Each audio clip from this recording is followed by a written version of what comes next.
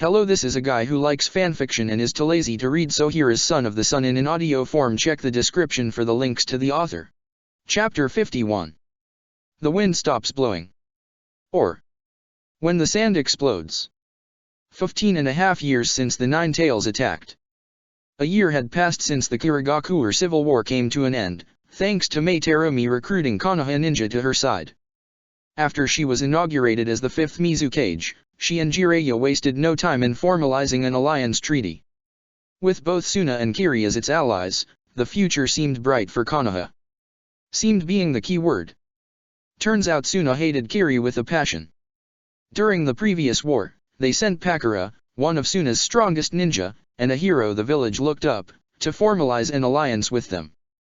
However, the Kiri ninja betrayed Suna and ambushed Pakura and her squad, revealing that their intention was to kill one of Suna's greatest ninja.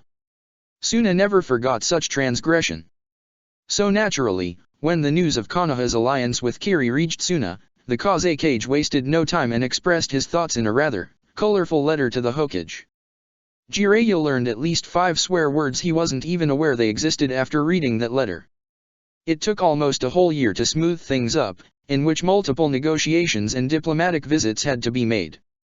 Jiraiya was really thankful for keeping his old sensei around as an advisor, as Sarutobi's diplomatic skills saved his skin multiple times. Even then, it took giving Raza a few chakra golems with Naruto and Karen's explicit permission to satisfy him. The fact that Kirigakuer was under new leadership helped to alleviate some of the tensions between Suna and Kiri. Eventually, they did manage to convince the Kazekage to let go of the old hatred of Kiri, and form a 3-way alliance with them and Konoha. However, Kiri had to make quite a few concessions, some of them of the monetary kind, but in the end, everybody was happy. Right now, the long, arduous process was finally coming to an end. The Kazekage had sent his own children to Konoha in order to deliver the final draft of the alliance treaty Jiraiya had to sign in order to make it effective.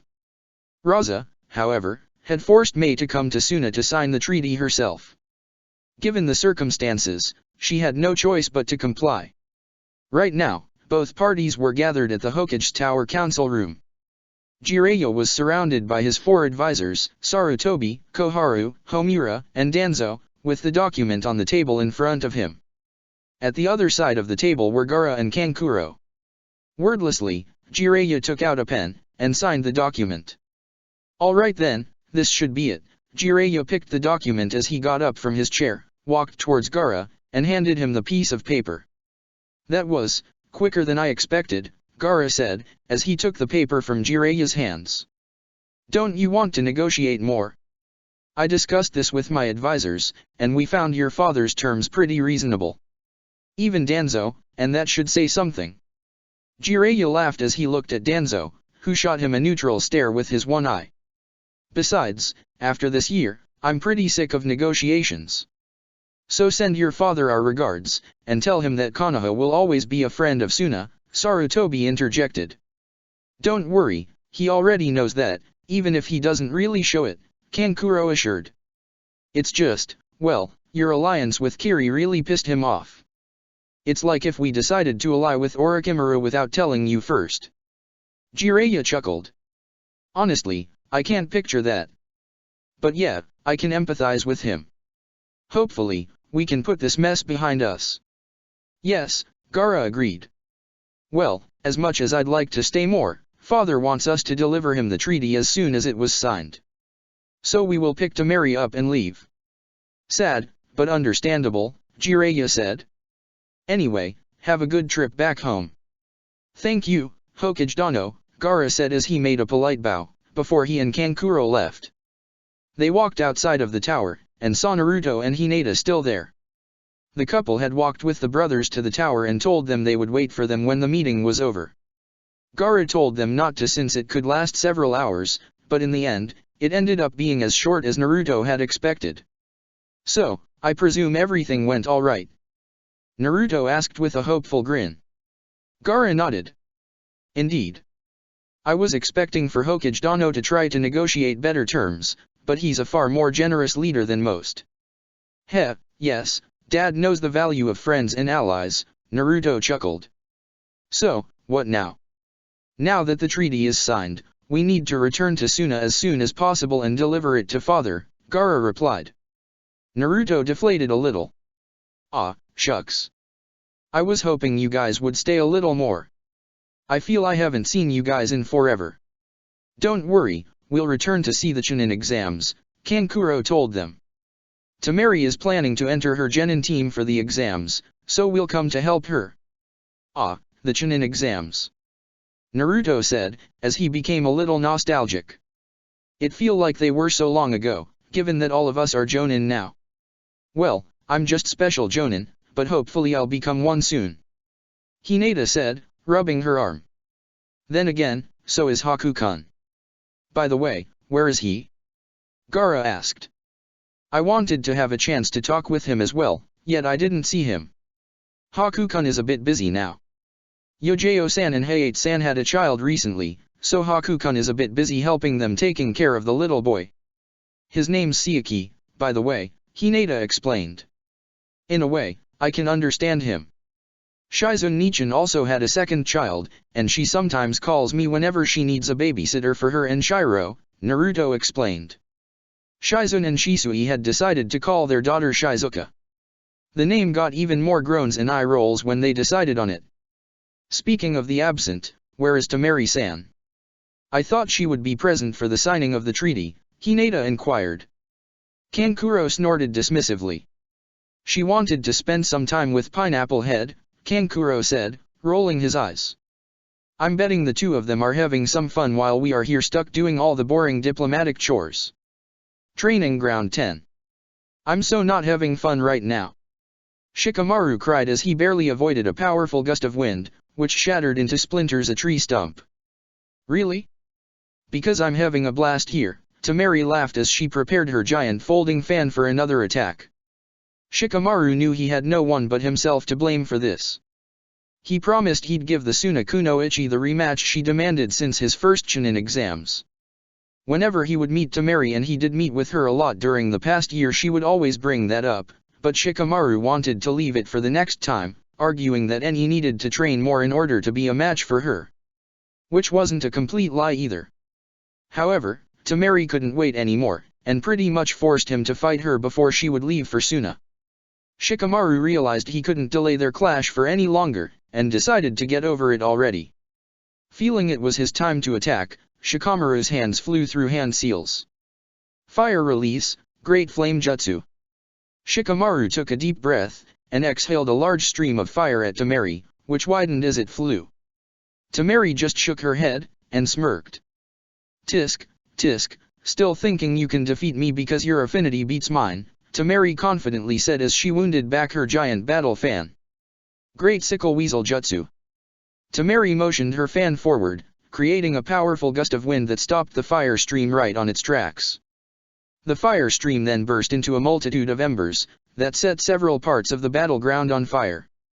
Temari smirked confidently as she stopped her opponent's attack, but her smile disappeared the moment a realization dawned upon her. Wait a minute, the flames, they're casting Shad-dash, she started to realize. Shadow Imitation Jutsu. With all the shadows created by the small flames scattered across the battlefield, Shikamaru could expand and extend his shadow far beyond his usual limit, and catch Temari from a safe distance. The Suna Kunoichi started to run and jump around, trying to avoid the multiple shadow threads attempting to bind her shadow. She did try to get closer to Shikamaru in order to counter-attack, but the Nara was cleverly pushing her away from him with his jutsu. Enough. Temari said as she reached for something inside her ninja tool pouch, before tossing it at her feet. A cloud of smoke formed, hiding her from Shikamaru's eyes. He probed the cloud with his shadow threads, but was unable to find Temari. And before he had time to keep probing, several shuriken flew out of the cloud of smoke towards him.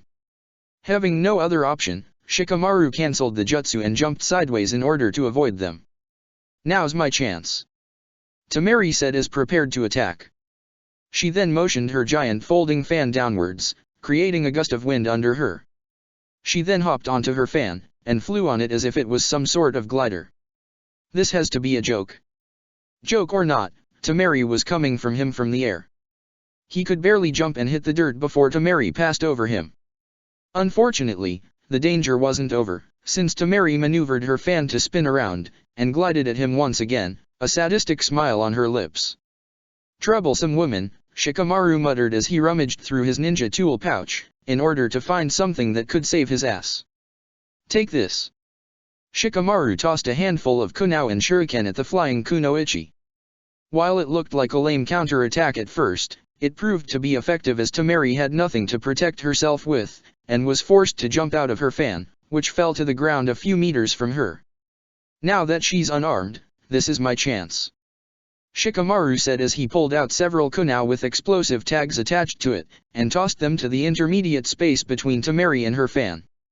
"Whatever you're planning, it won't work," Temari declared as she boldly rushed through the improvised minefield.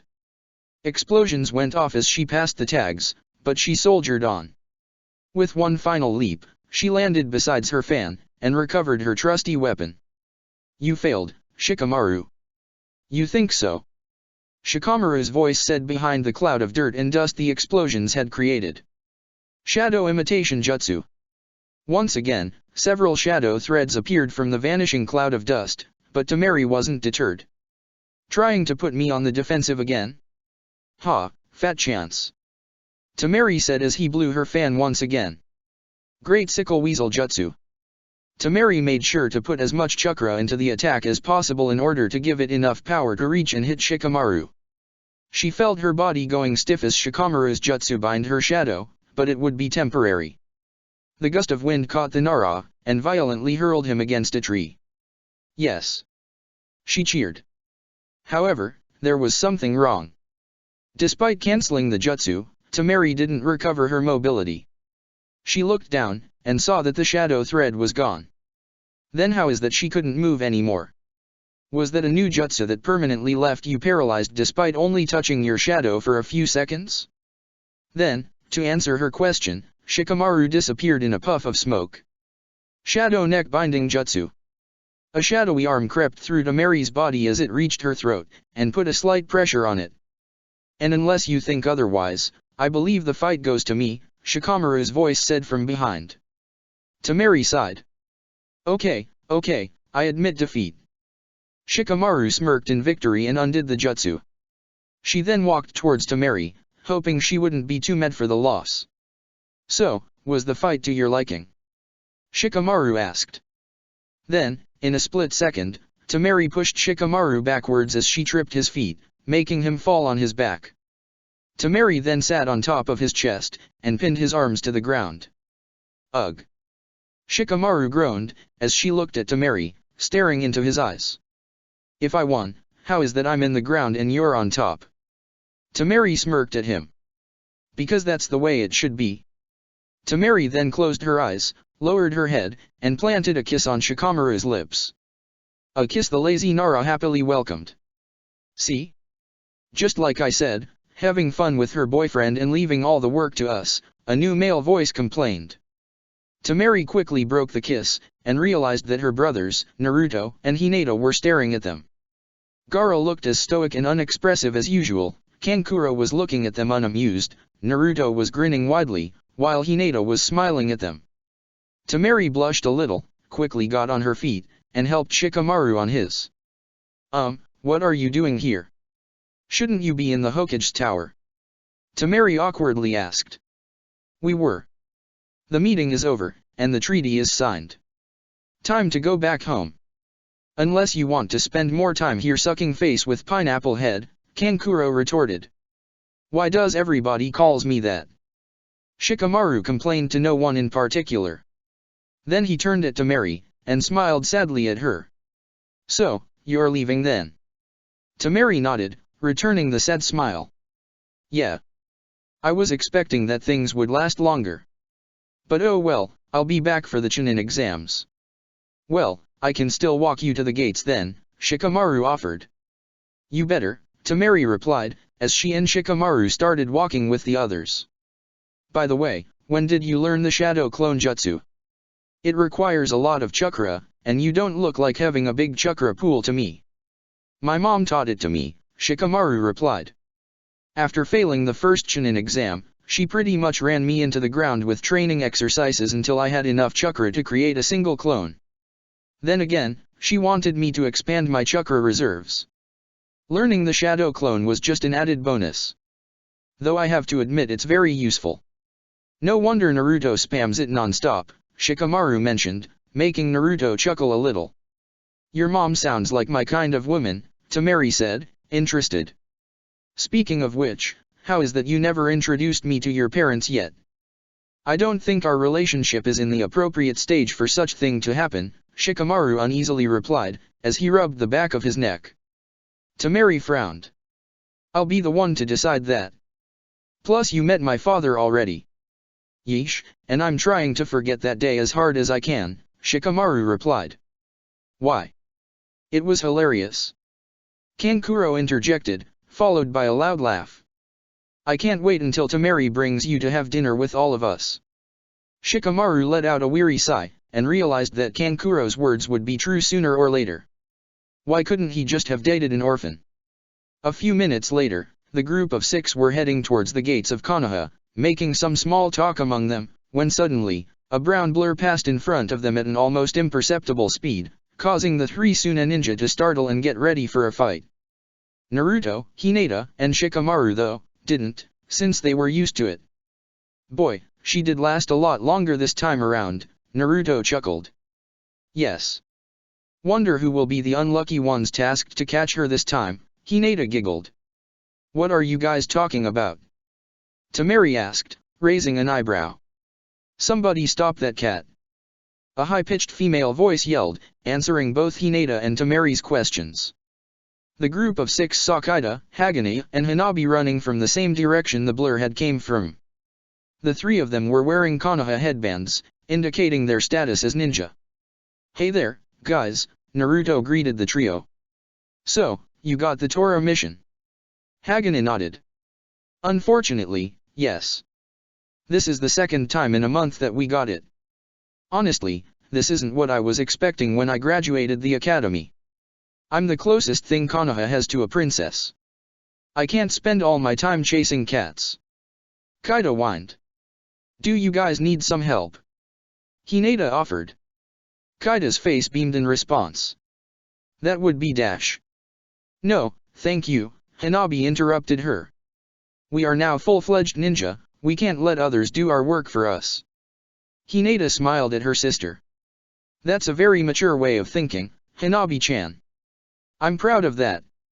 Hanabi smiled back at her older sister. Kaida, however, shot her a murderous glare. So, where did that dem cat go? Hagane asked. I'll tell you right now. Byakugan. Hanabi said as she activated her bloodline limit. There. It's hidden behind a trash can in that alley. Good, that alley is a dead end. Kaida said as she rushed towards the alley. That dem cat is about to feel the power of the first Hokage. Sister, wait. Hagane said as he and Hanabi trailed behind her. You have nowhere to run down, Tora. Nobody's going to save you. The heard Kaida's voice yell. Would release, great for Mio. Stop. Stop it, you dem pest. Not in the face, not in the face. Brother, Hanabi, save me. Eventually, between the 3 of them, they managed to subdue Tora. The cat was now trying to break from a wooden cage made by Kaida, as Hagane used medical ninjutsu to heal his sister's many scratch wounds. The team's Jonin sensei, Tenzo, appeared shortly after in case they needed help. I hate that cat so much. Kaida seethed. Good job catching Tora, kids, Tenzo congratulated them. Madame Shijimai will be happy to have her beloved pet back. Why can't we just kill it and tell her she went to live to a farm? Kaida protested. I'm tired of having to catch that cat. Sadly, we can't. Tora represents a 15% of the village's mission income. It would be a huge blow to our economy, Tenzo explained to her. Now let's go back to report that the mission has been a success. As Team Tenzo left, Naruto, Hinata, Shikamaru and the Sand siblings continued their way to the village's gates. I see you guys also have your own Emi, Kankuro noted. Emi. Shikamaru asked, looking a bit confused. The Wind Lord's pet dwarf pig. It constantly tries to escape, and many genin team are assigned to catch it. From what I heard, it's quite the nightmarish beast despite its small size, Tamari explained. Thank goodness we never had to catch him. How so? Hinata asked. Being the Kazekige's kids has some perks, you know, Kankuro said with a wide grin. Well, I'm the Hokage's son and that never got me out of doing an awful mission, Naruto bitterly said. Come on, don't complain. None of us got to catch Tora when we were genin, Shikamaru told him. Thankfully so, I admit. Because we had Tamaki-san to summon her. But even Tamaki-san got tired of doing that all the time, Hinata interjected. Not to mention that now that she's Chunin, there's no way for her to take that mission again. Finally, they reached the gates, and the group stopped. Our stay in Konoha has been pleasant, but now we must leave, Gaara announced. We'll come back for the Chunin exams in a couple months, though. I'll be looking forward it, then. Naruto happily said. Yeah, me too. Of all the women I ever met, you're the least annoying, Shikamaru told Tamari. Tamari shot an unamused look at her boyfriend. You know, we'll need to work on your compliments a bit more. Come on, you know I'm just kidding, Shikamaru said with an earnest smile. I'll be looking forward seeing you again. You can always visit me in Suna, you know, Tamari suggested, placing her hands on her hips. I could but, crossing a desert sounds beyond troublesome. Shikamaru whined. What?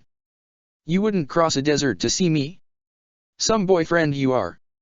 Tamari protested, before Kankuro grabbed her arm and dragged her out of Konoha. Enough of love quarrels, we need to go, now. Kankuro told his sister. Don't think I'm ever going to forget this, Pineapple Head. Tamari said as she and her brothers headed back to Suna. Shikamaru sighed. Oh boy, I better prepare a good way to make up to her for that when she comes back. Man, sometimes I almost feel that girls are not worth the effort. Almost. Well, you weren't exactly very sensitive there, Shikamaru-san, Hinata told him. Shikamaru shrugged. It's who I am. As the three Suna ninja disappeared behind a sea of trees, the three Konoha ninja headed back to their village.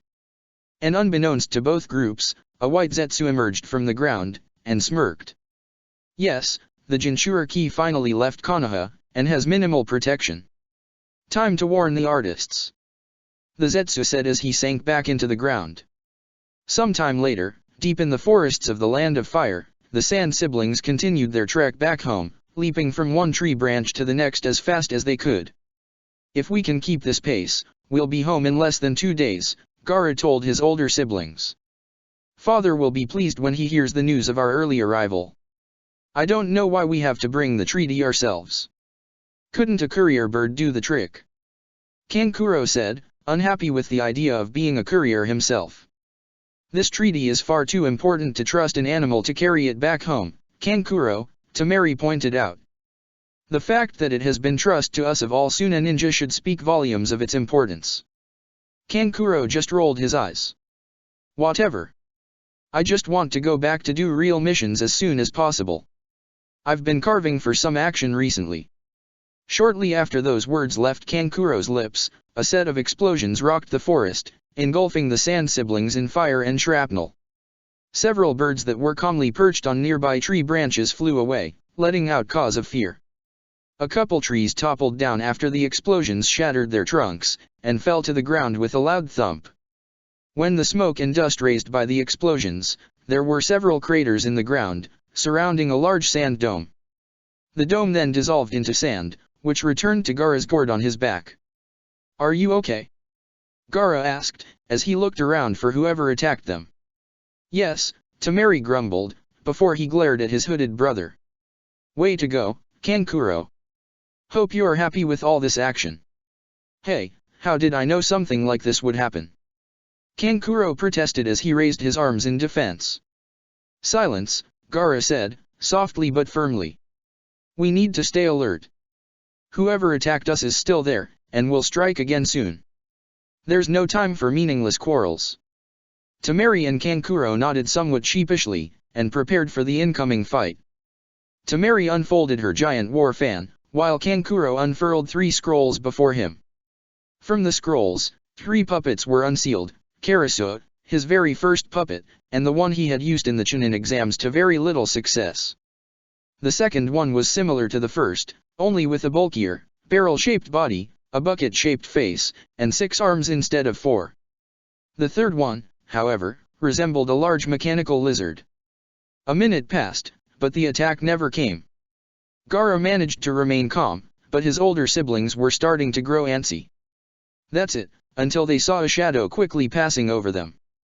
Kankuro, up there. Temari pointed somewhere in the sky. Kankuro wasted no time and directed Karasu towards the spot the enemy has been seen, and directed it to attack. Raising its 4 arms, the puppet fired a barrage of Senbon and Kunao while moving its arms in an arc to cover a wider range. The shadow appeared again, moving between the branches. This time, it wouldn't escape as Gaara prepared to attack. Wind release, sand shuriken. Several sand projectiles fired towards the shadow, and a loud ouch could be heard. Then emerging from the treetops, a large, artificial-looking white bird appeared, with a blond young man wearing a black cloak with red clouds on it riding on top of it. Akatsuki. I knew it, Gaara said as he eyed his attacker. Damn it, so much for stealth, the Akatsuki grumbled. Wait a minute, I think I know this guy, Temari mentioned. Konoha told us that 2 Akatsuki appeared in Kiri to abduct the Mizu cage, and one of them fits your description. Are you Deidara, the missing nin of IWA?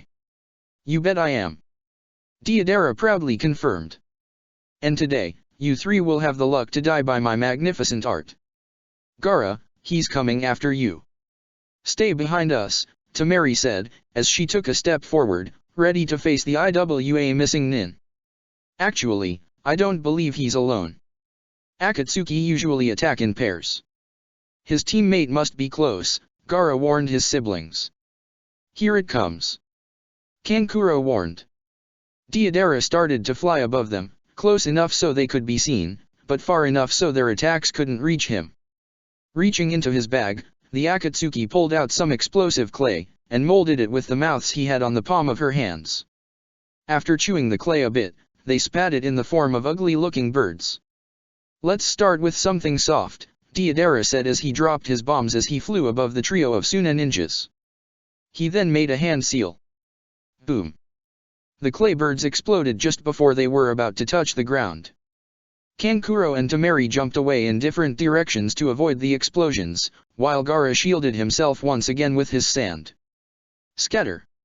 If we're together, his explosions won't be able to reach us. Kankuro suggested. No. That's what the Akatsuki wants. To drive us away from Gaara and leave him unprotected. Temari argued back. Gaara had to admit that both his siblings had a point. Remaining together would make them too vulnerable to Deidara's explosive attacks, but it was very clear that the Akatsuki were playing a divide-and-conquer strategy. Both of you are right. However, we can't play into the Akatsuki's hands. We need to be smarter than them, Gaara told them. What do you suggest, then? Kankuro asked. Let's remain split apart, though close enough to provide help. The Akatsuki want me, so they'll focus their attacks on me. Of the 3 of us, I'm the one with the best defenses, so I'll be able to handle them better. Attack the Akatsuki when they're vulnerable, Gaara told them. Both Kankuro and Temari admitted that it was a sound strategy, even if a little risky. But then again, they weren't in an advantageous position, so they'll have to work with what they had. The 3 Suna ninjas placed themselves in a triangular formation, with Gaara in the middle, as if tempting the Akatsuki to go and get them. You think you're so smart, do you? Deidara said with a snarl. But your little plan has a hole on it. The Sand siblings were alerted but multiple piercing whistles, as a multitude of equally piercing Senbon flew towards them. Temari and Kankuro sprang into action. Placing herself in front of Gaara, she fully unfolded her fan and hid behind it as if it was a shield. Kankuro, meanwhile, used his own puppets to parry the needles. You should look where you're stepping into, girl. Deidara shouted from above. What the? Tamari asked as she reflexively looked down, and much to her horror, she saw some of Deidara's clay animals emerging from underground. Oh shit! Deidara made a hand seal. Boom! Once again, more explosions rocked the battlefield.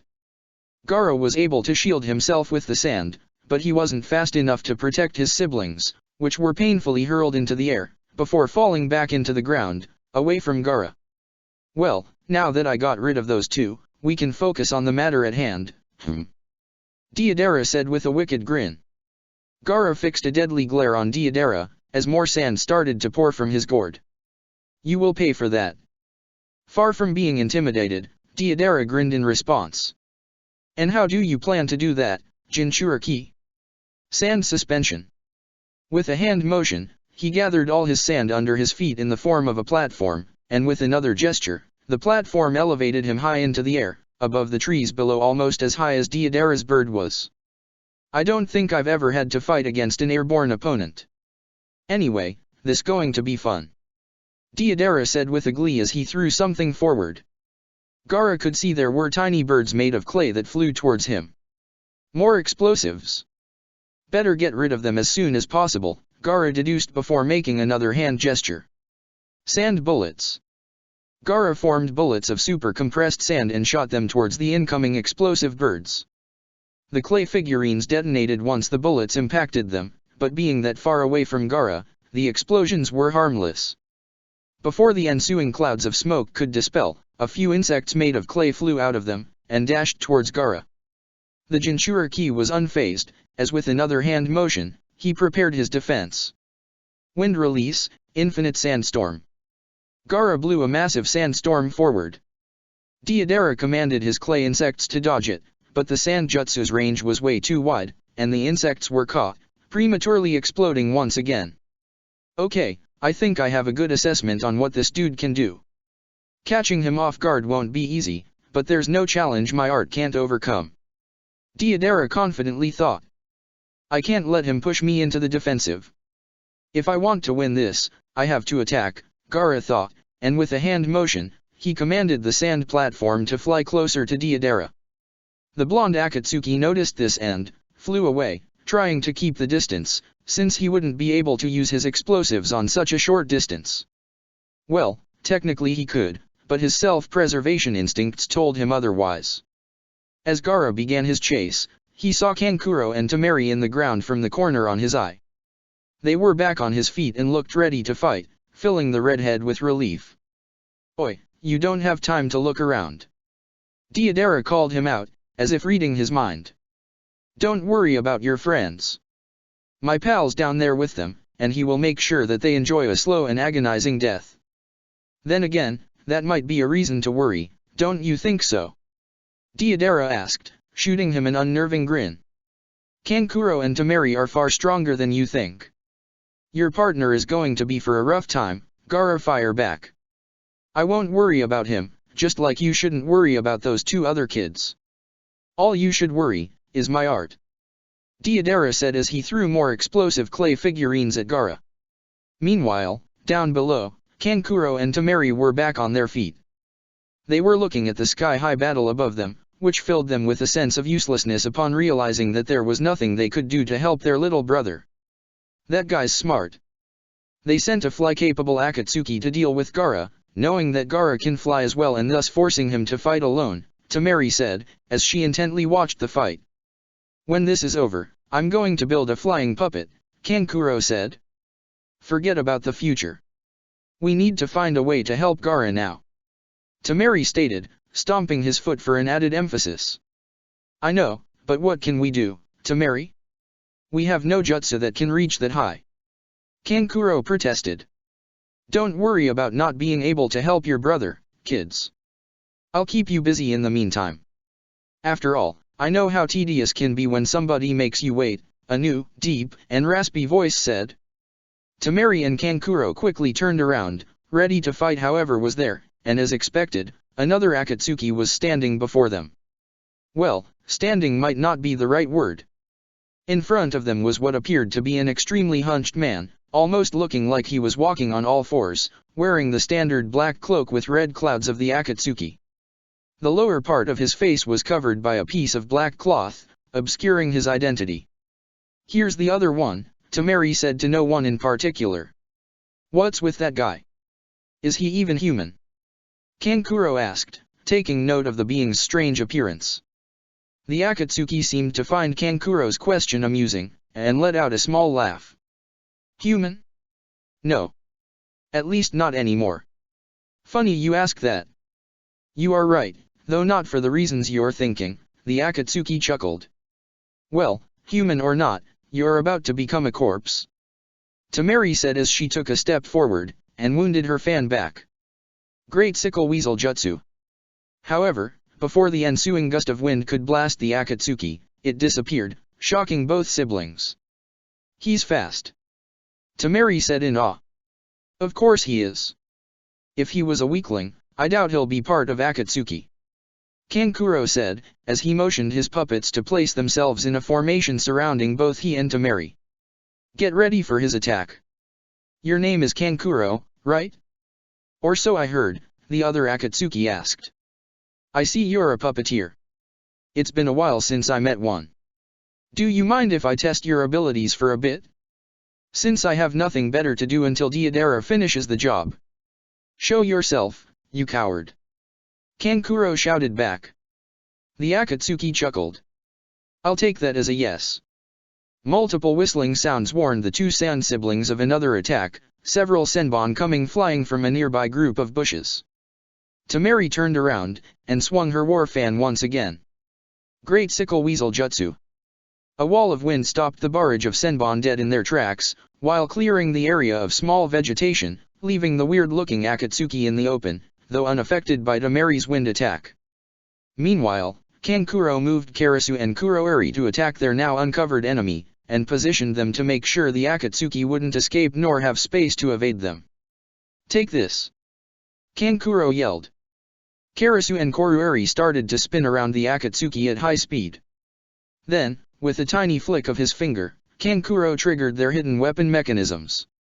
Karasu fired several poison-coated kunao, while Kuroeri fired several senbon, also poisoned as well. The Akatsuki didn't move. He didn't need to, as a segmented, metallic tail ended in a triangular tip appeared from under him, and parried all the attacks at a breaknecking speed. "What the?" Kankuro asked in shock. It didn't finish there. The metal tail slammed into Kuroeri, dismantling it to pieces, before it wrapped around Karasu, and lifted it above his body. "Is this the best you can do, puppeteer?" the Akatsuki asked in his guttural voice. "Not only I'm not impressed. I'm disappointed even," he finished, before tossing Karasu against Kankuro and Temari. Both of them jumped aside to avoid the incoming puppet, but soon they would find that was a mere distraction. The metal tail flew at Temari, ready to impale her. The Kunoichi reacted in time, folded her war fan, and used it to parry the blow. Still, she was unprepared for the amount of force the metallic tail was carrying, and she was hurled backwards. "Ugh!" Temari groaned as her back hit a nearby tree. "Temari!" Kankuro instinctively yelled, but forced himself to ignore his sister's predicament. "No.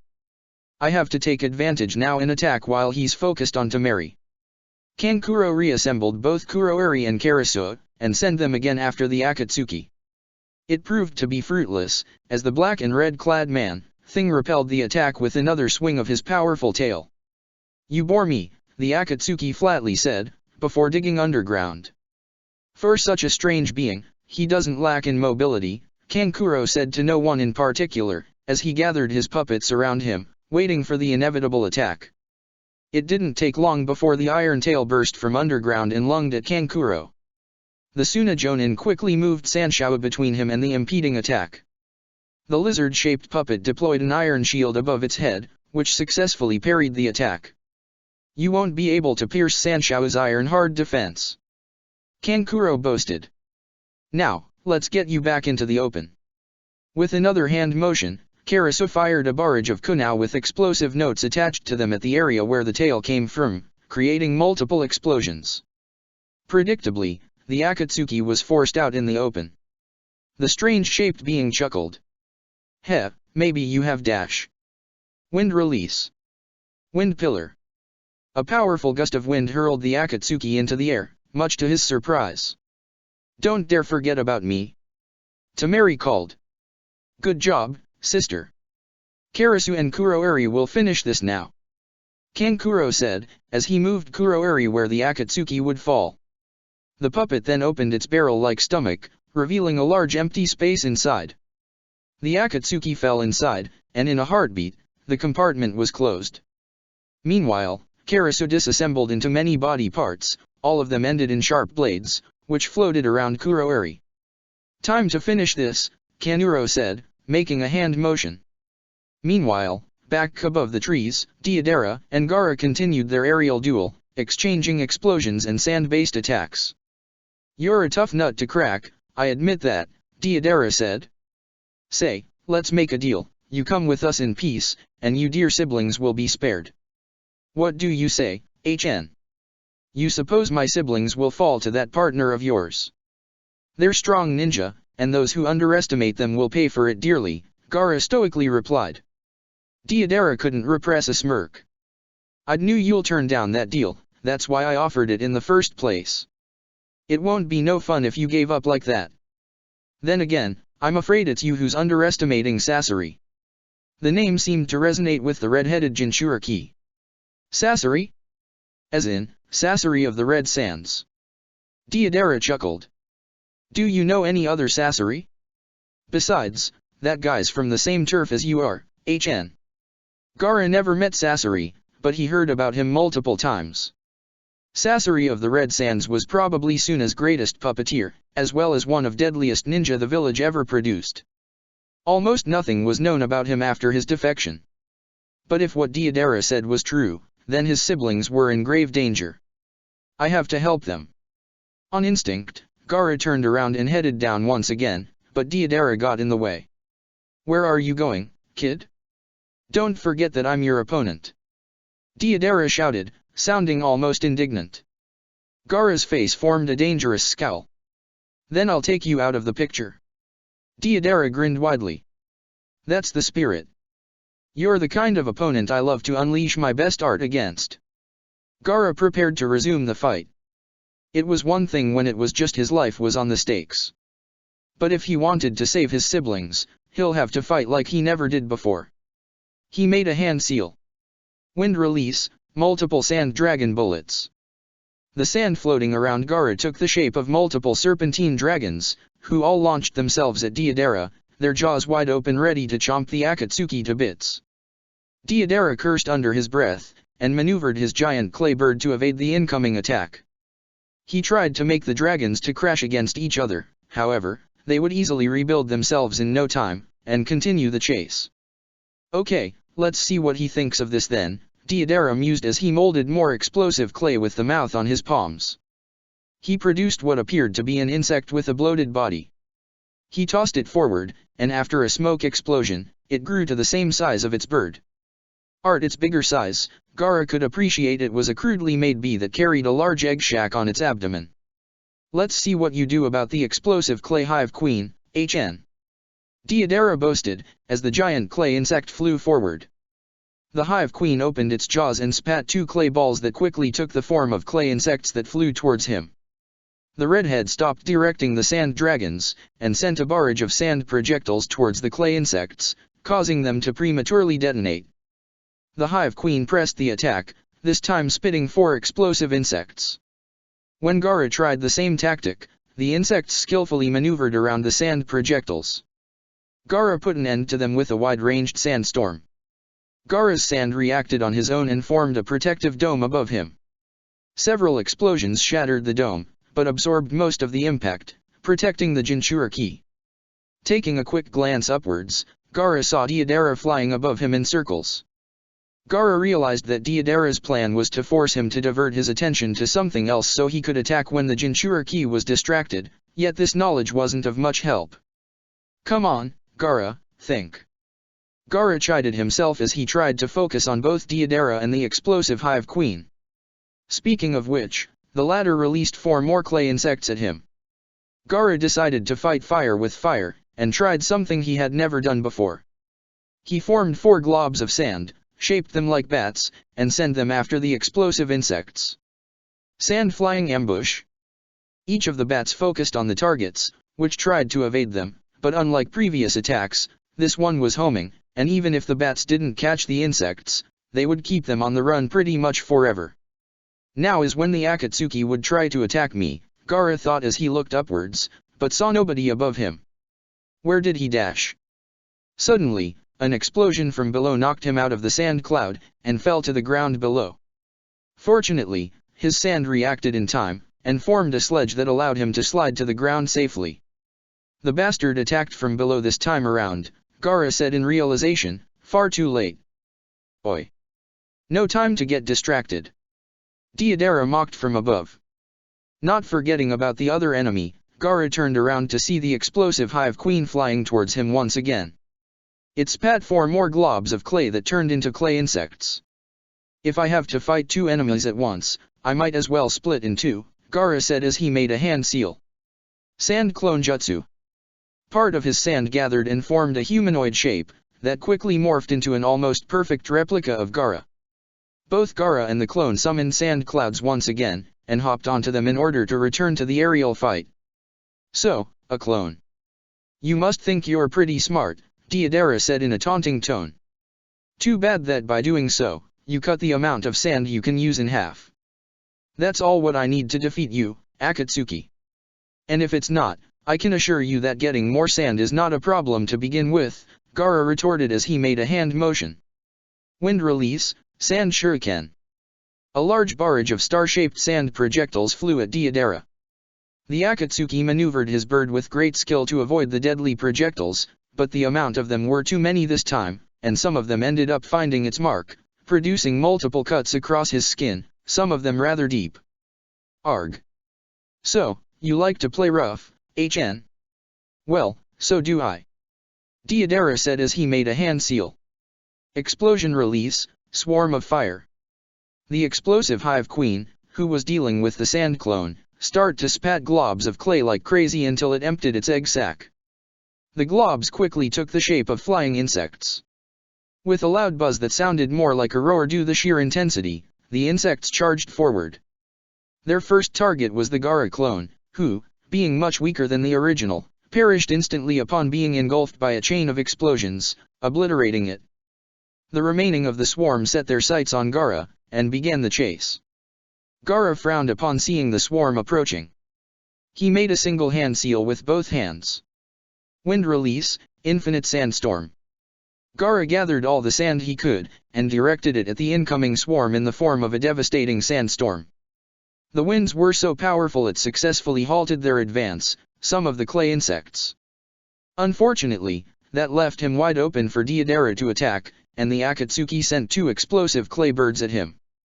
Seeing that if he remained in the air, the insects would have more ways to attack him, Gaara descended upon the ground, and formed several layers of sand domes around him in order to protect himself against the incoming swarm. Let's hope this will be enough, Gaara inwardly pleaded. He was soon about to find out, as multiple explosions rained upon him and his makeshift bunker. Back to Tamari and Kankuro, the hooded Suna ninja was about finish Sasori off. Black secret move, Iron Maiden. The improvised swords that were Karasu's limbs inserted into the slits around Kuroeri's torso, impaling the Akatsuki inside. And done. Kankuro said, with a triumphant smirk. Tamari, however, wasn't so optimistic. No blood spilled. I have a bad feeling about this. Open up. I want to make sure the bastard's dead, Tamari asked as she got her giant fan ready. Kankuro nodded, and with a pull of his finger, he opened Kuroeri's stomach. And much to his shock and anger, there was a log in the Akatsuki's place, impaled by the improvised blades. The hell? Where did he go? Kankuro indignantly asked. God damn it, Kankuro, he fooled us. Get your puppets back to normal before we're attacked. Tamari urged him. Too late for that, the Akatsuki's raspy voice said, as his metallic tail burst from behind a nearby bush, and stabbed into Kankuro's stomach. Kankuro! Tamari screamed. Kankuro grunted in pain, before he wrapped one of his arms around the metallic tail. Then, he created several chakra threads with the other, and tied those threads to nearby branches. When the Akatsuki tried to pull his tail back, he found unable to. "I got him, Tamari. Go for the kill!" Kankuro cried, as he spat some blood. Tamari nodded and rushed towards the Akatsuki. She folded her fan, and hoisted it over her head. Once the Akatsuki appeared before her, she got ready to attack. The Akatsuki, however, opened his mouth, and fired a barrage of senbon that sank into Tamari's flesh. The kunoichi ignored the sharp pain and smashed her fan against the Akatsuki's head with all her might. The effect was instant. Tamari had put so much strength into her swipe, that the Akatsuki shattered instantly as if he was made of wood, metal, and plastic. And, upon closer inspection, that was the case, much to the Suna kunoichi's bewilderment. A hooded man wearing the Akatsuki cloak came out of the shattered construct. Pulling his hood back, he revealed to be a very young man with soft facial features and short red hair, not unlike Gaara's. "Congratulations, you destroyed Hirako," the Akatsuki said, his voice no longer sounding deep and raspy, but soft and youthful. "Too bad you did it at the cost of your lives." "Wait a minute, that thing, it was a puppet," Kankuro said in realization, before he winced and brought one hand to his wounded gut. "Yes, it was. Not that it would have been of much help had you realized of that earlier," the Akatsuki replied in a bored tone. "The weapons I hurt you with are coated in a lethal, slow-acting poison. You might not notice it now, but trust me, you're already dead." "Who the hell are you?" an enraged Kankuro asked. The redhead smirked. "I am what you strive to be. I am the strongest ninja Suna ever produced, as well as its most skilled puppeteer. The hilariously outdated puppets you tried to use against me were some of my earliest creations. Though, to your credit, I'll admit that you handled them with mastery. My name is Sasori of the Red Sands. You might have heard of me." Kankuro paled. If this man was who he said it was, then no wonder he defeated them so easily. But there was something that didn't make sense. Sasori disappeared from Suna 20 years ago, back during the Third Ninja War, when he was just 15. Yet the young man in front of him couldn't be older than 18. "You lie." Kankuro called him out. "If you were really Sasori dash." At that moment, a long chain of explosions happened nearby, raising powerful winds and several clouds of smoke and dirt. "And it seems that my partner is done. Just in time." "Good, since I hate waiting," the redhead said with a smirk. "I think I overdid it." Deidara wondered, as his bird began to fly in circles around the clouds of dirt and smoke product of the explosions. He then smiled and added, "Nah. It was epic. One of my best jobs." As the dust started to clear, among a field of craters, Deidara could see his prey, the red-headed Jinchuriki, lying on the ground, motionless. His clothes were torn apart, and his body was covered in burns and bruises. A bad feeling started to creep through the IWA missing nin's back, and grimaced in result.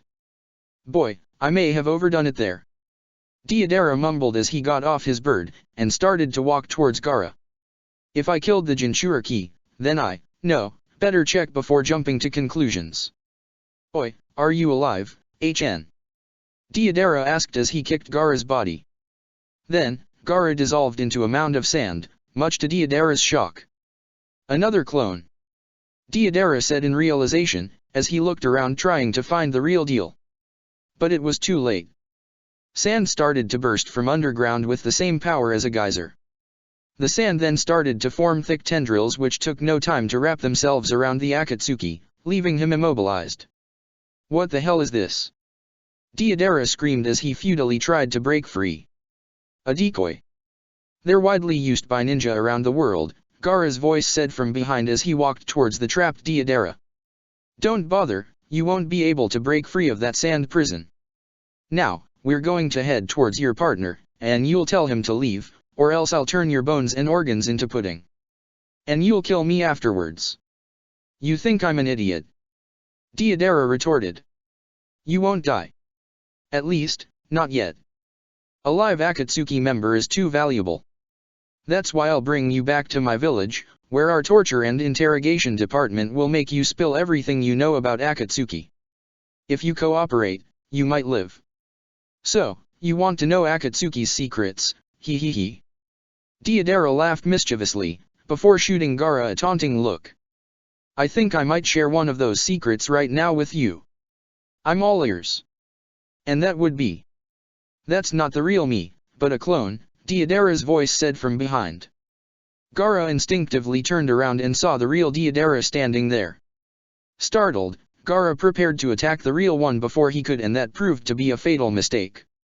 The clone behind him gathered its chakra and released it in the form of yet another explosion that engulfed Gaara. The sand trapping the clone tried to move towards Gaara in order to protect him, but it was too late. After the explosion ceased, Gaara laid there, motionless, just like his clone had been just a few minutes ago. I think you're not a clone this time, are you? Deidara mockingly asked. He then pulled out what appeared to be a compass. The needle in the compass moved a little at a constant pace. And you're not dead. All right, our job here is done.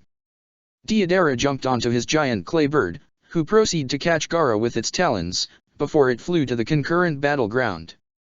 There, he saw Sasori, no longer inside his puppet, with the other two Suna ninja at his feet. Oi, Sasori, I already beat him.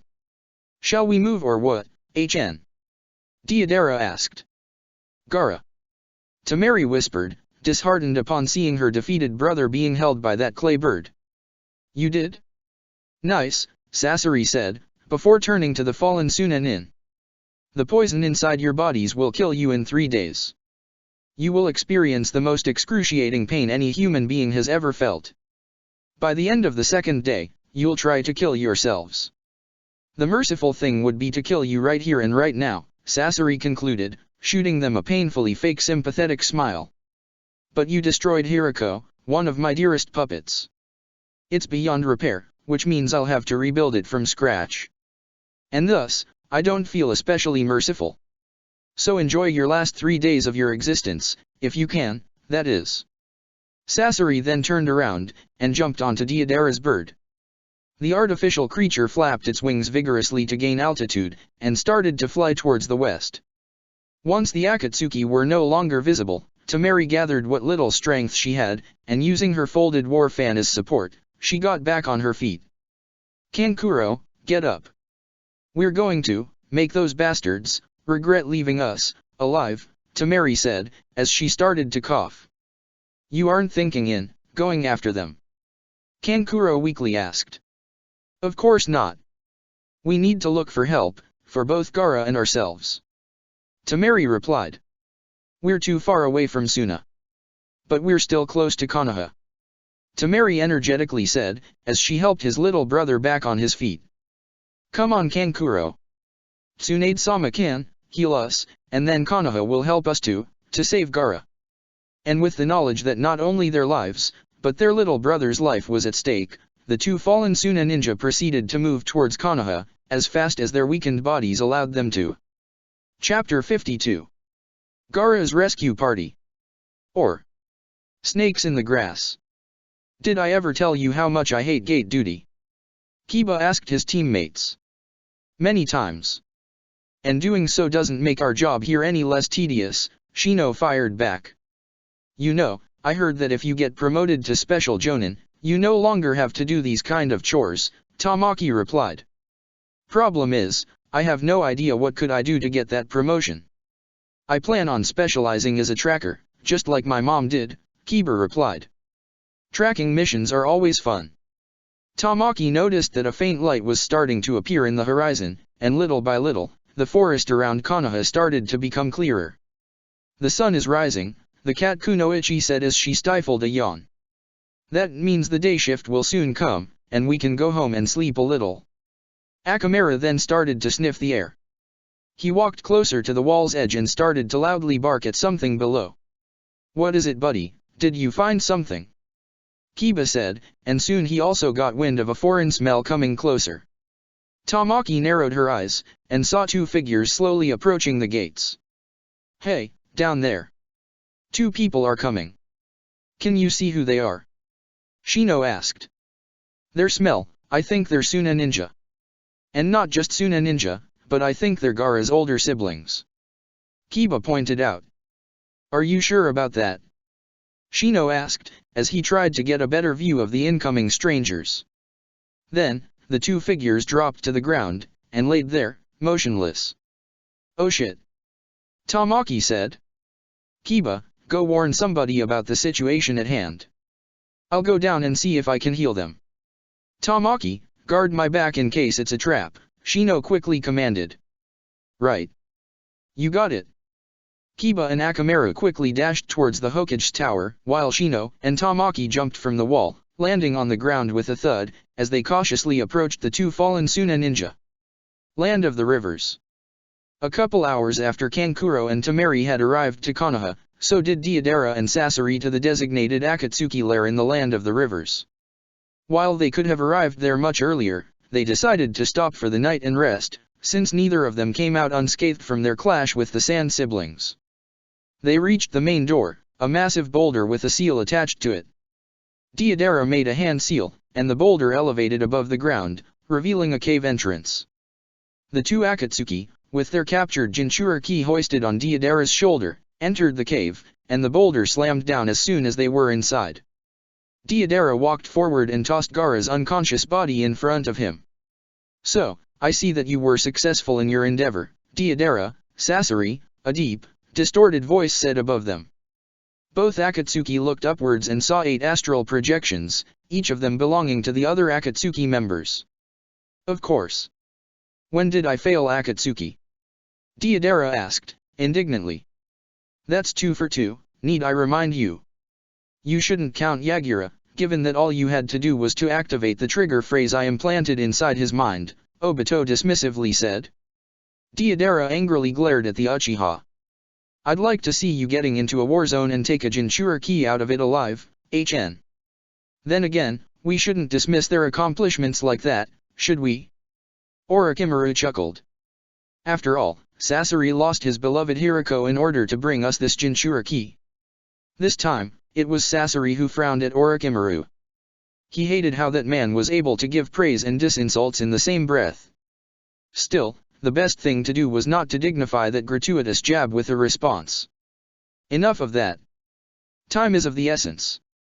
We need to extract the tailed beast from its host," the leader said as he made 5 hand seals. Summoning Jutsu. A massive statue emerged from the ground. The statue had an extremely ugly visage, composed of a large, open mouth full of teeth and 9 eyes, 2 of whom were opened. Disconnected from the statue were 2 arms with their fingers pointing forward. Each Akatsuki placed themselves on one of the fingers. "The extraction process will take 3 days, so make sure you're ready," the leader advised, before making another hand seal. Sealing art, Phantom Dragon 9 Consumption Seal. 9 ghostly dragons emerged from the statue's mouth and engulfed Gaara, lifting the young Jinchuriki above the ground. A stream of red energy started to flow from Gaara's mouth into the statue. The extraction process had begun, and if it wasn't interrupted, Gaara would lose the one tail. But most importantly, he would also lose his life. Konoha Hospital. When Tsunade crossed the doors of the hospital like she did every other day, she expected to have a day like every other. Sure, medical emergencies happen every day, but nothing she or her qualified and in some cases, personally trained staff wouldn't be able to handle.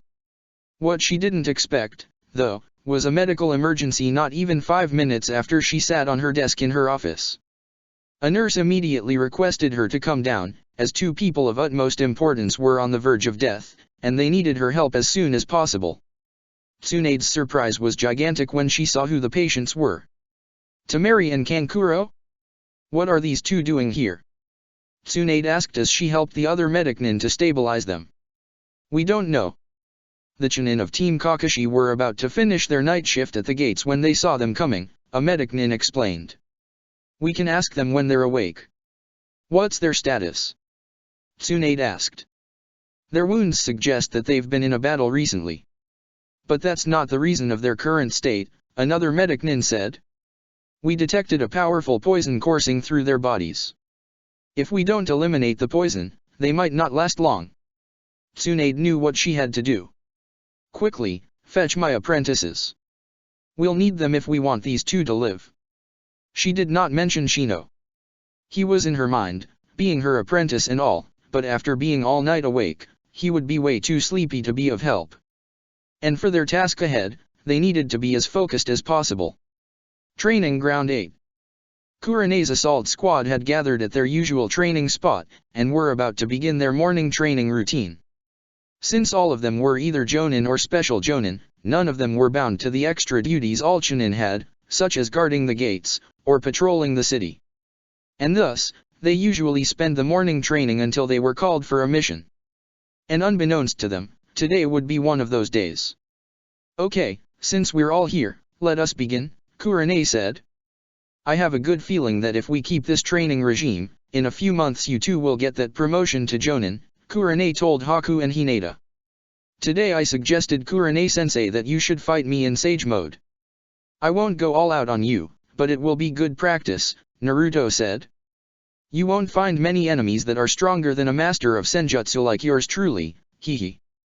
Alright, Naruto-kun, I'm ready, Hinata confidently said. Me too. Besides, that way we can go all out without worrying about causing you irreparable harm, Haku added. In that case, get into position. I'll watch and Kurene was saying before she noticed an Umbu pretty much appearing between them. Huh. Haku immediately recognized the Umbu, not just for her cat-shaped mask, but also for her bright purple hair. Yojeo-san. The Umbu nodded and removed her mask, revealing her face. Hinata Hyuga, Tsunade-sama requests your presence at the hospital. You need to assist her with 2 gravely injured patients of utmost importance. I will go immediately, Hinata nodded as she started running towards the hospital. Yojeo, do you know who are those patients? Kurene asked the perplet. Yes. Temari and Kankuro, from Tsunagakur. We don't know what happened to them since they're unconscious, but we presume they've been attacked, Yojeo explained. Naruto felt his heart sink. He had talked to them not even a day ago. Then, much to his horror, he noticed that Yojeo didn't mention a certain somebody. What about Gaara? He left with Kankuro and Temari. Is he alright? Yojeo just shook her head. We know nothing about him. What we know is that Temari and Kankuro appeared before the gates of the village shortly after sunrise. It's possible that he managed to run away and return to Suna. No, that doesn't sound like Gaara. He would have never abandoned his siblings like that. I have a very bad feeling about this. I think I'm going to the hospital as well, Naruto said. Let's go all then, Kurene suggested. Yojeo merely nodded, put her mask back on, and body flickered out of there. Gaara, Temari, and Kankuro left yesterday afternoon, and today the latter two show up, badly wounded, without the former, Haku mentioned. Do you think this is the work of Akatsuki? Naruto shot the ice ninja a grave look. That's what I'm afraid of. When Hinata arrived at the room where Kankuro and Temari were being treated, she was greeted by the sight of her master in the medical arts, as well as her fellow medic Nin Ino. Tsunade was studying something under a microscope, while Ino helped other medics to stabilize the wounded Sand siblings. Tsunade-sama, Hinata is here. A nurse announced. Good. Hinata, go help Ino, now. She barked at the Hyuga. What about Shizun's medical squad? It seems they left yesterday for a mission. Nobody knows when they will be back, the nurse replied. Drats. I could have really used their help here, Tsunade cursed, as she went back to the microscope. Any progress on the poison, Tsunade-sama? Ino asked as she continuously healed Temari. I think I saw something similar in the past. It looks a lot like the poisons Cho of Suna used way back during the Second Ninja War, Tsunade told her. Except this one seems far more advanced. Fortunately, nobody has ever created a poison I can't neutralize, and this won't be an exception. Suddenly, Kankuro started to tremble violently as he screamed in pain. What's wrong with him? A panicked Ino said as she moved to heal him. Byakugan. Hinata's bloodline limit activated, and with it she was able to immediately see the problem. His liver. The poison is damaging it. Ino nodded and focused the mystical palm jutsu on that area. Soon, Kankuro relaxed and became more stable, even if he was still unconscious. Hinata then scanned what organs were the most damaged so she, Ino and the other medics could focus on healing those first. Good job you two. Work on keeping them stable while I finish the antidote, Tsunade told them. When Tamari-san and Kankuro-san left, Gaara-san was with them. Do we know anything about him? Hinata asked. Like Naruto and Haku, she was afraid Akatsuki would be behind this. Ino shook her head. No. We don't know about him. At least not unless these two wake up first. Could you probe their minds? Hinata suggested. Guess I could. Though try to keep them stable. If another violent episode happens, the sympathetic damage could break my mind, Ino advised Hinata as she placed both her index fingers on Kankuro and Tamari's forehead. The Yamanaka heiress only needed to see their latest memories before she found the answer she was looking for. Got it. Ino said. It seems that two Akatsuki attacked them and took Gaara away. Their names are Sasori and Deidara. Hinata let out a weary sigh. I dreaded it. We need to inform both Hokage-sama and Tsunagakuer. Let somebody else do that. We have a work to finish here, Tsunade told her, before something Ino said registered in her brain. Wait a minute, you said Sasori. Yes, that's the name I heard in both their minds. It can't be a coincidence, Ino confirmed. Why? Sasori is Cho's grandson. He disappeared 20 years ago, and nobody has seen him since. Guess that solves both that mystery and why this poison felt so familiar, Tsunade said. When Naruto learns of this, there won't be anything to stop him from going to rescue Gaara himself, Hinata mentioned. I know, Tsunade sighed in defeat. That's why I'm counting on you to make sure that boneheaded son of mine comes back alive. Hinata nodded with determination. You can trust him to me, Tsunade-sama. An indeterminate amount of time later, Tamari stirred as she slowly opened her eyes. She had to blink a couple times, in order for her eyes to get used to the initially bright light of the early morning. Standing up, she groaned as she looked around, finding the surroundings worryingly unfamiliar. Ugh! She groaned. Huh! A female voice said besides her. You're awake. Tamari looked at the blue-haired, pale-skinned girl sitting beside her. Hinata. Tamari-san. You're awake. Hinata said, visibly happy. She then walked outside the hospital room, and said to somebody outside, Naruto-kun, she's finally awake. Unsurprisingly, Naruto rushed into the room with an excited, but visibly not overjoyed expression. Finally. We were so worried. Naruto loudly said. Shhhhhh. We're in a hospital. Hinata chided her boyfriend. Naruto acknowledged Hinata with a sheepish nod. Yeah, sorry. Naruto's loud outburst caused Kankuro to awake from his sleep as well. His reaction was the same as Tamari's. Who the hell is yelling? Kankuro complained in a whisper, as confusion started to dawn once he realized where he was. What, where am I? It's safe to assume we made it to Konoha. But more importantly, Tamari interrupted, now more awake. How long have we been here?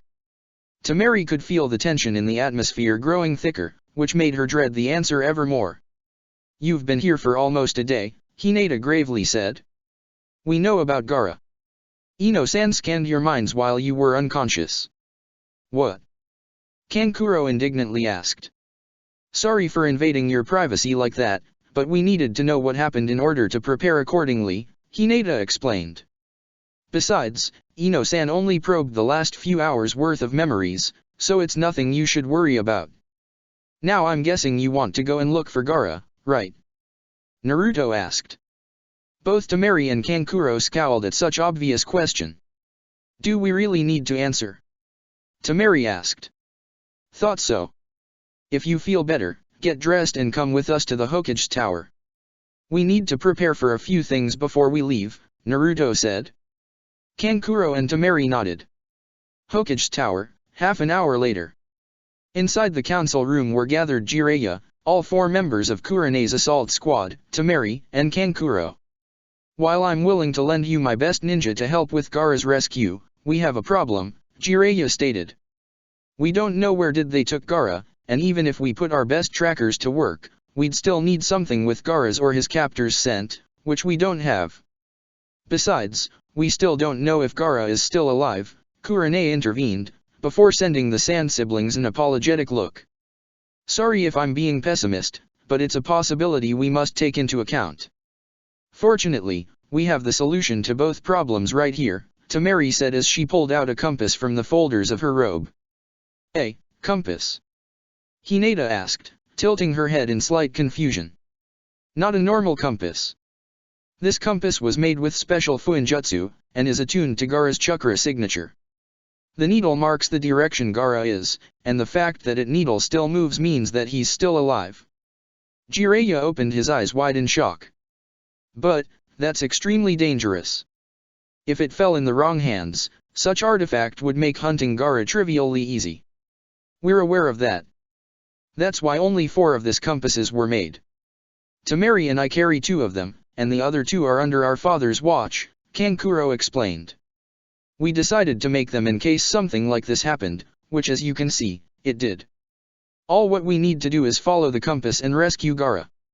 Speaking of which, how much time do we have? Haku asked. Because no doubt the Akatsuki will try to extract Gaara's beast as soon as possible. Not just that, but they also need to seal it in another container, either a human or something else, Jiraiya added. According to my available knowledge, it's a long and exhausting process. Though between 10 people, they can accelerate the process. My estimate is that we have 3 days until the tailed beast is removed and Gaara dies. A deafening silence fell upon the room, as everybody weighed down the Hokage's words. 3 days. That's a very narrow window, Hinata said, almost in a whimper. Less than 3 days, Tamari corrected them. We spent a whole day here, recovering. We only have 2 days at best to do it. Let's hope they didn't take him too far. If they want to start the extraction process as soon as possible, they'll have to be somewhere near the place you were attacked. My best bet would be the land of the rivers, since it's a small country with no ninja village. The best place to set a hideout, Jiraiya suggested. Kankuro checked his compass. The needle does point in the direction of the land of the rivers. I don't think they would go any further, or else they'd go into the land of wind. Akatsuki wouldn't dare to set a base there. Sadly, they would, so don't be so quick to discard that possibility, Naruto pointed out. Anyway, I think we've talked long enough, can we go now? Jiraiya nodded. Indeed. However, be careful, Naruto. Remember Akatsuki is also after you. Don't sweat it, Dad. I'll give up ramen before letting such thing happen, Naruto said, with his trademark confident grin. Meanwhile, I'll send a toad messenger to Tsunagakuer in order to warn them about what happened.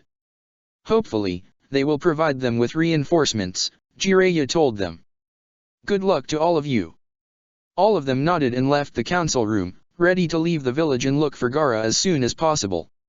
A few hours later, the group of 6 were traversing the forests of the Land of Fire as fast as they could, leaping from one tree branch into the next. From time to time, Tamari or Kankuro would take a look at their compasses, not just to check they were in the right direction, but to see if Gaara was still alive. So far, the needle still moved. They might arrive in time yet. Kankuro, Tamari, Kurenai broke the silence. Tell us about the Akatsuki who attacked you. We'll have to face them more than likely. Both Kankuro and Tamari nodded, before the latter started to speak. The one Kankuro and I fought against is a master puppeteer, who claimed to be Sasori of the Red Sands, one of Suna's most skilled ninja, Tamari said. That puppet he used to fight us, hell, I even feel unworthy of calling myself a puppeteer. And I'm sure he has others way more dangerous than that, Kankuro bitterly said, gritting his teeth. Is Sasori related to one of your village elders, the one named Cho? Hinata asked. Tamari looked at the Hyuga, mildly confused. Yeah, that's true. How is that relevant? When Tsunade-sama analyzed the poison, she said it was similar to the ones Cho used to concoct back in the Second Ninja War. Though this one was far more advanced, Hinata pointed out. That's too much of a coincidence to discard. Though those are really bad news if that guy was really Sasori, Tamari said, with a shiver. Why do you say that? Haku asked. Sasori alone managed to stop Iwa's forces from entering the Land of the Wind. If it wasn't for him, Suna could have come out of the war in even worse shape than we did, Kankuro explained. In fact, the red sands part of his name is because whenever he was in the battlefield, the sand of the desert ended up dyed in red due to the all blood spilled by his puppets. The Konoha ninja grew uneasy at the fearsome reputation just one of their potential enemies had. Even if they already knew this, they only had very few information on its members and their past exploits. What about the other guy? Haku asked. That was the one who fought and defeated Gaara, Kankuro continued. It was a blonde. Well, I don't know. I couldn't tell if it was a guy or a girl, honestly. I mean, it sounded like a man but looked like a girl. Kinda like you, Haku. Haku raised an eyebrow in annoyance, while Temari snickered a little. Something clicked within Naruto's minds, and the Jinchuriki opened his mouth to speak. Did that guy fight with explosives, while flying on top of a weird giant bird? Yes, precisely. Temari said. Do you know this man? Naruto nodded, and his expression darkened. I met him before. His name is Deidara. He appeared during the Kirigakure invasion to abduct Yagura. Unfortunately, both Mei and I were far too exhausted to stop him that moment. And now, that asshole returned to do the same thing to Gaara. Hinata noticed Naruto's anger and jumped close to him. Don't worry, Naruto-kun. We'll stop both him and the rest of Akatsuki, so they won't hunt any more Jinchuriki, Hinata reassured him. Naruto's frown vanished, and smiled a little at his girlfriend's support. Deidara nearly killed me as well during the Battle of Kirigakure, Haku interjected. Had I been a second slower, both me, Deidara-san, as well as many Kiri ninja would have perished, engulfed by the fire of his explosives. Kurane-sensei, do you carry a bingo book? Naruto asked. The raven-haired woman nodded, before the blonde continued. I know Deidara has a profile there. We should take a look before we engage him. Indeed. Even if we know he uses some sort of explosive jutsu, getting more information won't hurt, Kurane agreed. The group of 6 continued their trek discussing among each other possible strategies and ways to take down the 2 Akatsuki. And unbeknownst to them, an inhuman being watched them as they moved. Meanwhile, back at the Akatsuki hideout, the 10 missing nin continued the extraction process. That is, until Zetsu was startled by the new information that reached his brain. Something that didn't go unnoticed by the leader. Zetsu, don't falter. We still have a long way to go until the extraction process is complete, the leader said, as he fixed his rippled eyes on the plant man. It's not that, boss. One of my clones saw a force of Konoha ninja heading towards the hideout's direction, the white half of Zetsu informed. I think they're coming to the Jinchuriki's rescue. How do you know they're coming for us? The location of this hideout is a secret, the only female of the Akatsuki said. Yeah. They could be a squad of ninja going on an unrelated mission, Kakuzu suggested. For starters, the Nine-Tails Jinchuriki is in the group, and looked agitated. And second, 2 Suna ninja were with them. The Jinchuriki's siblings, to be precise, White Zetsu said. Naturally, this drew Sasori's attention. That's impossible. I poisoned them. No one has been able to make an antidote to my poisons, and even if by some chance somebody was able to, there's no way they could have done it in such little time. It's obvious what happened, Sasori-san, Orochimaru intervened. If they came from Konoha's direction, it means they were able to reach the village. Remember that Tsunadeheim is in Konoha, and to her, making an antidote for your poison would have been trivially easy. Sasori frowned once again at Orochimaru's dig. For all his quarrels with Deidara, he preferred the psychotic blonde over the smug Sannin as a partner. He didn't miss the days in which the 2 of them were part of the same 2-man team. Even then, there's no way for them to know we're here, right? Deidara asked. They can, if they do use the same compass we used to track the Jinchuriki, Sasori replied. As long as the Jinchuriki is alive, they'll be able to track his position. How long until they reach this place, Zetsu? The leader asked. I'd say less than a day. They're moving really fast. In a few hours, they'll reach the border between the land of fire and the land of rivers, the plant man informed. We can't afford taking such a big risk. Somebody needs to go there and delay them until the extraction is complete, the leader stated. Perhaps I can be of assistance, Orochimaru offered. I placed some of my minions close to the lair in case something like this happened. While I doubt they will be able to defeat Naruto-kun and his allies, they'll buy us enough time to complete the ritual. Not to mention, they'll be far more exhausted once they arrive to rescue their little friend. Good, and once they reach this lair, we'll kill two birds with one stone and capture the Nine-Tails Jinchuriki, the female Akatsuki said. Obito didn't say anything, as he carefully listened to the whole exchange. Orochimaru, every day you grow more dangerous, but you still prove to be too useful to eliminate yet, Obito thought. One could say that the solution to his problem was to use Shisui's mind-controlling powers on the Sannin. Which he already did, but Orochimaru somehow managed to shrug the genjutsu off. He found later that Orochimaru's skull is carved with protective seals to stop enemies from probing or tampering with his mind, a measure he originally developed in case he was at the mercy of the Yamanaka working at Konoha's TNI department. But one day, your usefulness will come to an end. And without the Akatsuki to cover your back and provide you with resources, your other enemies won't take long to wipe you out. Back to the forests of the Land of Fire, the group of 6 continued jumping from one branch to the other, mentally preparing themselves for the battle that no doubt would happen in a few hours. However, they weren't prepared for the battle that was about to happen in a few seconds. Without any kind of warning, a giant snake emerged out of nowhere, its jaws wide open, ready to swallow Hinata in one go. Fortunately, while startled, the Blunet's sharp reflexes didn't fail to save her. Heavenly spin. Hinata turned into a spinning sphere of chakra the moment the snake's giant jaws closed upon her. The force of the spinning caused the snake to recoil, hissing in pain. With another thundering racket, another snake, just as big as the first one, burst through the trees, this time aiming for Haku. The ice ninja nimbly jumped aside, dodging the attack, as he made several hand seals.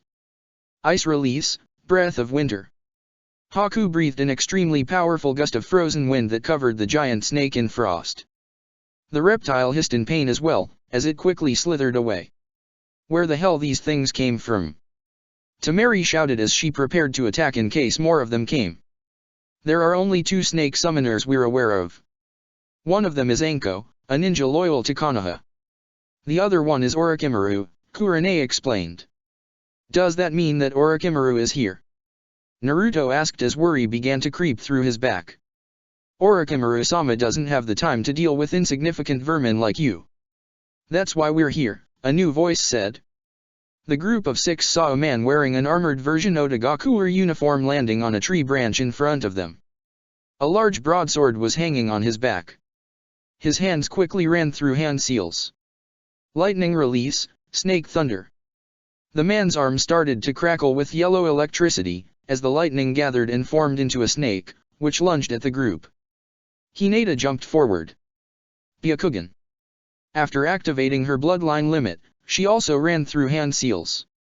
Lightning release, thunder palm. Hinata gave a swipe with one of her electricity-imbued hands, deflecting the snake-shaped lightning bolt aside. At that moment, Temari stepped forward, war fan already unfolded. Great sickle weasel jutsu. With a single blow of her fan, Temari produced a brutal gale force wind, which tore nearby tree branches free of leaves, and hurled the Oto ninja backwards. Watch out, there's another one ready to attack.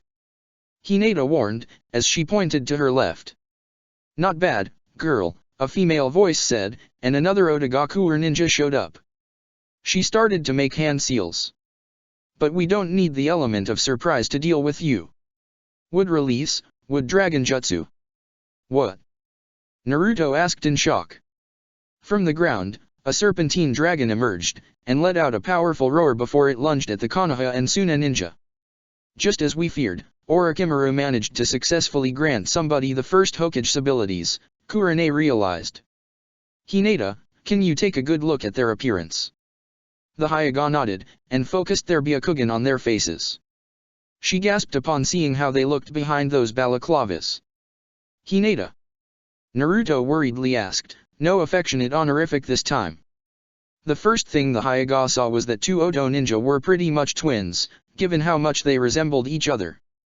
They had pale skin and short white hair, the female being a little longer than the males, and pretty faces with soft features.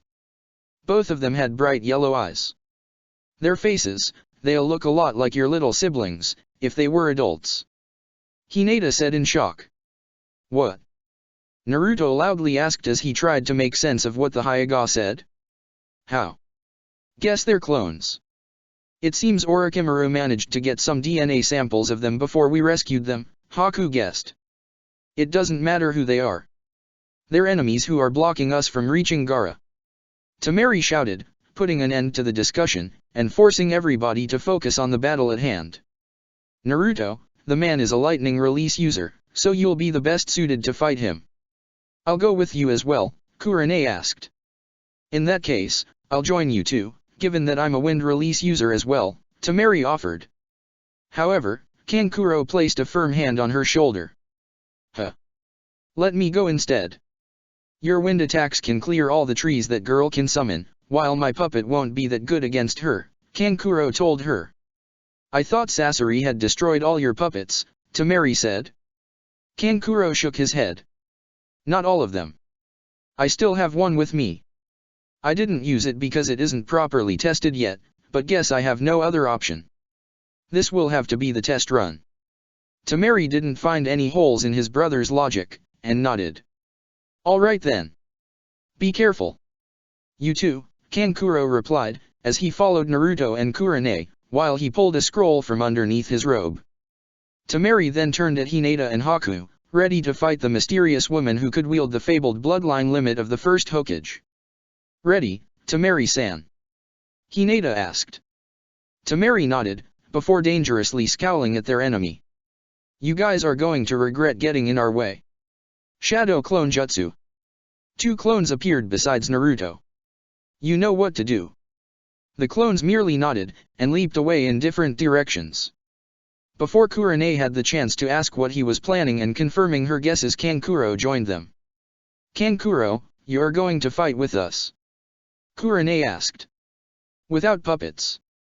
Naruto added. While I can fight without puppets, I still have one in reserve, Kankuro replied, as he unfurled the scroll he was carrying in front of him. From a burst of smoke, a puppet appeared.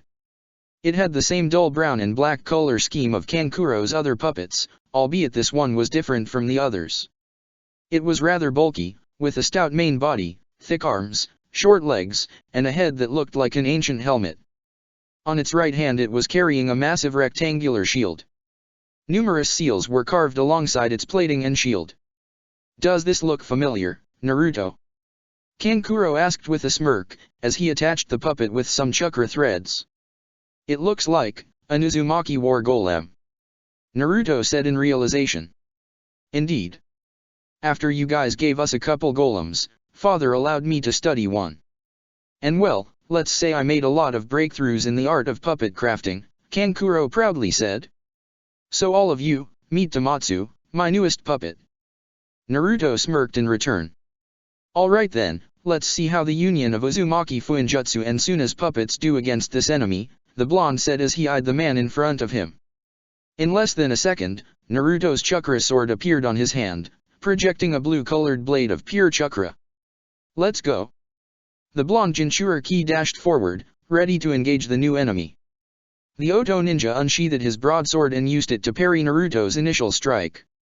The fact that his sword didn't break, and the almost unnoticeable faint blue glow made Naruto realize his enemy was also channeling chakra through his sword in order to make it stronger. They did trade a few blows. Naruto managed to parry and dodge all the attacks from his opponent, but then again, he was also unable to land a strike on his opponent. Alright then, Naruto said as he disengaged. His sword's blade started to burn with a white light, showing that he was now channeling wind chakra through it. Let's see what you do against this. Naruto slammed his wind blade into the ground, releasing a powerful gust of razor wind that cracked the ground as it flew towards the Oto ninja. Said man stabbed his sword into the ground, as he made several hand seals. Wind release, breath of God. The masked ninja blew a tornado to counter Naruto's attack. The tornado grew bigger as it advanced, cracking the ground as well, and sucking some dirt and grass leaves as it advanced. Finally, both attacks met each other, resulting in a blast of wind blowing in every direction. Earth release, mud trap.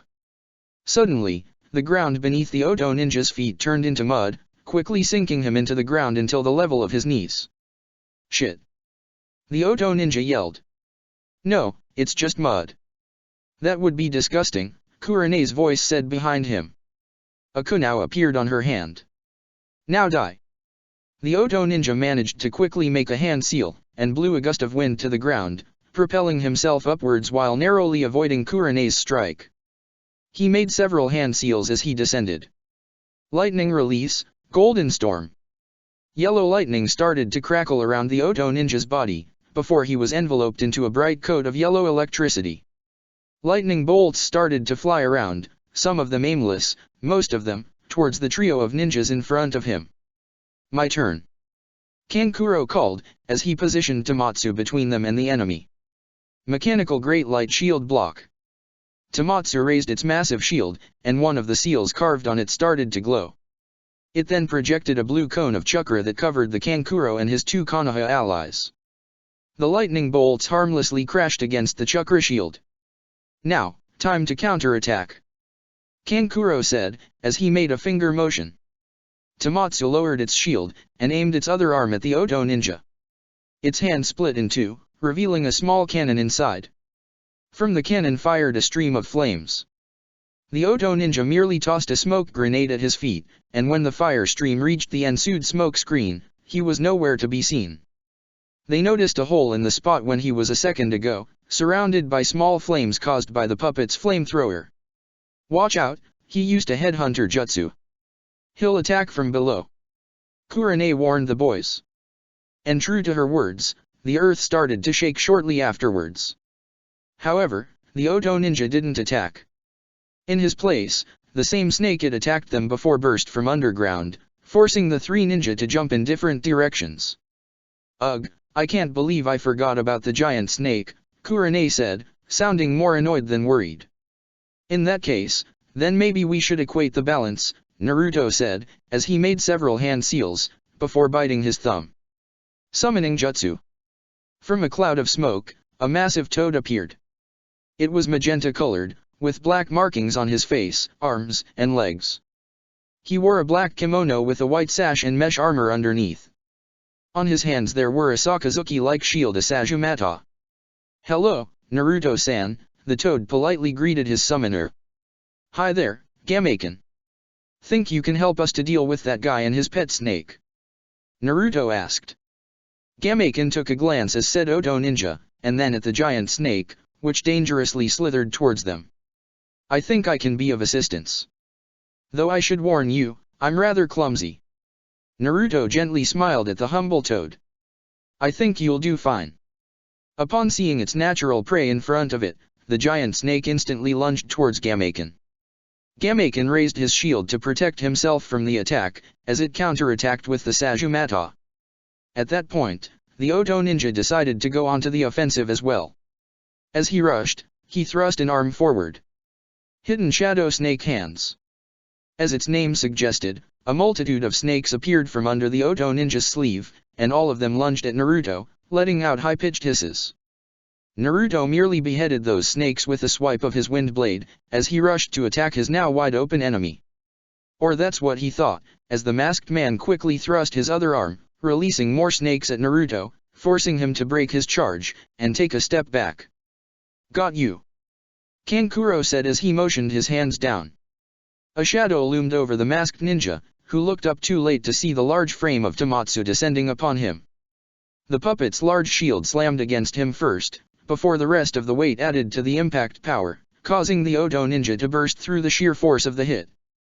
Though rather than blood and guts, the burst was of even more snakes. What? Kankuro asked, confused. A snake clone. Anko uses them too.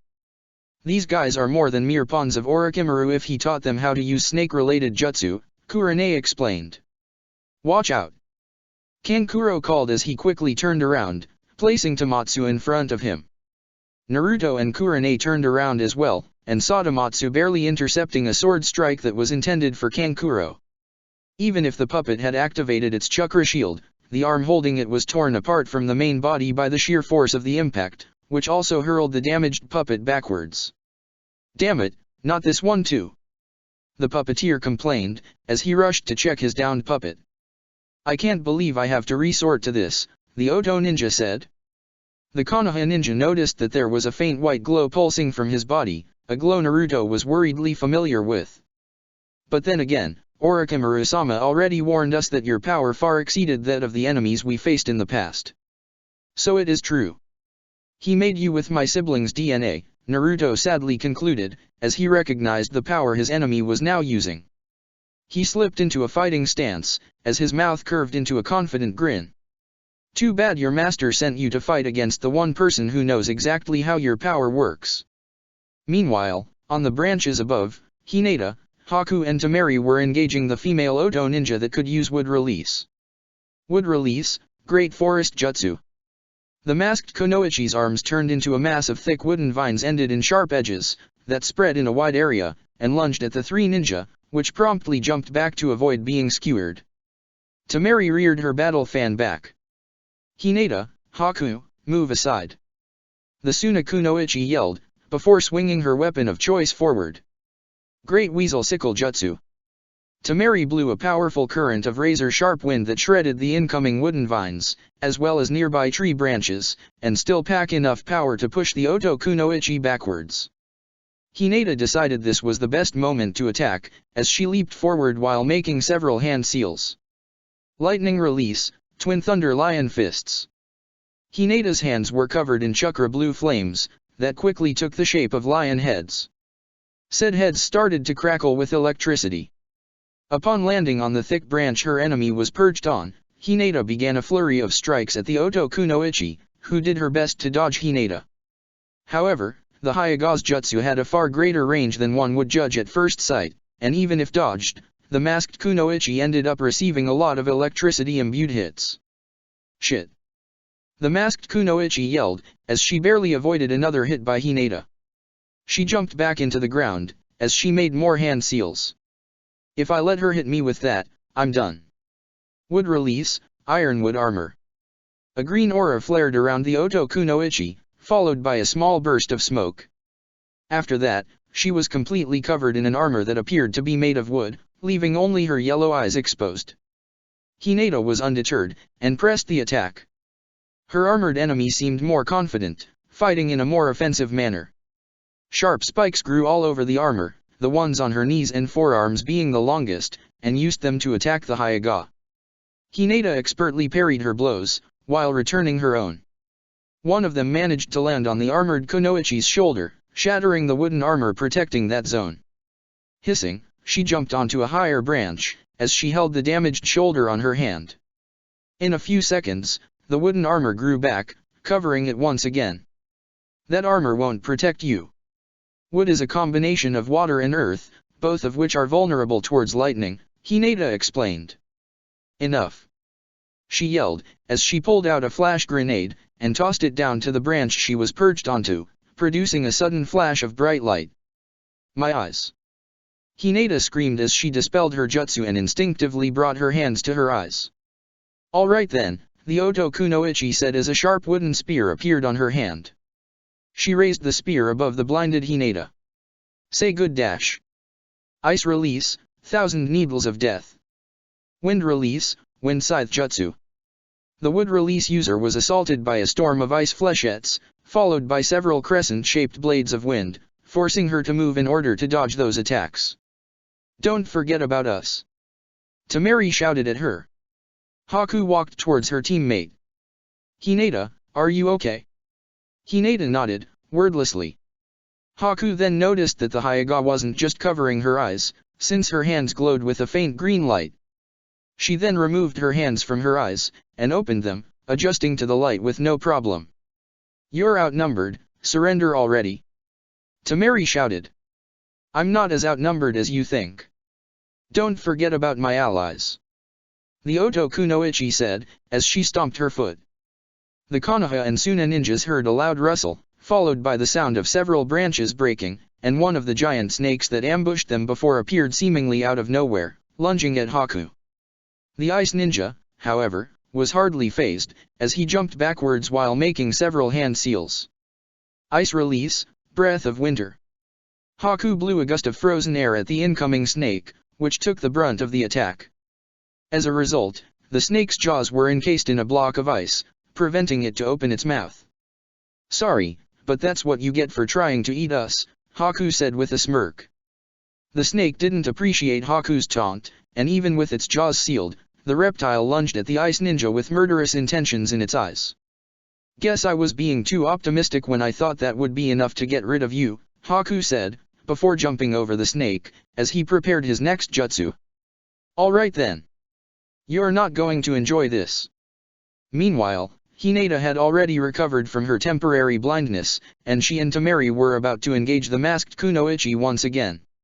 "Even if my snake got rid of that annoying ice release user, I still have to contend with you two," the Oto kunoichi observed. "Alright then, let's invert the number advantage. Wood release, wood clone jutsu." 4 vine sprouts grew around the Oto kunoichi, quickly taking her form and shape. All of them adopted fighting stances. "Go!" The wood release user and her clones leaped at the 2 kunoichi. "I'll take care of the original. Can you get the clones out of my back?" Hinata asked Tamari. The Suna kunoichi smirked. "Consider it done." As Tamari blasted with gusts of wind the clones that tried to approach her or her Konoha ally, Hinata rushed towards the original, making the same hand seals as before. Lightning release, twin thunder lion fists. As before, chakra lion heads covered in electricity appeared on Hinata's hands as she got ready to fight. The kunoichi groaned, as she prepared her counter-attack. "Not that jutsu again." Wood release, wood dragon jutsu.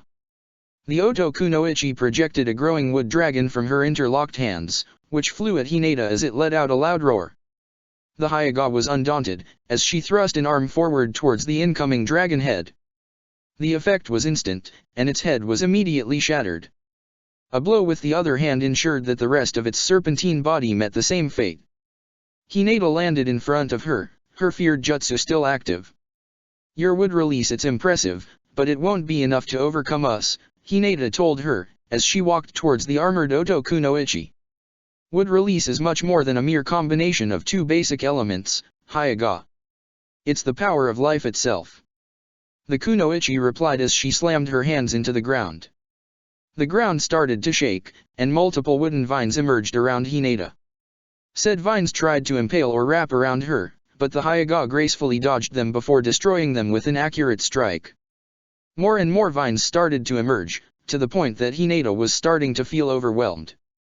"You can't win against me, since you're fighting against nature itself," the Oto kunoichi boasted. Fortunately, Hinata had the perfect counter for an overwhelming attack from every side. The moment she had a window of a single second, she quickly started to spin. Lightning release, heavenly thunderstorm. Hinata turned into a dome of spinning electricity, which blasted all the vines around her into tiny splinters.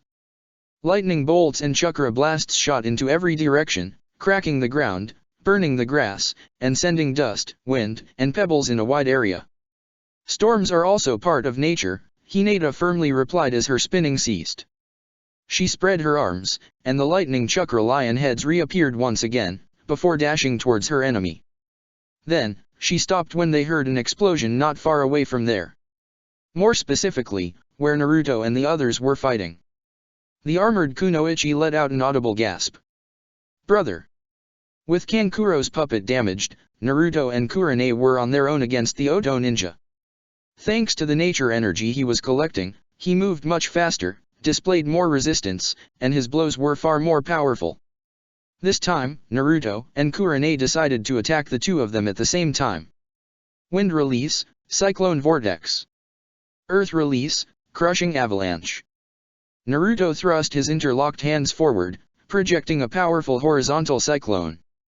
Kurane summoned several rocks above them, and tossed them into Naruto's attack, creating a tornado of flying rocks. "You think you're so clever, combining both attacks," the Oto ninja sneered, as he made several hand seals. "But elemental weaknesses are meaningless in the face of the power I possess." Lightning release, golden storm. Once again, a golden aura flared around the masked ninja, as yellow lightning bolts flew from his body towards the incoming elemental attack. The three jutsu clashed into an explosion, raising a cloud of dirt and dust. Then, a looming shadow was cast over him, and the Oto ninja barely avoided the incoming Gameiken falling on top of him. Gameiken tried to hit him with his Sajumata, but the Oto ninja was too fast. He then launched himself at the giant toad, and delivered such a powerful flying kick to the amphibious face, that it made him topple on his back. Ugh! The toad croaked as he hit the ground. Gameiken! Naruto cried before turning his eyes at his opponent, wind sword in hand, and sped after him. The Oto ninja raised his broadsword to parry the incoming blow, and much to his surprise, he found himself being pushed back by the sheer force of the attack. Your strength has increased, the masked ninja noted. Your sword strikes didn't pack such power before. What did you? It was then when he noticed that Naruto's eyes were now yellow with horizontal pupils, and had orange markings around them. The blonde grinned. Think you're the only one who can use nature energy? Naruto asked, keeping his smirk. How? Nature energy is impossible to gather unless you're still. Only my ability can overcome such obstacle. The masked ninja asked, in shock. I'm tempted to tell you, but I think I prefer to see you try to guess it yourself, Naruto replied as he pulled out a second wind blade from his ninja tool pouch, and activated it. Now get ready. Having two weapons now, Naruto's fighting style drastically changed. He now delivered a flurry of quick strikes from one arm each, forcing his opponent into the defensive. Seeing that sword fighting wasn't working, the Oto ninja tried a different approach. He tossed his broadsword at Naruto, before thrusting his arms forward. Multiple hidden shadow snake hands. Right after swiping the broadsword away, Naruto saw a multitude of snakes emerging from under his enemy's sleeves. Their trajectory seemed a bit off, and too late the blonde realized that they weren't lunging at his body, but at his hands. The snakes sank their multiple fangs onto the blonde's forearms, forcing him to drop his trusty weapons. Arg! Naruto screamed as he fell on his knees. The Oto ninja smirked under his mask, as he directed some of his snakes to wrap around Naruto's neck. Not so cocky now, huh? He taunted. Any last words before I end your miserable life? Why yes. Naruto said weakly, before smirking at him. Don't forget about Kurenai-sensei. Then, Naruto burst into a flock of butterflies. What the desh, the confused masked man stammered. Wait a minute, this is a genjutsu. I have to dash. Raise non. In a split second, the Oto ninja saw Naruto slamming a spiraling sphere of chakra into his gut. It had the side effect of dispelling the genjutsu, but it didn't matter since the illusion made its job. The sphere expanded, before it exploded, violently hurling the Oto ninja away. Good job with that genjutsu, Kurenai-sensei, Naruto praised his teacher. It was thanks to sparring you in Sage mode that I managed to perfect them so much, Naruto, so don't give up your part of the credit, Kurenai smiled back. The two of them walked towards the downed Oto ninja. He was still alive, since Naruto could sense his chakra. Crouching beside him, Naruto removed his balaclava in order to take a better look at him.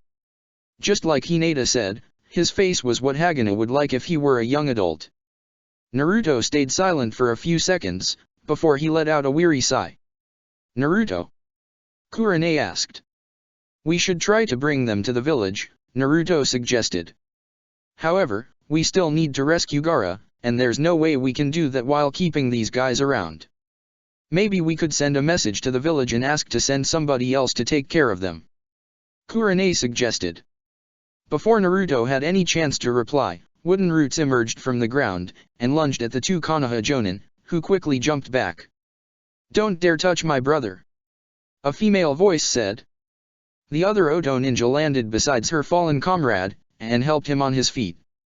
Hebimaru, are you okay? The woman asked. Hebiko, I. The man, apparently named Hebimaru, weakly replied. Don't talk, I'll take care of you, Hebiko replied. She then threw a smoke bomb at her feet, creating a curtain of smoke. When Naruto rushed forward, they weren't there anymore. Thanks to his temporary sensing abilities, Naruto knew she had body flickered into the forest, but decided not to chase them. Naruto-kun. Hinata's voice said from behind. Naruto and Kurane turned around, and saw Hinata, Haku, and Temari running towards them. Kankuro, who had picked up the pieces of his puppet, walked towards them as well. Where did the enemies go? Temari asked. The woman picked the guy up and disappeared, Naruto told them. Gamaken slowly walked towards his summoner. I'm sorry for not being enough of help. I'll try to work on my clumsiness for the next time you decide to summon me, Gamaken apologized with a polite bow. Naruto earnestly smiled at the toad. Hey, you did fine. Even if those guys got away, you got rid of that snake, and provided me for an opening to attack. I'm glad that I was of some assistance, Gamaken replied. Since the battle is over, I shall now return to my Aboku. See you the next time you want my help, Naruto-san. And with that, Gamaken disappeared in a poof of smoke. It doesn't matter, they weren't our target, Temari said, as she pulled out her special compass. Come on, we need to continue. The more time we waste, the lower the chances of saving Gaara. Actually, Hinata began, rubbing her arm a bit. Can't we rest for a bit? I spent a better portion of my chakra fighting that woman. Same here, Haku said. That snake was tough opponent, and I'm a bit exhausted. And I need to fix my puppet, Kankuro chimed in. Thankfully, the damage done isn't beyond repair. What? Gaara's life is in peril. There's no time to rest. Temari insisted. Temari-san, Kurane called her. I understand your concerns. But keep in mind that once we arrive their hideout, we'll have to fight against those Akatsuki that captured Gaara. And I wouldn't discount more being there. We shouldn't try to confront them if we aren't in top condition to fight. Temari tried to protest, but her brain was unable to come up with a good counter to Kurane's arguments. She sighed in return. How long until the extraction is complete? The blonde Kunoichi asked. As far as we think, one day, Kurane replied. Okay, we'll rest for a few hours, but not any longer. Understood. She told them. Everybody nodded. The first order of business was to set up a campsite that they could use to rest and recover from the fight they just had. Akatsuki hideout. Good news, everyone, Zetsu spoke, breaking the silence that had reigned for the past hours. Orochimaru's minions did their job. My clones informed me that the rescue group has been forced to stop and rest. I knew those kids wouldn't disappoint me, Kukyaku. Orochimaru chuckled. Good, that bought us some precious time, the leader said. I presume there's still 20 hours until the extraction process is complete. We'll be finished before they arrive. Everybody nodded, and kept focusing on the extraction process. The red stream of energy that flowed from Gaara's mouth into the statues not only continued unimpeded, but it was starting to become thinner with each hour. Chapter 53. A failed rescue. Or, delaying tactics are nothing to sneeze at. Tsunagakur, Kazekige's state. As the sun started to set in the desert village, Raza was about to conclude a meeting he had with Suna's council of elders regarding both the village affairs, and the new treaty with Konoha and Kiri. Tensions were high, since a good deal of the councillors barely tolerated an alliance with their longtime allies of Konoha to begin with. They found the idea of an alliance with one of their worst enemies outrageous. I still can't see why you're against this alliance, Chobasama, the Kazekage told one of the female councillors. So far, we've gained a lot from it, and it's not even settled. Cho was an elderly woman with black eyes, wrinkled face, and dull lavender hair tied in a bun, with two bangs that framed her face. She has been the most prominent dissident to the idea of an alliance. Suna should be strong on its own, not depend on the charity of other villages. Next thing I know you'll replace our proud puppeteering corps with those mechanical abominations from Uzushio, Cho scoffed. Sister, please, don't insult Kazekage-sama in such a way, another counselor, an elderly man with shadowed eyes and thick gray eyebrows told her. No Kazekage in his right mind would dismantle Tsunagakur's pride and joy. No Kazekage in his right mind should make us depend so much on foreign powers, Ebizo, Cho told her brother. Raza groaned and rubbed the bridge of his nose. Listen, either with or without your support, this alliance will have my approval and will continue until the very end. So just for once, try to make things easier for me and dash. Then, at that moment, a small, goggle-wearing toad carrying a scroll on his back appeared from a cloud of smoke in the middle of the table the Kaze cage and the counselors were sitting around. The ninja guarding the room immediately drew out their kunao and other weapons. In any case, it was an assassination attempt on the Kaze cage or the counselors. What's the meaning of this? Raza bellowed. Hello there. My name is Kasuk. Are you the Kaze cage? The small toad asked. Jiraiya-san said that the Kaze cage was a man that sucked the joy of living out of you by being in the same room as him, and out of all the people here, you fit the description the best. So Jiraiya told you that? Raza said, his eye twitching a bit. Did that white-haired idiot send you here? With what purpose? Yes, he did. He said he had an urgent message for you, Kasuk replied before handing the scroll to the Kaze cage. For your sake, someone better be dying, Raza fumed as he unfurled the scroll. As he read it, color started to disappear from his face. Kazekage-sama? A counselor asked. Raza didn't say anything. He then burst out of the council room, leaving the elders flabbergasted. Running as fast as his legs could carry him, the Kaze cage slammed the door of his office open and entered the room. He started rummaging under his desk until he finally found what he was looking for, a hidden switch that revealed a secret compartment. Opening the compartment, Raza checked its contents, and his worst fears were confirmed. One of the special compasses designed to track Gaara down was missing. Forests of the Land of Fire, close to the border with the Land of Rivers. At the same time, the group of 6 decided to make camp and rest for a bit. It was decided that they would be on the move an hour before the sunrise, since they have no time to spare. After a light meal, all of them decided to go to sleep. Kankuro, who still had to repair his puppet, volunteered to make the first watch. Naruto left a clone for him as company, and to help him guard the camp. For the best part of an hour, the Suna Jonin and the clone stayed silent, the latter watching the former diligently working on his puppet. Then, the Naruto clone decided to break the silence. So, how it's going? The clone asked the hooded ninja. Almost done, Kankuro replied, not taking his eyes from the puppet. Though once all this mess is over and we go back home, I'm going to make Tomatsu even stronger than it was. After that fight with the white-haired guy, I have a good assessment of Tomatsu's capabilities and weaknesses. Boy, being a puppeteer sounds like it's even more work than I first imagined, the Naruto clone said, scratching the back of his head. Make no mistake, it is. But the payoff makes it worth it. Puppeteers are among Suna's most feared ninja for a reason, Kankuro proudly claimed. I know. That's why Uzushio tried to take advantage of that, the Naruto clone said. This drew the hooded ninja's attention, which for the first time took his eyes from Tomatsu, and eyed the Naruto clone. What? What do you mean? The chakra golems, the clone replied. Didn't you notice the similarities?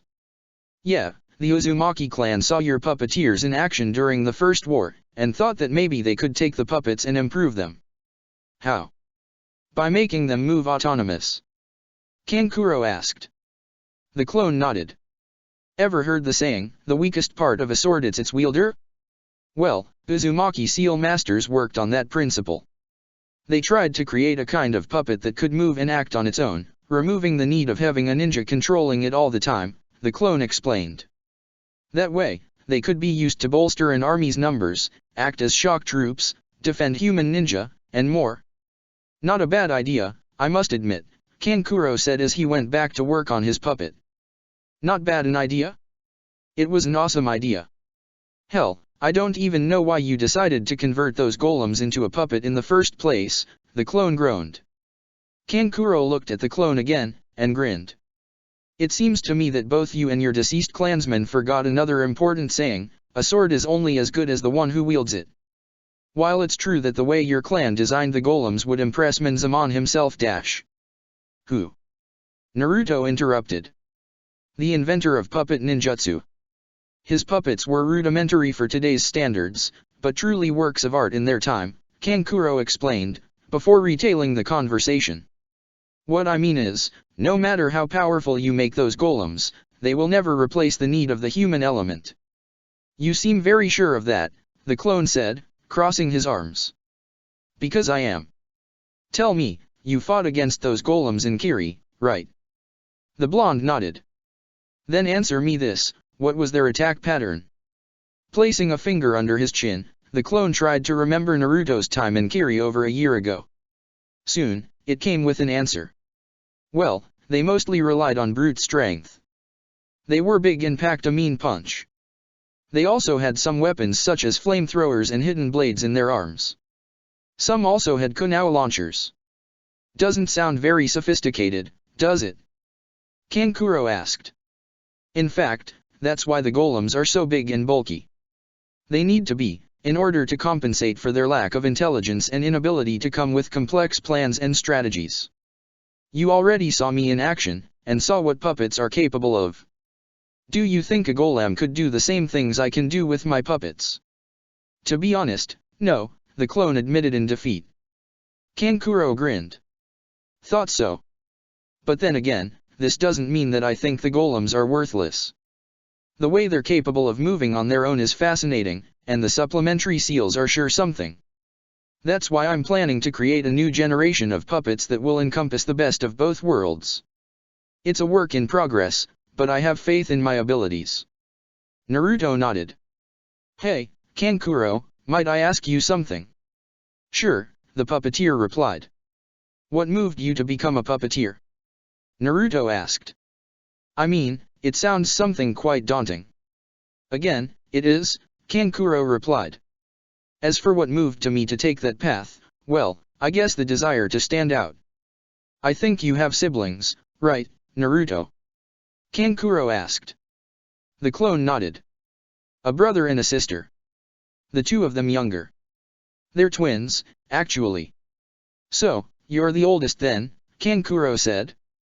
Temari was the only girl, and the oldest of the three. Gaara was the youngest, and a Jinchuriki. And there was me, the middle child with nothing that made me stand out. And my father is the Kazekage, so of course everybody had a lot of high expectations placed on us, myself included. When I realized that ninja puppeteers are considered among the deadliest and most skilled in our village, I decided to become one. Though the more I trained and the better I got, the more I loved it. Eventually my initial motivation faded away, and simply decided to throw myself into what I knew was my calling. Not that I'm not going to enjoy being admired for what I love doing, hehe, the puppeteer admitted. Heh, I can relate to that too. At first, I wanted to be Hokage so people would admire me and wouldn't fear me for being a Jinchuriki, you know. The clone began. But as I grow up, I'm starting to find better reasons to become Hokage than my own ego. Such as ending all the misery of this world, and bring us closer to a peaceful future. Sounds quite nice, even if a bit utopic, Kankuro replied. Hey, if we all just do nothing under the excuse that it's just an utopia, of course things will never get better. Naruto protested. Kankuro chuckled. Guess you got a point there. I wouldn't have become the ninja I am today if I let the difficulty of being a puppeteer discourage me from being one. See? All we need to do is keep trying until things get better, the clone stated. Later, Kankuro finished his shift and went to bed, while Naruto's clone was dispelled. He was then followed by the blonde's real self, Haku, Kurane, Temari, and lastly, Hinata. The Hyuga spent some time watching alone, until the blonde Kunoichi left her sleeping bag, and went to make her company. Temari-san. Shouldn't you be sleeping? You already finished your shift, Hinata pointed out. Temari sighed. I don't think I'll be able to get any more sleep. The sun will rise in a couple hours. Plus I'm quite worried for Gaara, Temari said as she checked the compass. The needle still fluttered a little, indicating that Gaara was still alive. I know how you feel, Hinata replied. I have a little sister. If she was in Gaara-san's place, I don't know what I would do. But don't worry, we will save him. Don't doubt about that for a second.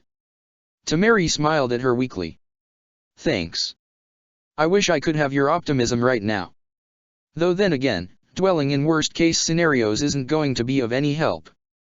I know. We were once in a similar situation with Naruto-kun. In the end, everything worked out in our favor, though we just barely rescued Naruto-kun from his kidnappers, Hinata recalled. Are you talking about that time Orochimaru invaded your village? Temari asked. Hinata nodded. Turns out, it was just a smokescreen to kidnap Naruto-kun and the Hokage's children. Even if we rescued them, it's not that they came out of that unscathed. Temari chuckled. No matter how much hell Konoha takes, you guys always manage to endure. My father doesn't want anybody to know this, but he's kind of jealous of you guys, and wished Suna could be as strong as Konoha. I'm sure Suna is strong too, Temari-san, Hinata insisted. Temari chuckled again, though this time it sounded more like a dismissive snort. Oh please. Come on Hinata, I'm almost an adult, you don't have to lie to me like that. I'm more than aware that our village is the weakest of the Great Five. Hell, we resemble more a minor village than a great one. That's why our father has been determined to the point of obsession of making Suna as strong as possible. He's aware that we managed to survive so long thanks to Konoha's help, and while we appreciate our alliance, it's rather humiliating to think that we're so dependent on others. I remember Gaara-san winning the Chunin exams finals when they took place in Konoha. I'm sure that helped to improve your village's reputation, Hinata pointed out. It did. For some time. But we can't just hold on to Gaara's victory forever. There are Chunin exams every year, each with their respective victor, Temari said. Hell, I'm sure that if we returned to Suna, our medics wouldn't have been able to find a cure for Sasori's poison. Yet you did it in less than a day. Well, you can thank Tsunade-sama for that. If she never returned to the village, our medical knowledge and skill wouldn't be nowhere near as advanced. As an apprentice of hers, I can tell you that, Hinata pointed out. That's the thing, we don't have a Tsunade of our own to speak of. Which is why our father did everything in his hand to strengthen the village, which culminated in Gaara, Temari replied. That's why he was made a Jinchuriki? Hinata asked. That's why Gaara exists to begin with, Temari replied, making Hinata look at her quizzically. Ah, yes, I forgot you didn't even know the whole story. Do you know why Gaara was chosen to be a Jinchuriki, despite being the youngest? Did you even wonder why Kankuro and I were passed over? Now that you mention it, no, I never thought about that, Hinata admitted. When I was born, my father was already planning to make me the Jinchuriki of the One Tail. But lucky me, I wasn't compatible due some chakra-type bullshit I don't fully understand to this day, Temari began. So my parents went for another baby, and turns out, Kankuro wasn't compatible either. Turns out, there were complications during Kankuro's birth. The medics told my father that he shouldn't try for more children, since the risk of our mother not being able to make it was too high.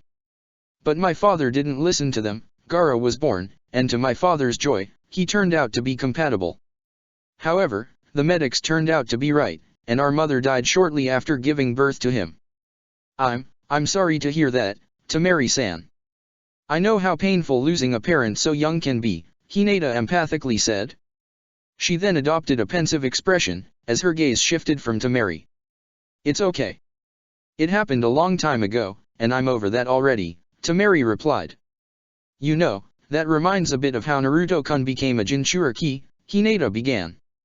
You see, the Nine Tails can't be sealed into anyone. As far as we know, only those of the Uzumaki clan can hold it inside them, and Naruto-kun was the only Uzumaki back then. Guess that's why Naruto and Gaara clicked so easily. They have similarities not even they're aware of, Temari chuckled. However, there's something I don't understand, Hinata said.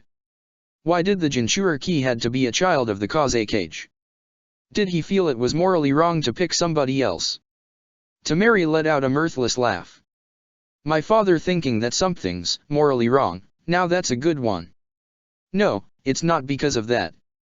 He wanted the Jinchuriki to be somebody close to him, somebody he could mold into a loyal asset to the village. In fact, it's a frequented practice in all great villages. I mean, take a look at Naruto, Temari said, as her and Hinata's eyes rested on the blonde sleeping form. The man who ended up adopting him became the Hokage. And even if he didn't, his wife could have been a good candidate. You can't chalk that to coincidences. I see, was Hinata's answer as she absorbed the information Temari had explained. Other than Naruto, Gaara, and that green-haired girl from Taki, Hinata hadn't had much contact with Jinchuriki, so she didn't know much about them. She also remembered Yagura, who pretty much removed the middleman and became Mizukage himself. But enough talking about them. I think I don't know that much about you. Do you have any goals you want to accomplish? Temari asked. Hinata didn't reply. She placed a finger under her chin and started to think. Well, I want to be a strong ninja, to make my family proud, and one day being able to lead my clan and heal its rift. I like to think I'm getting a little closer to that goal with each day. Have you ever thought about having genin? Temari asked. It's mostly jonin who take them, but some special jonin are allowed to do it as well. At least in Suna. You'd think I'll make a good sensei? Hinata asked, a little flushed. You look like a patient and kind person, not to mention quite strong. The ideal combination for a jonin sensei, Temari said. At first I was rather reluctant when I was told about it, since I thought it would be like taking care of my little brothers all over again, but it's a rather rewarding experience. Plus the time I spent taking care of said brothers prepared me for the job. Where are they now? Hinata asked. They should be in Suna. I left them a training routine for them to do while I was away doing this mission.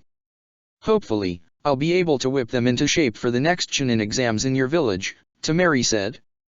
Hinata smiled. Hanabi-chan, my sister, also plans to enter alongside her team. Maybe her team and yours will clash in the exam. Temari grimaced a little, but chuckled. If your sister is half as good as you are, I hope not for my genin's sake. But then again, it might be good for them to face some strong opponents. Yes. The more prepared they are, the better. I'm sure you want them to get a promotion as soon as possible, but it's better to wait until they're ready, Hinata replied, then she looked downward. You know, when I was promoted, I felt I wasn't ready for the new rank, since my fighting style still had some rather glaring flaws I was barely able to hide. So far, I never noticed any flaw in your fighting style when we fought against those Odo ninja, Temari complimented. Because I trained a lot after that. Guilt can be quite the motivator, Hinata chuckled awkwardly. You were pretty nice too. You're possibly the strongest kunoichi of my age group I've ever met. Thanks. I did train a lot from a very early age in order to become the very best, Temari proudly replied, before she cast her sight down. Though not as good, given how easily those Akatsuki kicked my butt. Hinata placed a comforting hand on Temari's shoulder. Don't beat yourself up for losing against Akatsuki. They're S-rank criminals for a reason. But don't worry, with our help, you'll be able to pay them back in kind for what they did to both you and your siblings. Temari smirked confidently, and nodded.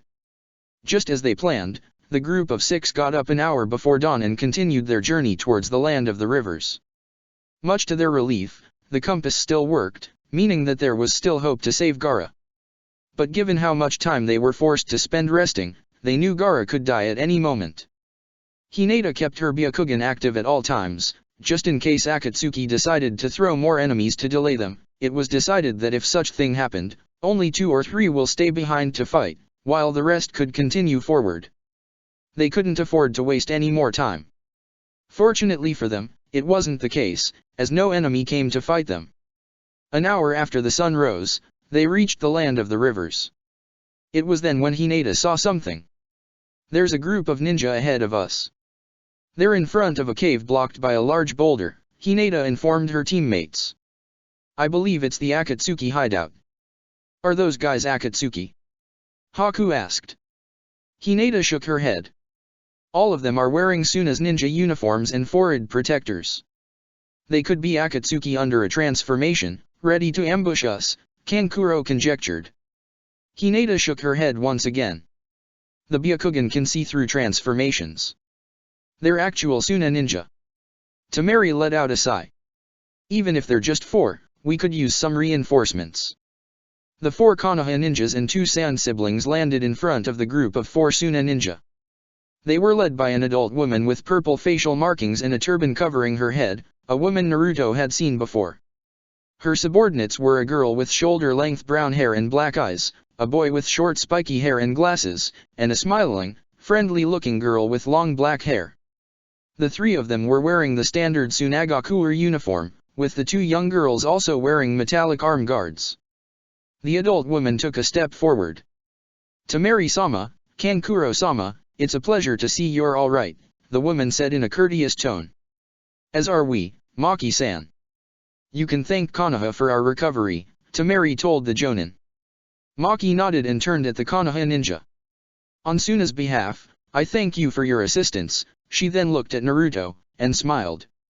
"Hello again, Naruto-kun. You surely grew a lot since the last time I saw you."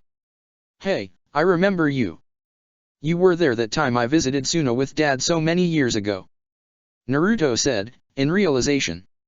"Man, time sure flies." Maki nodded before her expression darkened. "It does. I just wish our meeting again was under better circumstances. By the way, these are my students, Matsuri, Mikoshi, and Yukata."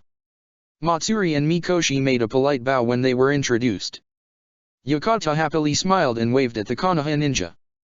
Kurane took a step forward to do the same. "My name's Kurane Ui.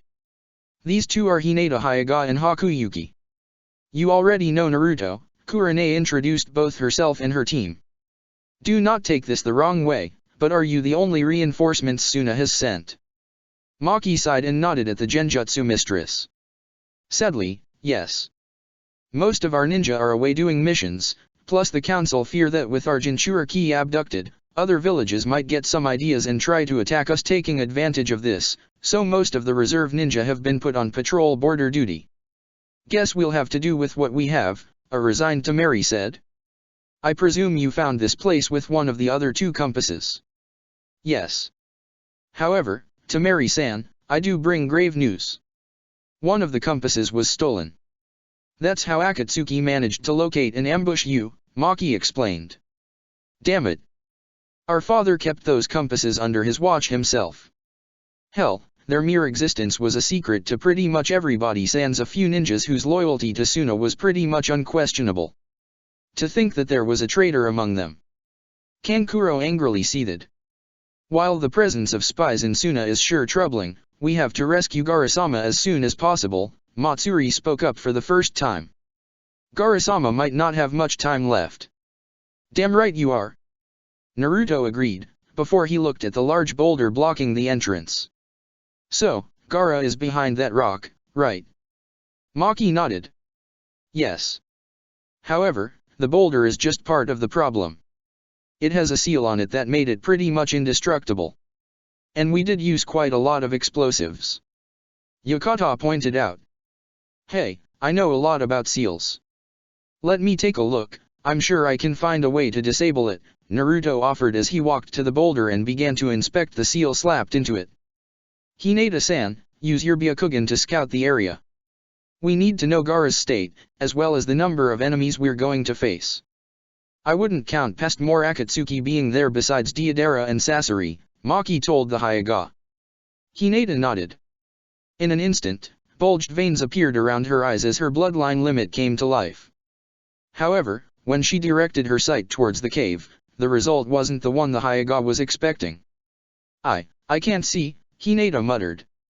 "The seal formed a chakra barrier that obscures my enhanced vision." "Sorry." Kankuro muttered a curse under his breath. "Which means we won't be able to do jack shit until we get rid of that seal first." "Naruto, do you think dash? You have to be kidding me." The blonde angrily shouted, causing a few nearby birds to fly away scared. "Naruto? Is there a problem with the seal?" Kurane asked a bit concerned, as she and the rest of the group got closer to him. "I know this seal. It's a 5-seal barrier," Naruto explained, his anger coding each word. "If you know the seal, where's the problem?" Mikoshi asked. "This is Uzumaki seal," Naruto exclaimed, outraged. "Not just Kiri, but it seems that Akatsuki as well profited from my clan's downfall." The blonde shouted as he punched the seal, to no effect.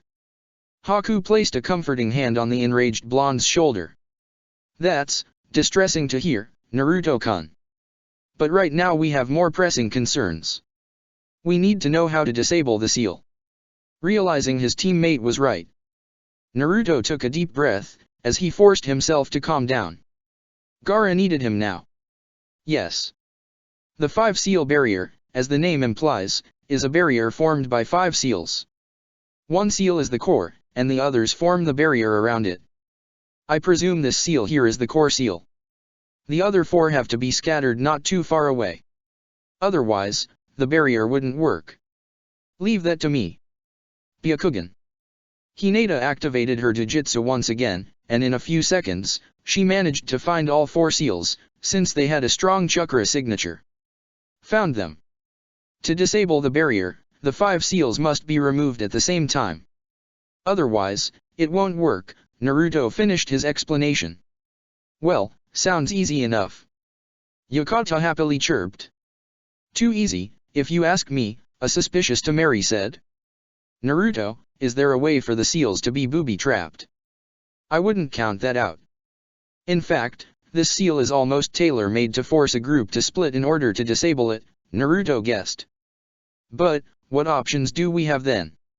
Is there another way to disable it that doesn't force half of us to split? Our time is running out. Temari urged, as both her fists clenched. I think I can disable it, Naruto stated, as he kneeled down, and unsealed his sealing tools from a scroll. How long will you take, Naruto? Kankuro asked. 5 minutes, give or take, Naruto confidently stated as he started to work on the seal. I'm one of Suna's best seal masters. I'll lend you a hand, Maki offered as she joined the blonde. Okay, while Naruto and Maki-san work, the rest of us gather around here and listen to me as I told you about the enemies we're about to face. They're S-class criminals, so stay sharp, Temari began. One of them hails from our own village. Sasori of the Red Sands. When those words left her lips, Maki and Mikoshi instantly gasped, while Yokota looked a bit confused. Do you guys know him? Because that name doesn't ring any bell, Yokota asked. Temari sighed. Yokota, I like you, but you need to pay more attention about important stuff like this. Ah, I like you too, Temari-sama. Yokota happily replied. So, about this Sasori guy. Temari held back another sigh. Sasori is the greatest and most dangerous puppet master Suna has ever produced. So far, we don't know what kind of puppets he'll use against us, but expect all of them to be weapons of mass destruction of their own. Also, beware of the blade weapons and projectiles of his puppets, since they're coated in a deadly poison. Hinata-san, fortunately, made an antidote. We weren't able to make much before we left. All I have are 3 capsules, Hinata said, as she showed the 3 vials to everybody. This antidote will not only neutralize the effects of the poison once applied, but it will continue to do so for the next 3 minutes. However, like Temari-san said, try to be careful. The other one is a missing nin from IWA named Deidara. He can animate sculptures out of clay and turn said sculptures into deadly explosives. His main method of attack is to drop explosives from above as he flies on an artificial bird made of clay, so long range is our only option. Be careful when dealing with him as well, since this guy alone managed to defeat Gaara, Temari explained. Okay, done. Naruto replied, satisfied with his quick work. Everybody looked at the seal, and saw that Naruto and Maki had written other seals in a circular pattern around it. True to his word, the blonde took less than 5 minutes. Let's hope it works, Maki said. We'll see right now, Naruto replied, as he placed a hand on the seal, and pumped chakra into it. Sealing art, void touch seal. The 5 barrier seal started to glow in retaliation, followed shortly after by the counter seal written around it. Naruto removed his hands as both seals started to fight each other. Eventually, the barrier seal lost, and it burst into flames. Hinata-hime? Naruto asked, looking at his girlfriend. Hinata nodded, and activated her bloodline limit for the 3rd and last time that day. Yes, the barrier is down. I can see them. Both Gaara and the Akatsuki. There are only 2 of them, I believe they're Deidara and Sasori, Hinata informed them. Gaara's still alive, but just barely. In that case, we need to get rid of this rock as soon as possible. Matsuri urged. It's pretty big, and looks sturdy. How many explosives do you think we'll need? Mikoshi asked, as he walked closer to inspect the boulder. Naruto smirked. We won't need explosives. My girlfriend will be more than enough. Right, Haim? Naruto asked, giving Hinata a knowing look. Hinata smiled back, nodded, and clenched her fist. Blue chakra flames burst around it, as electricity started to crackle around it for additional power. She took a few steps backwards, as she moved her fist back. You might want to keep some distance. Meanwhile, at the other side of the cave, the Akatsuki continued with the extraction ritual, which was on the home stretch already.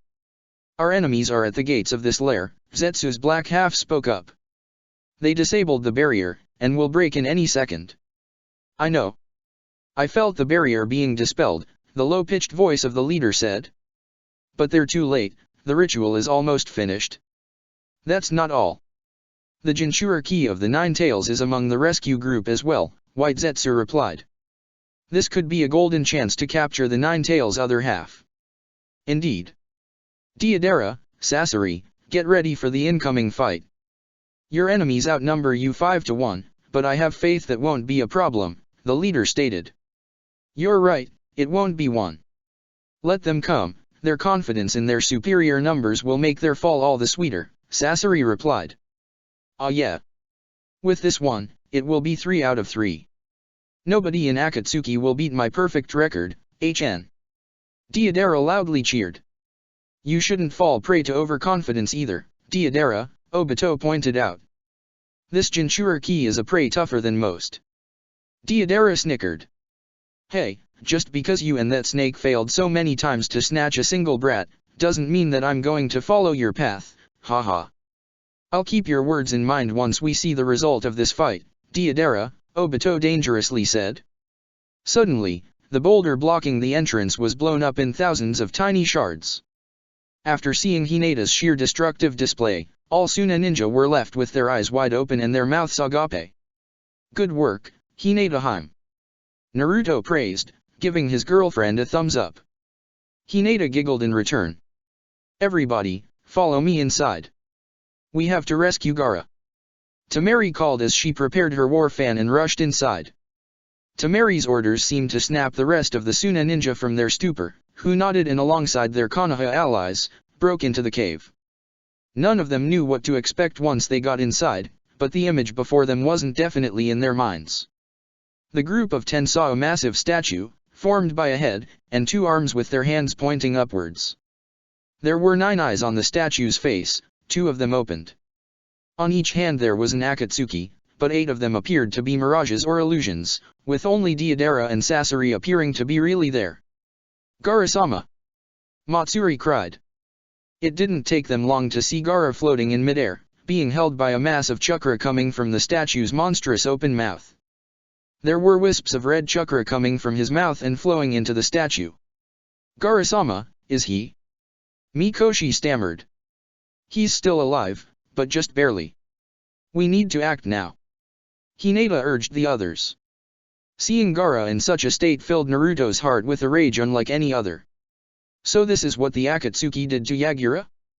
Harvest his tailed beast, then toss him away as if he was an empty husk? He wasn't going to stand for it. Hey there, brat, good to see you again, HN. Deidara said in a mocking tone to Naruto. Though you came here in vain. You couldn't save Yagura back in Kiri, and you came too late to save this other brat, haha. Deidara's taunting didn't improve the blonde's mood. However, Naruto didn't just hate the Akatsuki, since there was something that pushed him to hate something else on top of them. He hated that statue as if it was his natural enemy. If his state of mind was clearer, he would realize that he was experiencing the Nine Tails feelings. Either way, it was going to work in his favor. That statue! Naruto yelled, his voice sounded a bit deeper. His eyes turned red, and the marks on his cheeks became bolder. Everybody, focus your attacks on that statue. Everybody nodded and those with ranged jutsu started to make hand seals. Sickle Weasel Jutsu. Wind Release, Wind Scythe. Fire Release, Dragon Fire Jutsu. Lightning Release, Thunder Fang. Tamari's Gust of Wind, Matsuri's Wind Blade, Yokata's stream of fire and Hinata's lion-shaped lightning blast all flew towards the statue's face, exploding upon making contact. The statue let out an horrifying, bone-chilling scream as the chakra field that held Gaara mid-air vanished, dropping the Jinchuriki down below. Fortunately, Naruto was there to catch his friend. The ritual has been interrupted. The only female Akatsuki worriedly stated. It doesn't matter, we sealed most of the one tail, look. The leader pointed out. And at that moment, one of the statue's eyes slowly opened. Were we too late? A disheartened Temari asked.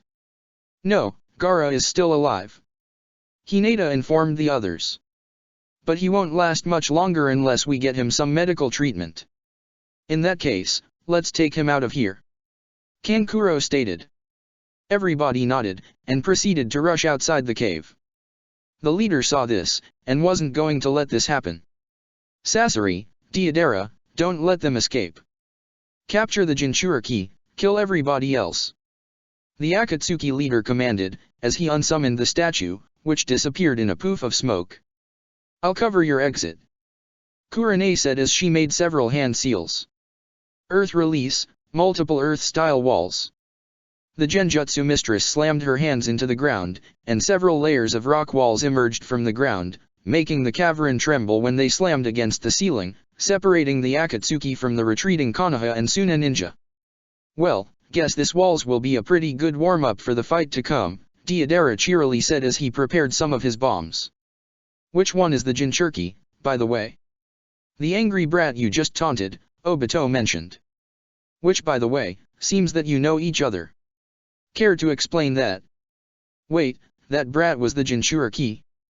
Deidara asked in shock. He was there when I went to fetch the Mizukage. You had another Jinchuriki in your grasp, and you let him go. Sasori asked, his tone between disappointed and taunting. Hardly unbelievable. Shut it, HN. Should I remind you that I captured 2 of the 3 Jinchuriki so far? I'm the only one here with a perfect record. 2 out of 2. And soon, it will be 3 out of 3. We hope you're speaking the truth, Deidara. I'll be waiting your report, the leader said, before his spectral avatar vanished, followed by the avatars of the other 7 Akatsuki not being there. With a well-aimed set of explosions, the first wall was down. Deidara then prepared another set of explosive clay figurines, while Sasori started to think about something he didn't pay much attention before. So it was true. The Jinchuriki's siblings were in that group. How? They should be dead by now. And far from that, they were in good enough condition to fight. How did they manage to create an antidote for my poison? No medic nin on this world should be able to do that, was Orochimaru right? Meanwhile, on the shallow river outside the cave, everybody else was gathered around Gaara, lying on the wet floor, with Hinata kneeled before him, healing him as best as he could, Byakugan active. How is he? Will you be able to save him? Kankuro asked, biting his lip. I'll try. He's still alive, but his chakra network is quickly breaking down. Even if he still has some traces of tailed beast chakra inside his body, the damage caused by the extraction was too much. What can we do, then? A concerned Temari asked. Hinata looked at her boyfriend. Naruto-kun, he needs a chakra transfer. All right. The blonde nodded and kneeled beside Gaara as well before touching the redhead's midsection and started pouring his own chakra into him. Hey, you don't know if you dash, Temari was about to ask before Hinata interrupted her. Naruto-kun is an universal chakra donor. Besides, with his massive chakra reserves, there won't be a problem for the donor to risk chakra exhaustion. Hinata quickly replied. The exchange was brought to a halt by a massive explosion coming from inside the sealed cave, that made the area around it tremble. A wave of dust and dirt was expelled from the cave's mouth, indicating that the Akatsuki had finally broken Kurane's multiple-layered barrier. From the cloud of dust emerged Deidara and Sasori, the former on top of a large clay bird, the latter on foot. I don't think we'll be able to run away with those 2 here, Maki grimly noted. How much time do you need until Gaara is out of danger? I don't know how long it will take us. As much time as you can. Hinata pleaded. Maki nodded, and alongside the rest of the group, prepared for the immediate clash with the Akatsuki. "I don't know how you two are still alive," Sasori said, his eyes focused on Temari and Kankuro, while he pulled out a scroll from underneath his cloak. "But I'm going to correct that mistake right now. Yes. You're about to witness such an epic art display, it will blow you away." Deidara added with a loud snicker. And with that horrible pun, the second clash against Sasori and Deidara began. Chapter 54. Battle of the Artists. Or artists that can't take criticism. For a moment, time froze as both parties stared at each other. Naruto and Hinata kept focused on keeping Gaara alive, while the rest of his Konoha and Suna friends placed themselves around them in a protective formation. The Akatsuki's intentions were very easy to read. Not that it would help them anyway. Deidara grinned, and time continued flowing normally. "I'll go for the Jinchuriki key. Sasori, take care of the trash," Deidara said as his bird started to fly faster around the blonde ninja. "Why, I'm always the one who has to deal with the others. I'd like to fight a Jinchuriki myself just once," the rogue puppeteer sighed. "Shit, Naruto and Hinata are like sitting ducks, I have to keep this Akatsuki away from them," Kurane thought as she frantically started to make hand seals. "Oh come on, you're pretty good at keeping them at bay," Deidara replied as he formed several smaller clay birds from the mouths in his hands. "Let's start this." However, before he could drop his bombs on the targets below, several massive snakes burst from the ground around them and lunged at the flying Akatsuki with their jaws wide open, their large fangs dripping poison. "Shit!" Deidara loudly yelled as he maneuvered his bird to avoid the out-of-nowhere giant reptiles. "Where did these things came from? I didn't see anybody summon. Hey, wait a minute." The blonde Akatsuki made a hand seal and with a burst of chakra, Kurane's quick genjutsu was undone. Deidara looked rather pissed for falling for such a trick. "Push the Akatsuki away from Naruto and Hinata," Kurane shouted. "Ha!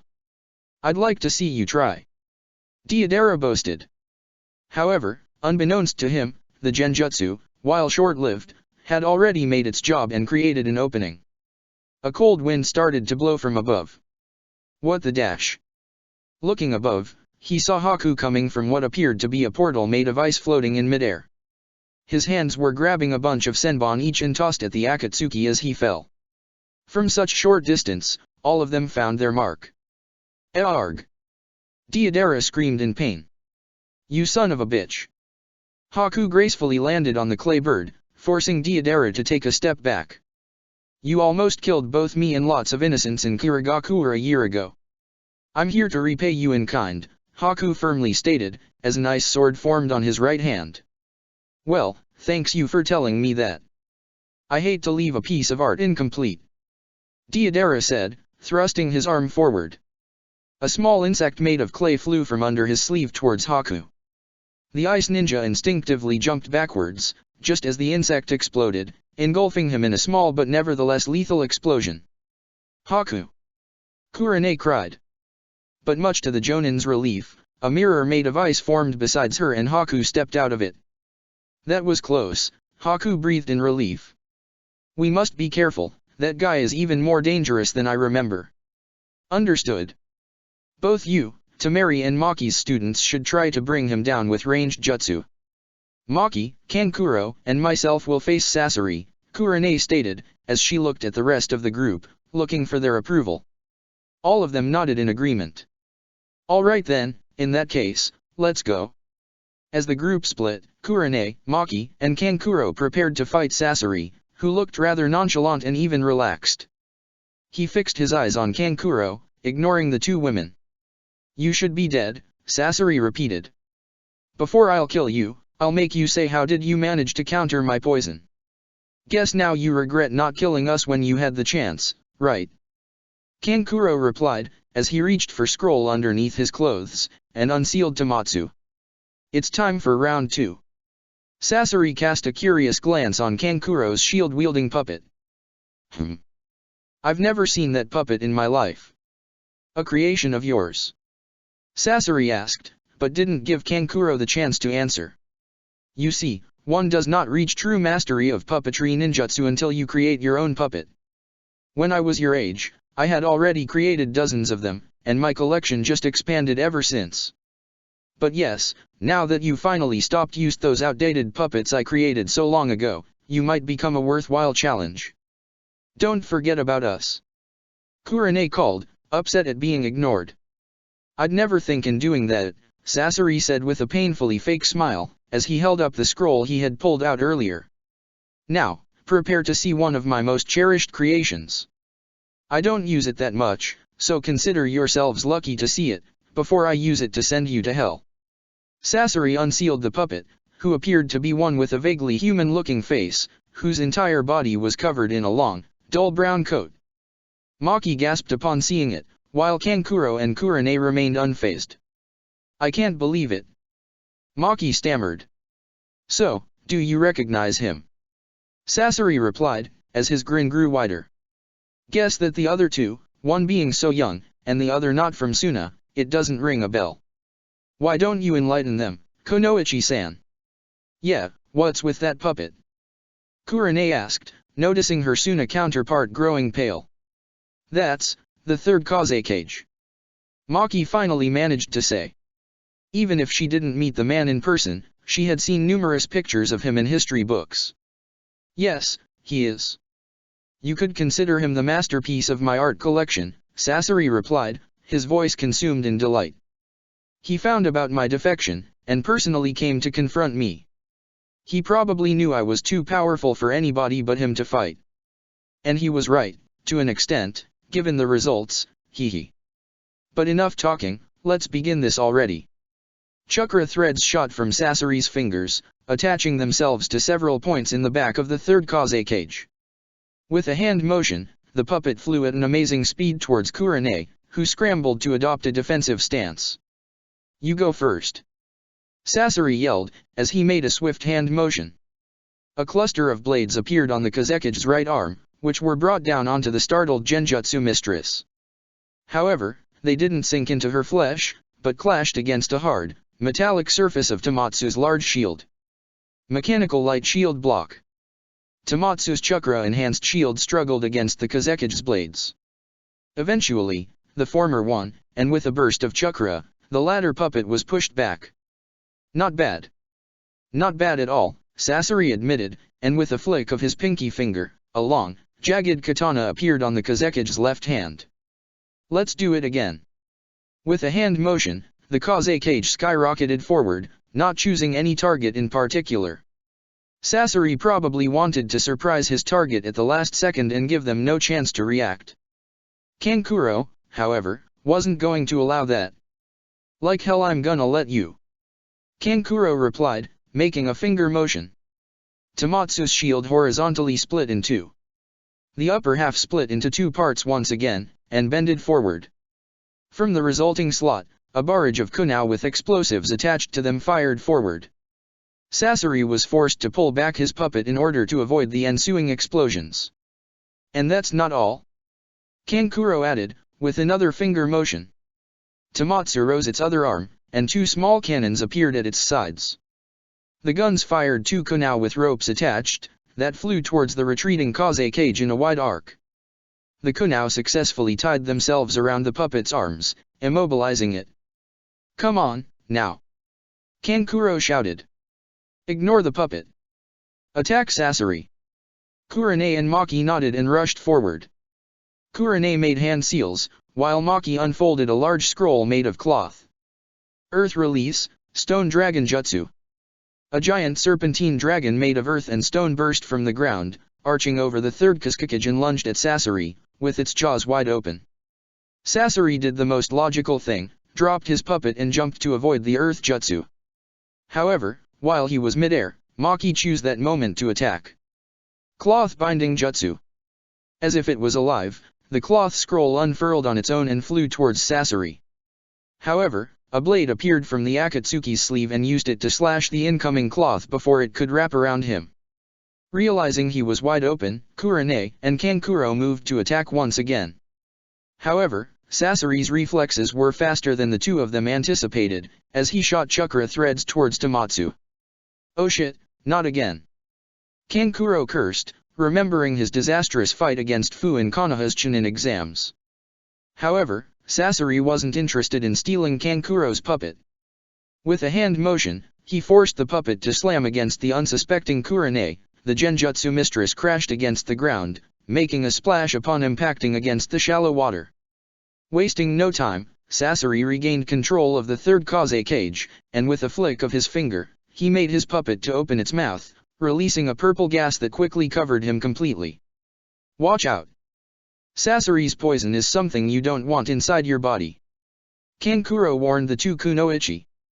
How can he survive inside the toxic cloud? Kurane asked. Maybe he has an antidote. Or purposefully build immunity towards his own poisons in case they were used against him, Maki guessed. It was a common tactic employed by ninja who used poisoned weapons.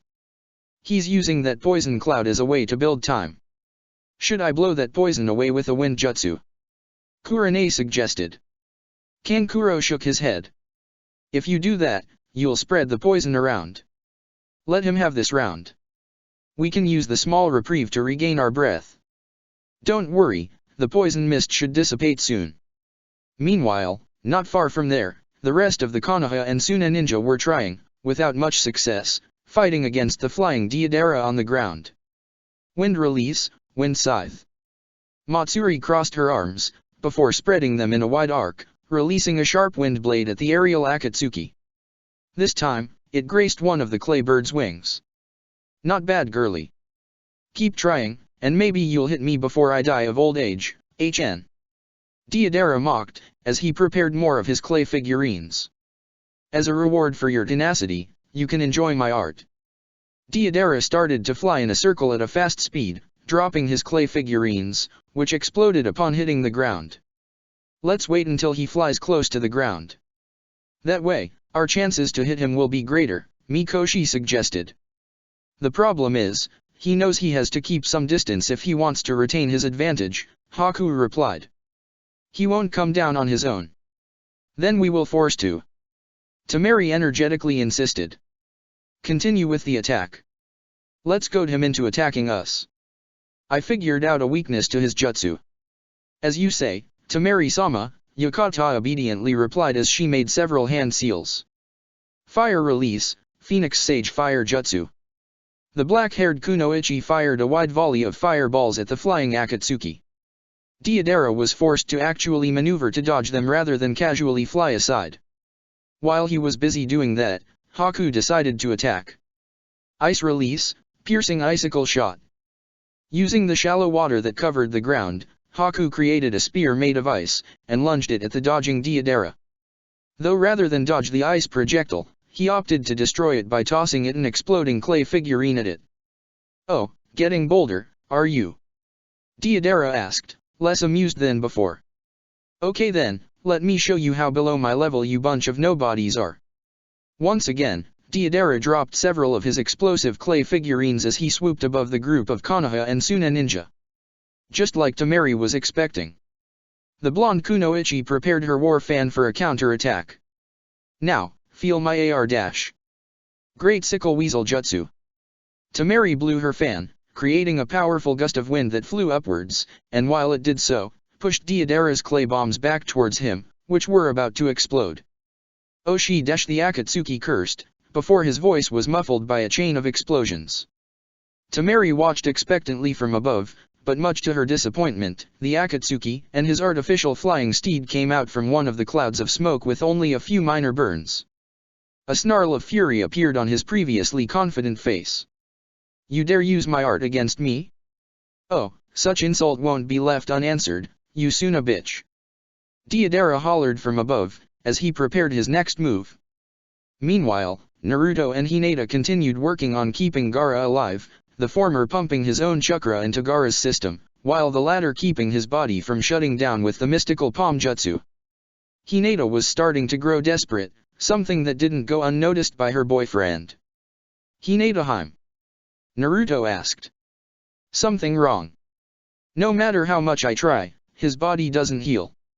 While I can keep him alive, the moment we leave his side, he will die. Hinata cried, much to Naruto's shock. But there has to be something we can do. Naruto shouted back. We managed to catch Gaara in time. Please don't tell me it was all for nothing. I'm trying but, I don't know what to do. If Tsunade-sama was here. Hinata moaned. Naruto cursed under his breath. He was almost going to let go of the chakra flow, but managed to keep it steady. We did interrupt the extraction, this shouldn't be happening. Gaara still has some traces of tailed beast chakra inside his system, Hinata pointed out. But they're fading as we speak. If we could reinvigorate that chakra. Do you think that if I use the Nine Tails chakra, it would boost the One Tails chakra and save Gaara?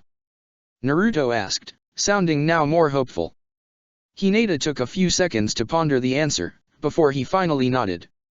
I don't know much about tailed beast's chakra, but if it's similar to our own, I think it could work. Alright then. Naruto cheered, before closing his eyes. This shouldn't take too long.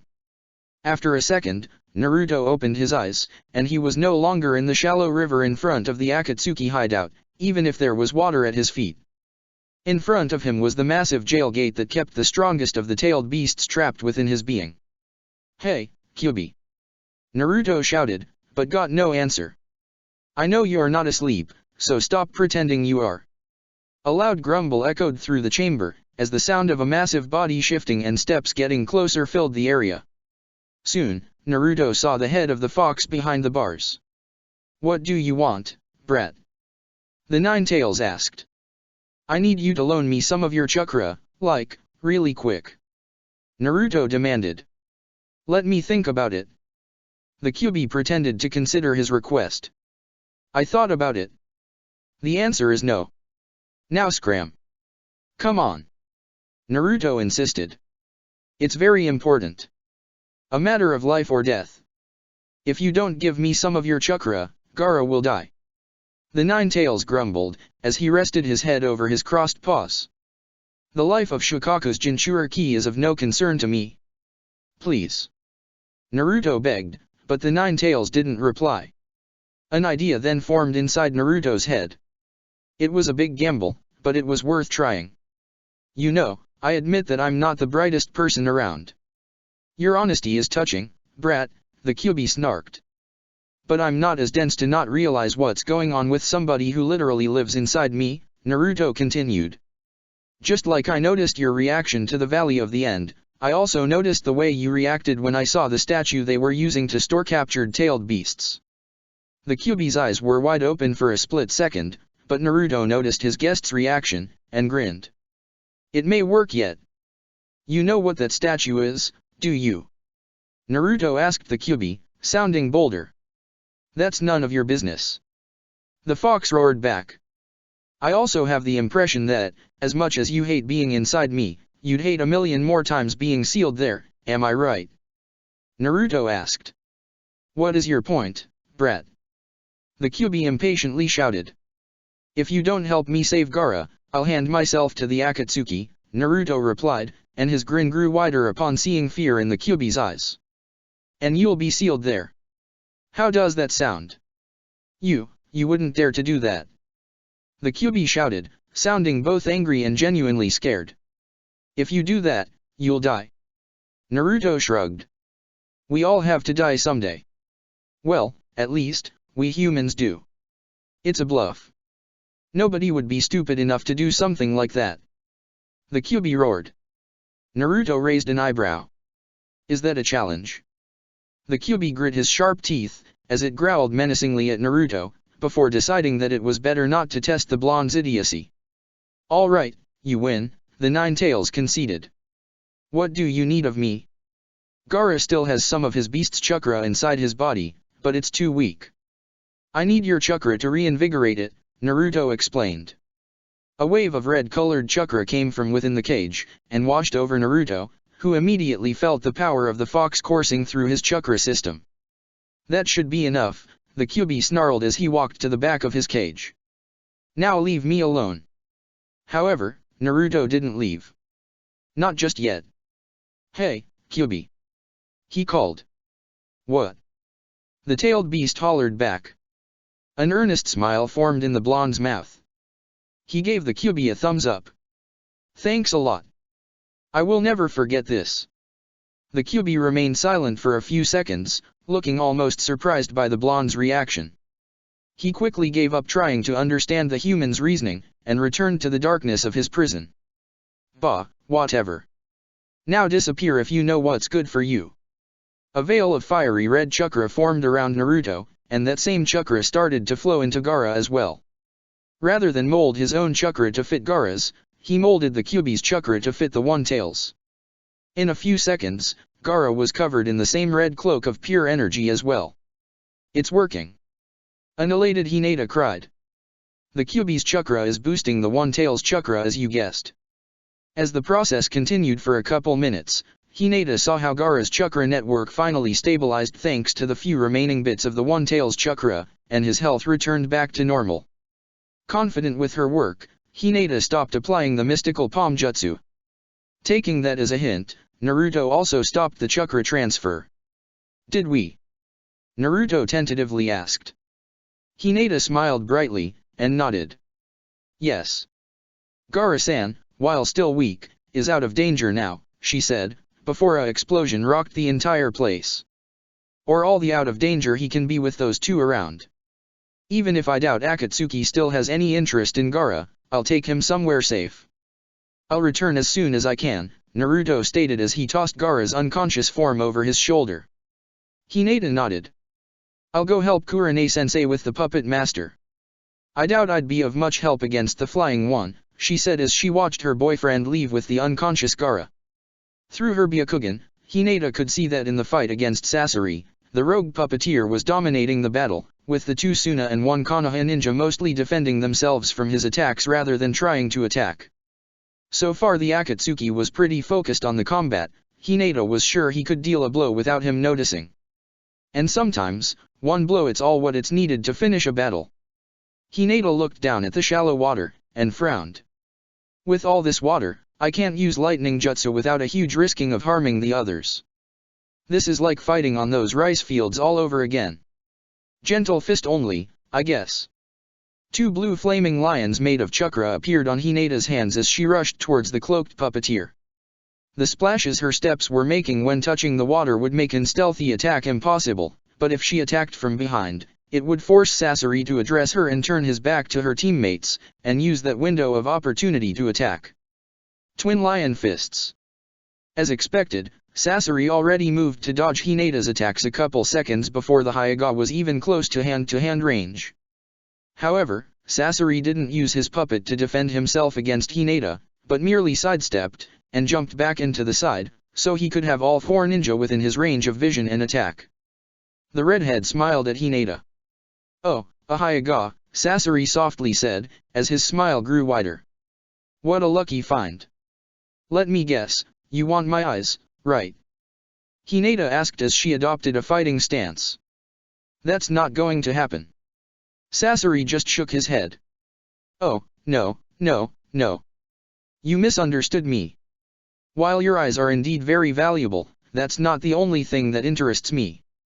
No, I want your whole body. That way, I can make a puppet out of you.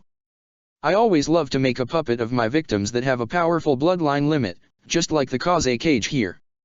You'll make a fine addition to my collection. As interesting as such offer sounds, I have to turn it down. I'm not planning on becoming one of your toys, Hinata replied.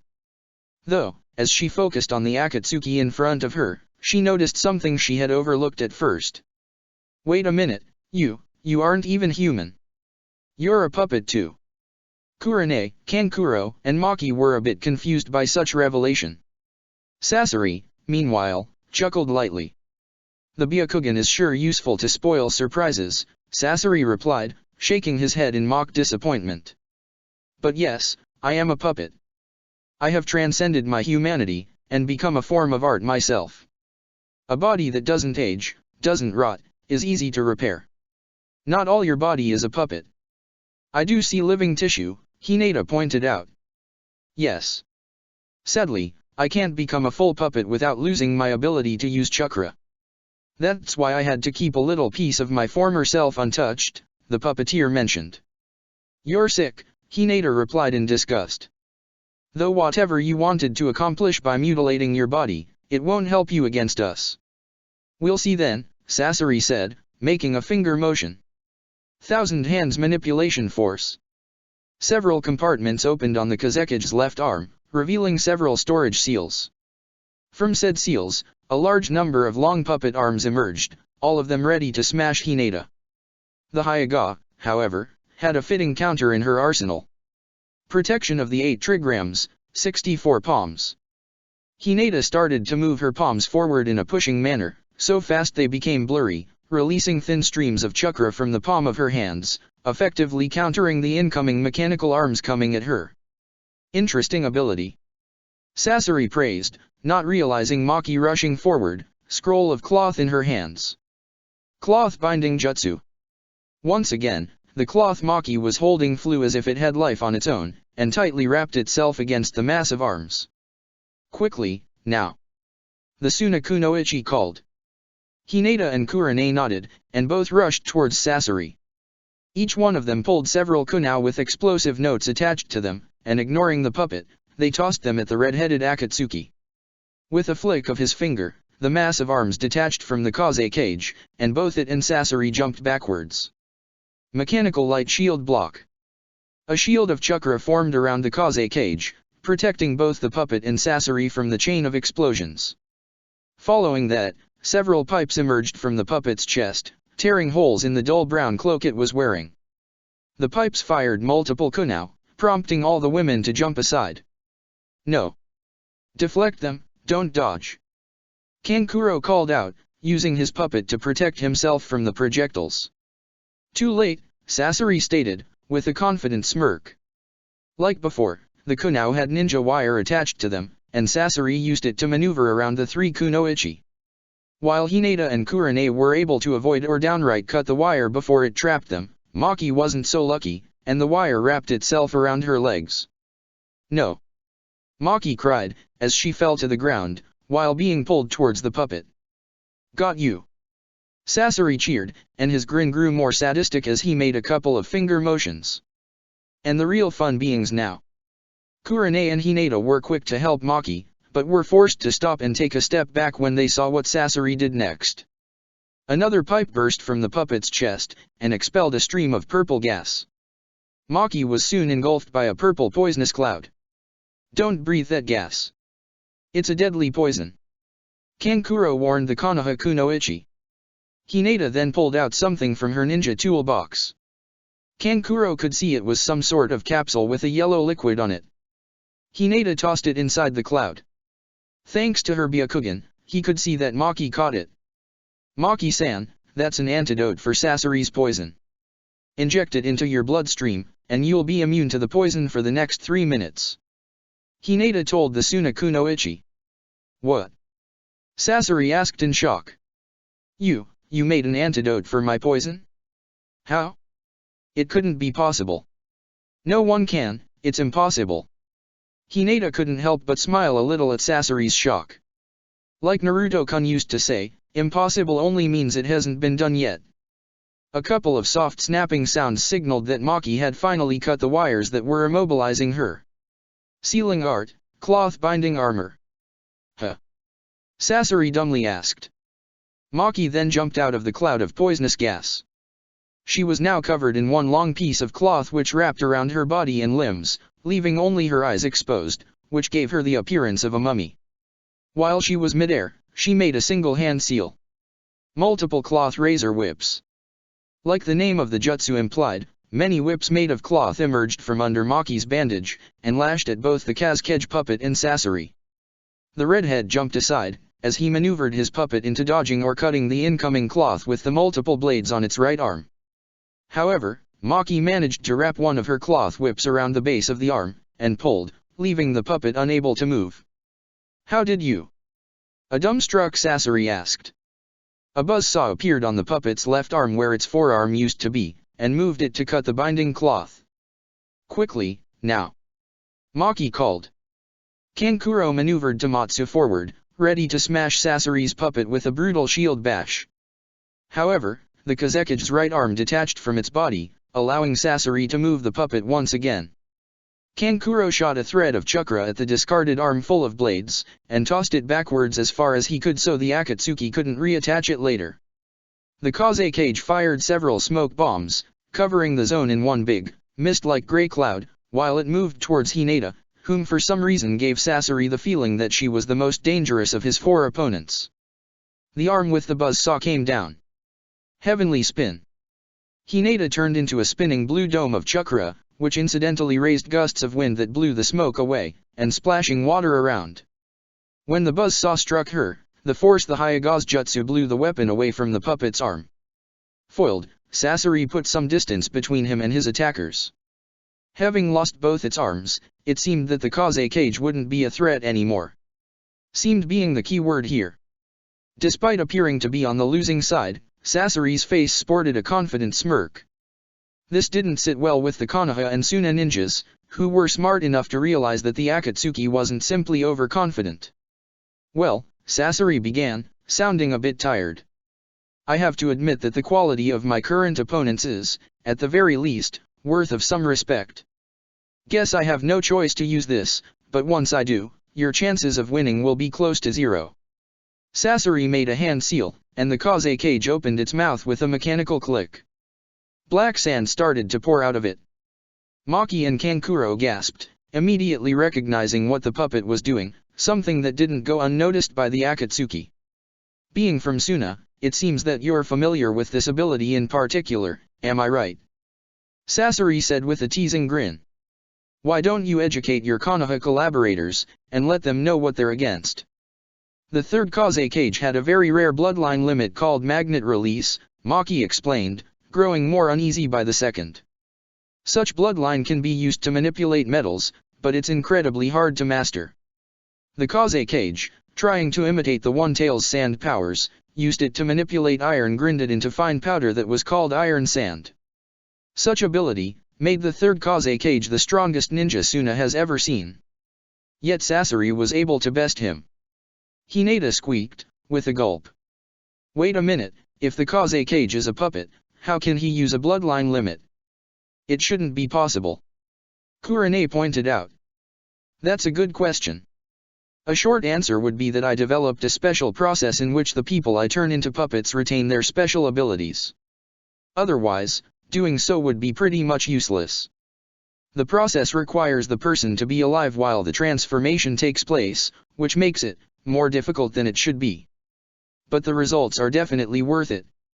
You three are worthless, so you won't have the honor to be included in my art collection. Sasori's eyes rested on Hinata, and glinted with a predatory glee. But you, a main house Hyaga, you'll make a lovely puppet. Oh, I can't wait until I can turn you into a work of art. And I can't wait until I can turn you into, Hinata started to trail off. Naruto-kun is much better at this than I am. Anyway, your art career will end today. What's an artist who doesn't welcome some challenge? Sasori asked no one in particular, as he made a hand seal. Let's begin this. Magnet release, iron sand drizzle. The third Kaze cage tore part of his already ruined cloak, exposing its chest. A compartment on its left chest opened, revealing some sort of chakra-emitting apparatus. The iron sand floating around him started to gather and compress into hundreds of projectiles. I don't like where this is going, Kurane said as she started to make hand seals. Earth release, multiple Earth-style walls. 3 walls emerged from the ground between the 4 Konoha and Suna ninja, and the Akatsuki and its puppet. I don't think that's going to be enough, Maki stated as she generated 2 long cloth whips from her hands. Hinata also took a step forward, ready to take the attack head-on. With a shout of "Die!" Sasori launched a barrage of iron sand bullets forward. In no time, they shattered the first wall Kurane had erected. Other 2 barrages, and the walls came down. The next barrage of bullets came soon. Double cloth helix. Protection of the 8 trigrams, 64 palms. Maki's cloth whips started to spin at high speed, forming 2 cones in front of her that successfully deflected most of the bullets, while Hinata used her custom-made technique to do the same. An impressive defense, Sasori praised, his confidence unwavering. But how long can you keep it up? Kurenai and Kankuro noticed that while he fired the bullets, Sasori was also retrieving the iron sand from the ones he already fired, and compressed them into more bullets that he could fire. He was right, Sasori could go on forever, while Hinata and Maki couldn't. In fact, they were starting to show signs of exhaustion. Shit, I need to do something. Kankuro seethed as he made a hand seal. Shadow Clone Puppet Jutsu. 2 clones of Tamatsu appeared, and the hooded puppeteer took no time to attach chakra strings to them. With a swift motion of both hands, he positioned them in front of Hinata and Maki. Triple mechanical light shield. Tamatsu and its 2 clones used the defensive jutsu in tandem, creating 3 chakra shields that quickly merged into a really big one, successfully blocking the barrage of attacks. This is your chance. Go while I'll cover you.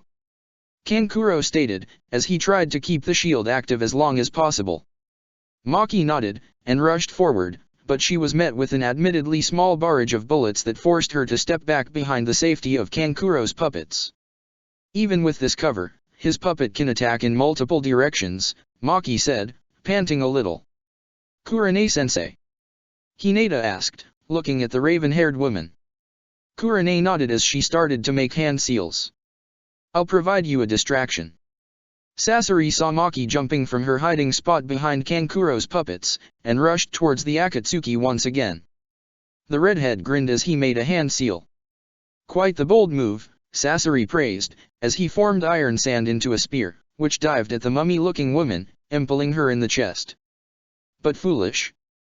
Then much to her shock, Maki burst into smoke, and 2 Makis took her place, which continued her dash towards the now startled Akatsuki. He repeated the process, nailing the 2 Makis, but it only caused them to split again, having 4 enemies to deal with. What kind of jutsu is this? The stupefied redhead wondered, until he realized what was going on. Oh, a genjutsu. Turns out I'm still vulnerable to those. Sasori brought his hands together to form a seal, and with a discharge of chakra, the illusion was broken. That didn't mean that all Makis disappeared, they were simply reduced to 1, who was still charging at him, accompanied by Hinata. With a hand motion, he brought the 3rd Kaze cage closer, and issued his next command. Magnet release, iron sand gathering assault. The iron sand formed into multiple, long, and thick nails, which rained upon the 2 kunoichi, forcing them backwards. The attack didn't cease, since the Akatsuki wasn't going to let his enemies go on the offensive. A few meters back, the Tamatsu clones disappeared, and Kankuro stopped channeling the protective jutsu through them and started panting heavily. I don't think I'll be able to do that anytime soon, Kankuro said between pants. Can you still fight? Kurenai asked. Kankuro smiled, and nodded. Of course. I still have a few surprises that Desh. Kankuro, however, was taken aback when he found himself unable to move his puppet. The hell? Tamatsu doesn't move. It's like, there's something jamming all its joints. It has to be the iron sand, Kurenai deduced. Guess that Sasori doesn't want you to interfere again. Goddamn. The hooded man cursed, stomping his foot on the wet ground. Since the iron sand is connected to that puppet, if we destroy it, yours might be able to move again, the genjutsu mistress deduced. Let's hope we can do that. I'll try to help you as much as I can, Kankuro said, sadly discarding his now useless puppet. Meanwhile, Sasori continued to bombard Hinata and Maki by dropping large end or sharp iron sand constructs on them, forcing them to stay in the offensive. The 2 of them were forced to fall back where Kurenai and Kankuro were. This isn't working, Maki realized. His magnet release is way too powerful. There's no way of getting close to Sasori as long as he has the Kaze cage. Maybe we've approached this from the wrong perspective, Hinata thoughtfully said. What do you mean? Kankuro asked. We focused on Sasori, because a puppet's weakest part if the ninja controlling it, but what if we focus on destroying the Kaze cage first? While it's a good idea, the result would be the same. Even if we focus our efforts on destroying that puppet, we have no ways to surpass the power of the magnet release, Maki explained. Kurenai smiled confidently, realizing what Hinata was suggesting to do. We can, if Sasori thinks we're going to target him, just like we did so far until now. Hinata smiled back, and nodded. Whatever you're planning, it won't work, Sasori said as he and his puppet came closer. I'm already growing bored of this fight. Now, die. The iron sand above him took the shape of several cubes and pyramids. With a hand motion, Sasori started to direct them at the four Konoha and Suna ninja. Come on, go. Kurane urged, as she started to make hand seals. Earth release, Earth Dragon Bullet. In front of Kurane, a serpentine dragon made of earth and stone emerged, and lunged at the incoming iron sand block. Both constructs were shattered to pieces when they crashed. Undeterred, Sasori sent more constructs towards the incoming trio, but Kurane kept repelling them with her earth release jutsu. When she felt she was close enough, Maki made a couple hand seals and slammed her fists into the water-covered ground. Feeling a tremor under his feet, Sasori jumped backwards just in time to avoid several sharp cloth whips emerging from underground. The Akatsuki smirked once again. Close, but you'll need to do better than a... Sasori then realized that he was struggling to pull the Kaze cage back. Much to his shock, he saw that Kankuro had attached his own chakra threads to him, and was pulling back. Nothing stops a puppeteer from trying to snatch somebody else's puppet. I learned this during my first Chunin exams, Kankuro boasted, with a grin of satisfaction. This is your chance, Hinata. The Hyaga dashed forward, as chakra lions covered her fists. A scowl formed on the Akatsuki's face as she passed the Kaze cage. I'll admit that it was a good plan, but you won't catch me off guard, Sasori replied, making a hand seal, commanding the Kaze cage to create a shield of iron sand around him, and waited for Hinata to get closer to skewer her alive. However, Hinata didn't do that. Instead, she suddenly spun over her heels, and with a quick double palm strike, she shattered the Kaze cage to pieces. It took a few seconds for Sasori to process what had happened, as the iron sand around him became inert, and fell to the ground. Yes. We did it.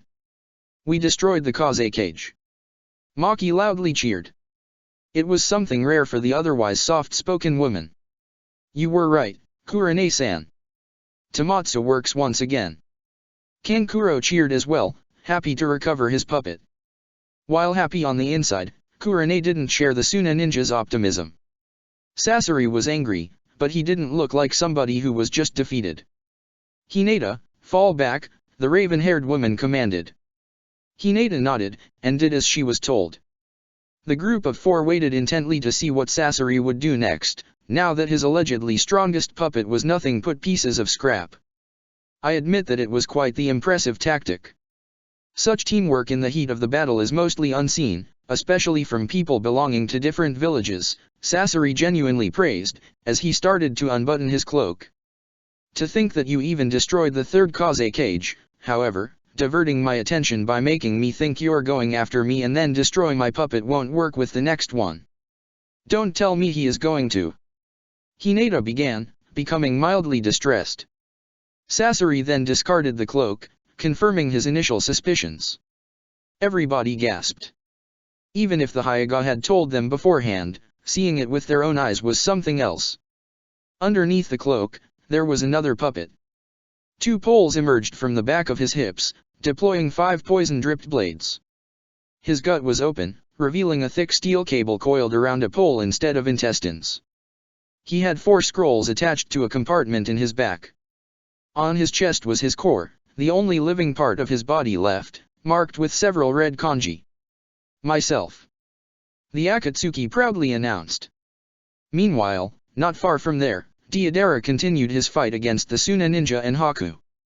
After realizing Tamari's tactic of blowing his explosives back at him shortly before he detonated them, he had changed tactics, and opted to attack closer to the ground. I might be more vulnerable to their attacks, but this way, my attacks will have more chances to hit, Deidara thought as he commanded his bird to do a low swoop and prepared more explosive clay figurines. And they won't see this coming. As Deidara approached the Suna ninja, and Haku, Yukata stepped forward and made several hand seals. I'll stop him before he has any chance to attack. Yukata proudly stated as she prepared her jutsu. Fire release, Great Dragon Fire. Yukata breathed a stream of fire at the incoming Akatsuki. Deidara quickly tossed a clay figurine at the incoming inferno, which instantly exploded. From the ensuing cloud of smoke and dirt, multiple clay birds flew out in arches, most of them headed towards Yukata. The black-haired girl yelped, as she jumped backwards multiple times, trying to avoid the incoming explosions. Mikoshi grabbed a handful of kunao and shuriken, tossed them forward, and made a hand seal, manipulating attack blades. As if they had life of their own, the kunao and shuriken flew towards the clay birds, impaling most of them to the ground. Yukata was able to avoid the few that exploded, before she fell on her butt. Ow! Yukata whimpered, panting heavily. Matsuri walked towards her friend and helped her back on her feet. That was close. Thank you, Matsuri-chan, Mikoshi-kun. Tamari blew a small gust of wind with her fan to dispel the smoke of the explosions, and much to her annoyance, Deidara was nowhere to be seen.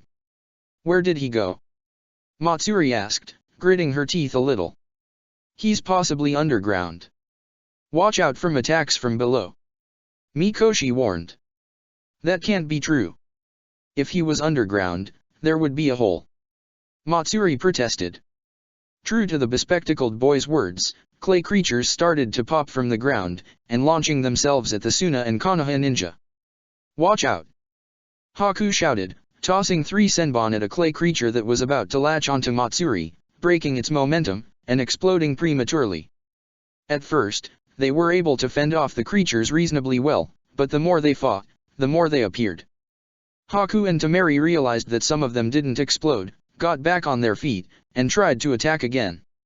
If Hinata was here, she could locate Deidara underground and see the creatures before they emerged, Haku thought, as he impaled a small clay creature to the ground with an ice spear. And if Kurane-sensei was here, she could bring Deidara out with an earth jutsu. But they aren't here. Come on Haku, think. What can you do that can be of help? Everybody, to me. Tamari called as she reared her fan backward. The trio of Tsunachanin and Haku all leaped towards her, with the explosive creatures waddling towards them, forming a large group. Just like Tamari wanted. Great sickle weasel jutsu. With all enemies in one spot, Tamari was able to blow them away with a powerful gale. However, that proved to be a temporary solution at best, since the creatures got back on their feet, and charged once again. Worse, more creatures continued to pop from the ground. It was then when Haku noticed something. That's it. All the creatures appear around the same spot. The ice ninja deduced. That has to be where Deidara hides. They keep coming. Matsuri-chan, what are we going to do? Yukata cried. Matsuri herself didn't look that confident about their chances either.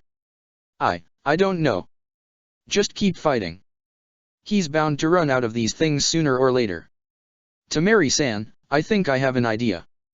Haku called, while casting a freezing blast at a group of small clay creatures, slowing them down.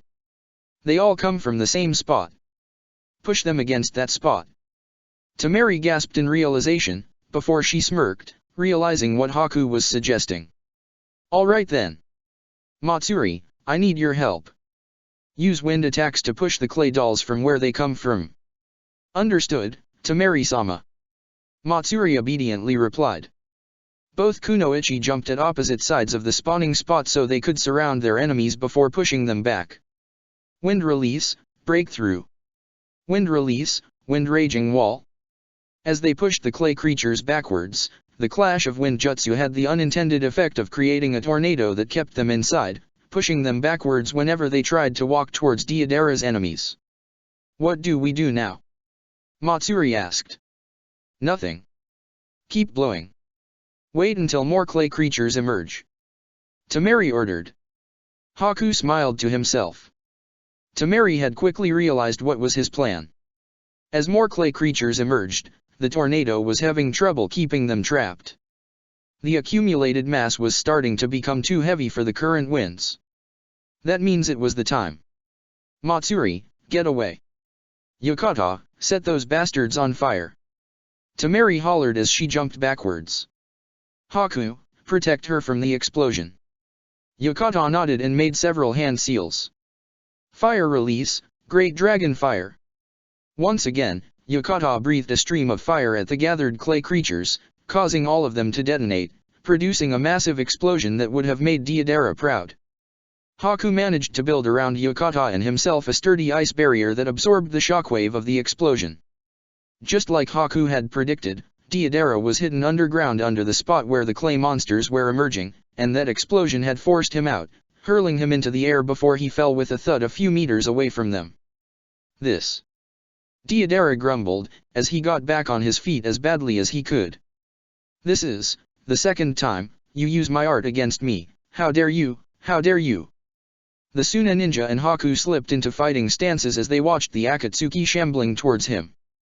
Despite being badly bruised and having numerous burns across his body, none of them were foolish enough to think that he may have one last nasty ace in the hole.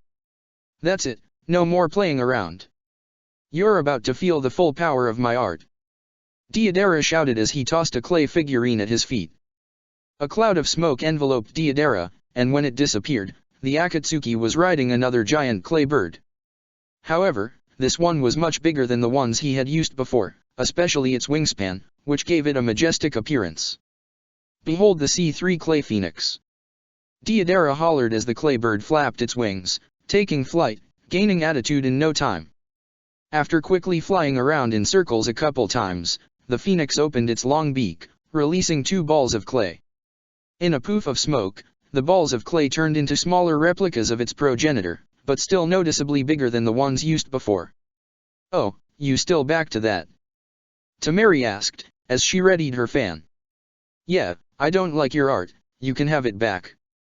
Tamari blew a powerful gust of wind once again. However, unlike the other time, the clay creatures weren't pushed back. The artificial birds flapping their wings faster, pushing against the wind current blowing against them. The wind eventually ceased, and clay birds continued their descent. Tamari grimaced. Deidara grinned. Take cover. Boom. Deidara shouted, as he made a hand seal. The clay birds exploded, producing a blast much more powerful than his other figurines. While narrowly avoiding the explosion, the Suna ninja and Haku were tossed into the ground by the ensuing shockwave. No time to sleep. Deidara hollered, sending another duo of clay birds from his phoenix's beak. I'll stop them this time. Yukata said, making hand seals. Fire release, Phoenix Sage Fire Jutsu. The black-haired Kunoichi breathed a volley of small fireballs from her mouth, that spread in a rather wide arc. The clay birds, however, expertly maneuvered through the fireballs as if there was an intelligence controlling them. However, while they did so, Mikoshi prepared his next move. Manipulating attack blades. A foursome of kunai with explosive tags attached to them flew towards the clay creatures. The clay birds managed to dodge them as well, but Mikoshi directed them back, and they found their mark. With a hand seal, the bespectacled Suna ninja detonated them, destroying their targets. Heh, not bad, Deidara said, as he prepared his next attack. But the next one is going to be dash. Wind release, Raisin Shuriken. A loud whirring screech interrupted Deidara's ramblings, and much to his surprise, he saw what appeared to be a shuriken made of pure chakra flying at him. His battle instinct screamed to get out of its way. Not having time to maneuver his clay phoenix into dodging it, Deidara opted to jump away. As he fell, he saw the shuriken crash against his clay phoenix, resulting in a massive explosion of wind and chakra. Wow, that was sure something. As he fell, Deidara couldn't suppress a tinge of admiration for the ensuing blast the shuriken produced. Despite the height he fell from, he managed to land on his feet and eyed his opponents. He noticed that there was somebody there who wasn't before. You. Deidara said, outraged. The Jinchuriki? Yeah, that would be me, Naruto said with a smirk, flanked by a single clone. He then pointed upwards. And that was my most powerful jutsu so far. I still have enough nature energy for a second one. Except this time around, you won't be able to dodge it. Naruto formed a Raise-Non, and his clone started to infuse it with wind chakra, taking the form of a shuriken as he did. Wait a minute, did he said nature energy? Is this fucker a sage? Deidara asked, before noticing the coloration around Naruto's eyes, confirming his doubts. Then there's no way I can defeat him like this, especially with all these people around. Make sure he doesn't escape. Naruto told the others as the jutsu slowly reached completion. It will be you who won't be able to escape. Deidara fired back as he grabbed some of his explosive clay, and ate it with the mouth on his face, instead of the ones in his palms. I have a bad feeling about this. Matsuri began. Deidara then started to bloat as if he was balloon, while laughing maniacally. Ha ha ha ha. Let's see how you stop this. There's no way to avoid this explosion. Deidara boasted as he swelled up more and more. Even if you avoid the initial blast, the shockwave will tear apart the land and cause a massive torrent. Is that madman going to blow himself up? Mikoshi asked in shock. I'll stop him before he explodes. Naruto said as he prepared to toss his Raisin Shuriken, which had reached completion. No. If you do that, you might trigger the explosion. Haku stated. Then what do we do? It was Matsuri who asked this time around. Another idea dawned upon the ice ninja. Send him high into the air with a wind jutsu. It might be the best way to avoid the after effects of the explosion. Good idea. Come on Naruto, Matsuri, let's do it. Temari said. The blonde Jinchuriki and brown-haired girl nodded. Naruto undid the Raisin Shuriken, and the three of them placed themselves around Deidara, surrounding him. 3 wind jutsu came from 3 different directions, clashing against the bloating Akatsuki, producing a powerful tornado that hurled Deidara into the air. Keep going. He's still too close to the ground. Haku urged. The 3 wind ninja poured as much power into their jutsu as possible. However, thanks to Naruto's nature energy, he was able to give his the necessary boost to push Deidara much higher. And a couple seconds later, the Akatsuki exploded in a massive fireball, which started to quickly expand outwards. Everybody, get close to me. Haku yelled as his hands flew through hand seals. Thankfully, the ice ninja created a multi-layered ice barrier around the group in time, which thankfully protected them from the massive blast that Deidara's bloated body produced when it detonated. So, this may sound dumb, but, is he dead? Mikoshi asked. Naruto shook his head. No. I'm afraid that was a decoy. I still sense the real Deidara, a kilometer or so to the north. He probably used body replacement with a clone without us noticing. As much as I'd wish to, there's no time to chase him, Haku stated, earning a nod of approval from Naruto. We need to help the others against the other Akatsuki. All right. This one won't escape, Temari said in determination as she and the rest of the group rushed towards the other battleground. By the way, where is Gaara? Is he okay? Gaara is fine. I left him in a safe place near here, with 2 clones watching over him. We'll get him back once we're done with the Akatsuki, Naruto stated. Whoa. Yokota said in awe, stopping dead in his tracks. What is that? The others stopped as well, catching what the black-haired Suna girl had seen first, a mass of puppets, almost 100, floating above Hinata, Kurane, Kankuro, and Maki. I'll tell you what that is. Trouble. A big one, Temari deadpanned. Chapter 55. The wind blows again. Or. The Akatsuki mean business. The group of 4 watched in horror the creature in front of them, half a puppet, half human, while at the same time being neither, blurring the line between human and machine. Sasori, however, continued to smirk. You have no words for my greatest piece of art? Sasori asked, his voice showing some conceit. I guess it's natural. Not every day one gets to see something like this. Greatest piece of art? You perverted the noble art of puppetry, Sasori, Kankuro seethed, as he moved Tomatsu into an attacking position. You've been Suna's greatest shame for too long. Today, we will get rid Suna of that shame. Sasori chuckled condescendingly. Of course, those who want to break the mold and take art to new limits are branded as criminals. Good thing I stopped caring about that village you like so much long ago. With a clicking noise, Sasori brought his arms forward, pointing their palms towards the Konoha and Suna ninjas. A pipe emerged from each palm. The uppermost scroll on his back briefly glowed with a blue light. Everybody adopted a defensive stance, ready to react to whatever Sasori was about to throw at them. Now, become ashes. Two streams of red-hot fire shot from Sasori's palm cannons. Kankuro and Hinata moved to block the attacks. Mechanical light shield block. Vacuum palm. Tamatsu raised its shield, creating a barrier of blue chakra that intercepted one of the fire streams. Hinata's vacuum shell also clashed against the second, but it managed to overpower it, and continue unimpeded. The Hyaga yelped as she jumped sideways in an attempt to avoid the red streams of fiery death. Maki motioned her hands forward, shooting multiple cloth whips from her hands at Sasori. But predictably, they were burned to ashes. Hinata, let's surround him. He won't be able to attack all of us that way. Kurane suggested. The Hyaga nodded, and the two women started to run towards Sasori, avoiding his streams of fire as good as possible. Once they were close enough they leaped above him, landing at opposite sides. Now the four of them were around him. Now you can only attack one of us at a time. Maki taunted. Sasori let out a bone-chilling cackle in return. And what makes you think that? Sasori replied. The human puppet stopped his fire assault, and spread his arms to the side. Then, his whole upper body minus the head started to spin at a fast pace. It was truly a disturbing image to watch. However, it wasn't as disturbing as the implication of what this new ability entailed. Burn already. Fall back. A panicked Kurane ordered.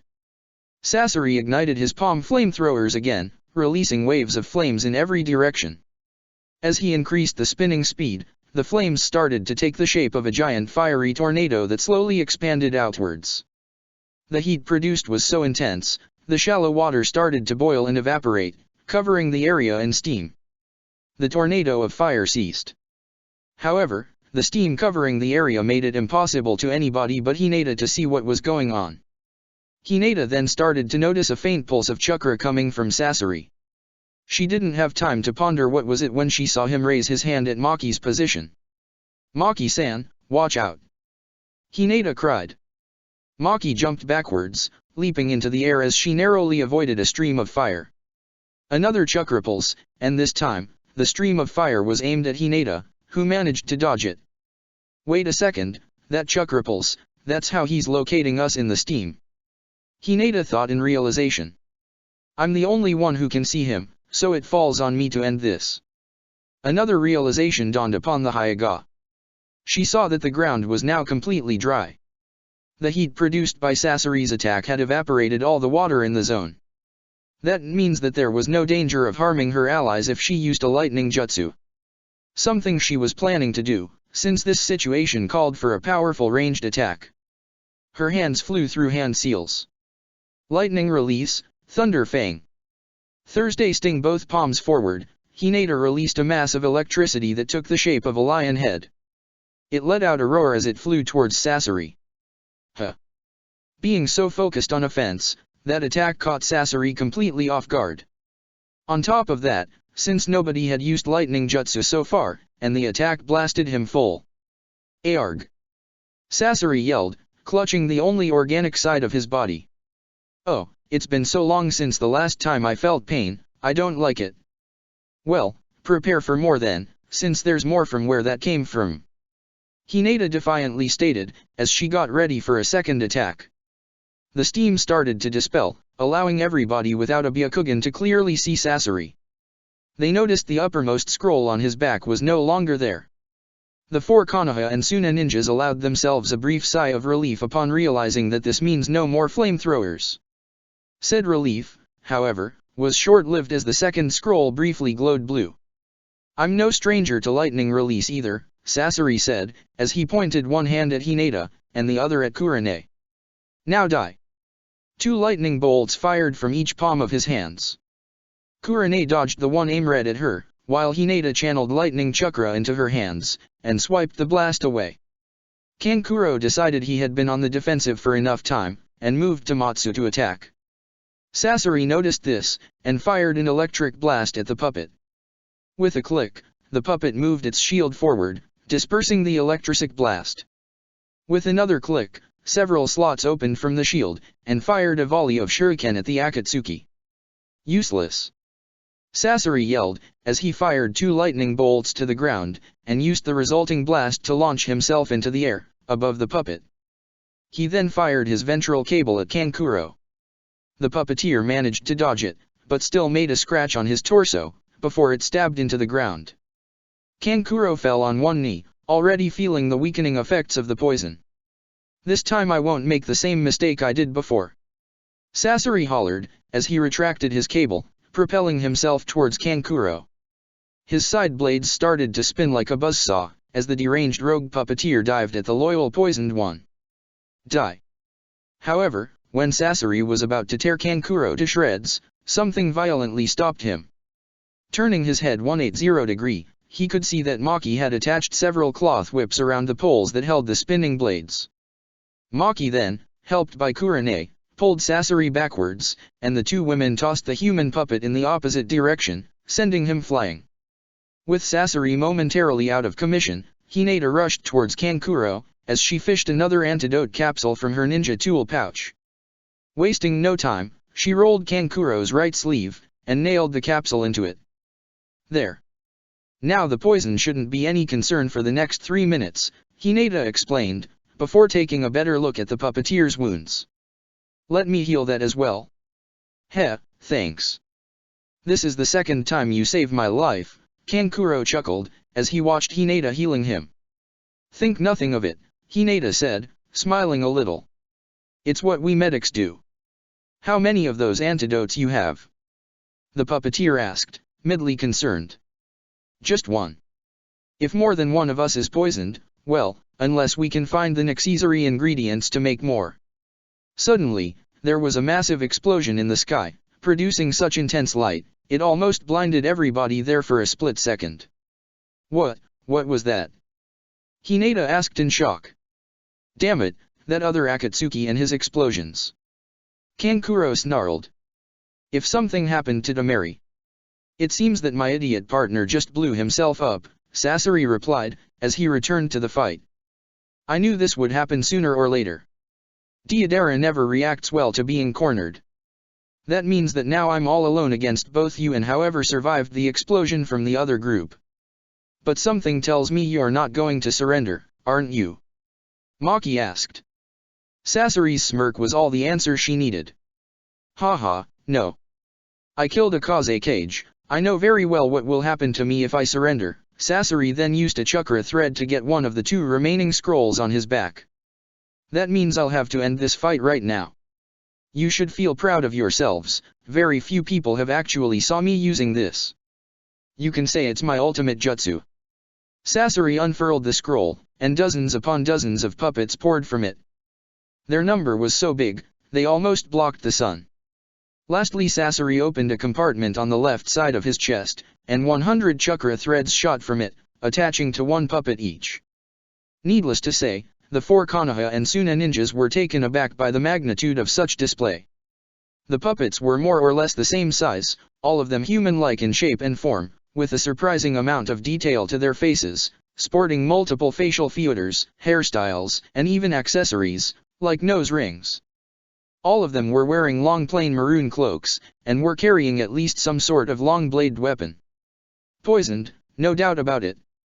"These puppets are my strongest weapon, which I used once to conquer a whole country," Sasori said, with that ever-present smirk.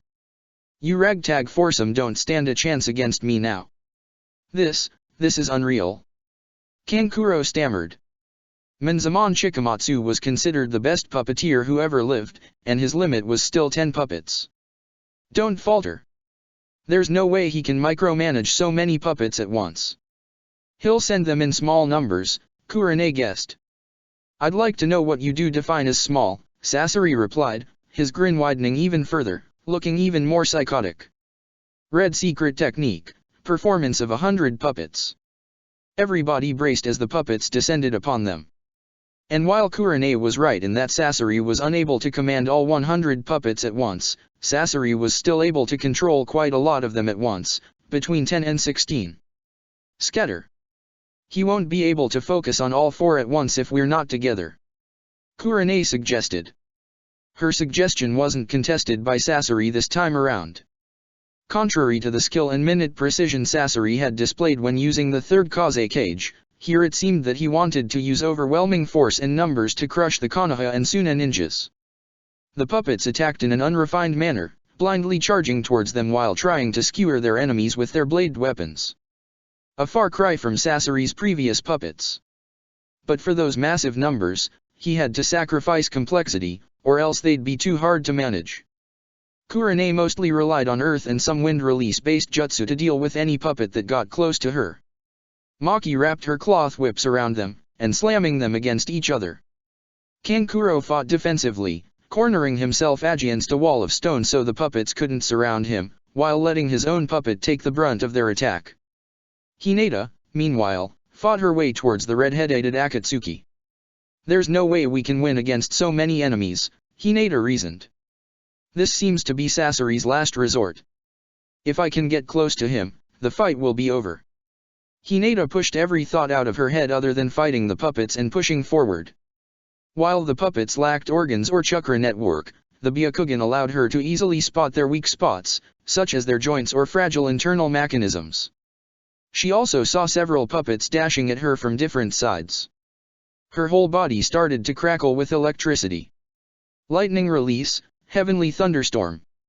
Hinata started to spin, becoming a tornado of lightning bolts that blasted the incoming puppets away, shattering most of them to pieces. Sasori watched that display in awe. So, the Byakugan allows her to see any attack regardless of where it comes from.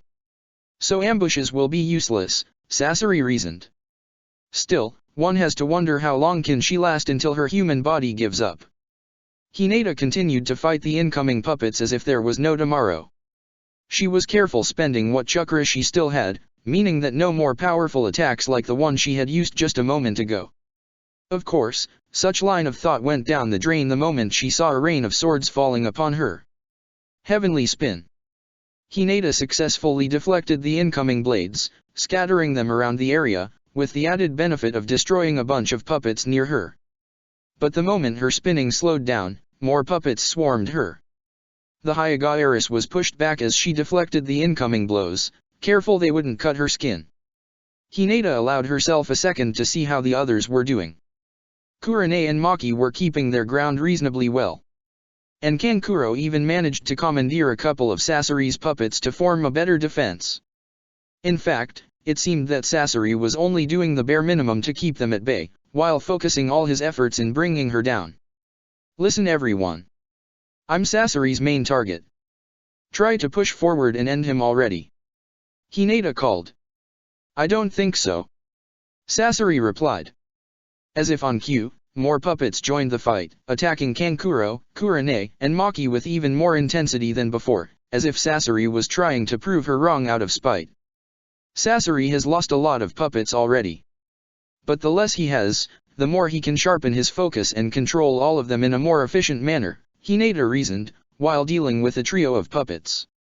If this continues, we won't be able to dash. Great Sickle Weasel Jutsu.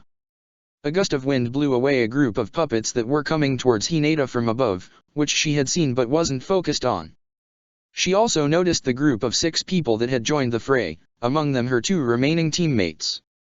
Naruto-kun. Haku-kun. Hinata called them in joy. Hi there. It seems that we came here just in time.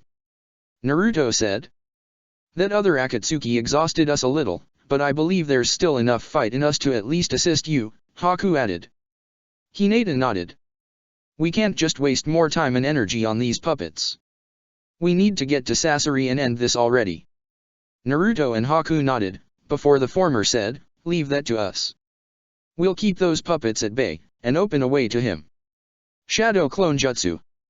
Naruto created a multitude of clones, which charged forward upon coming into existence, drawing Sasori's attention.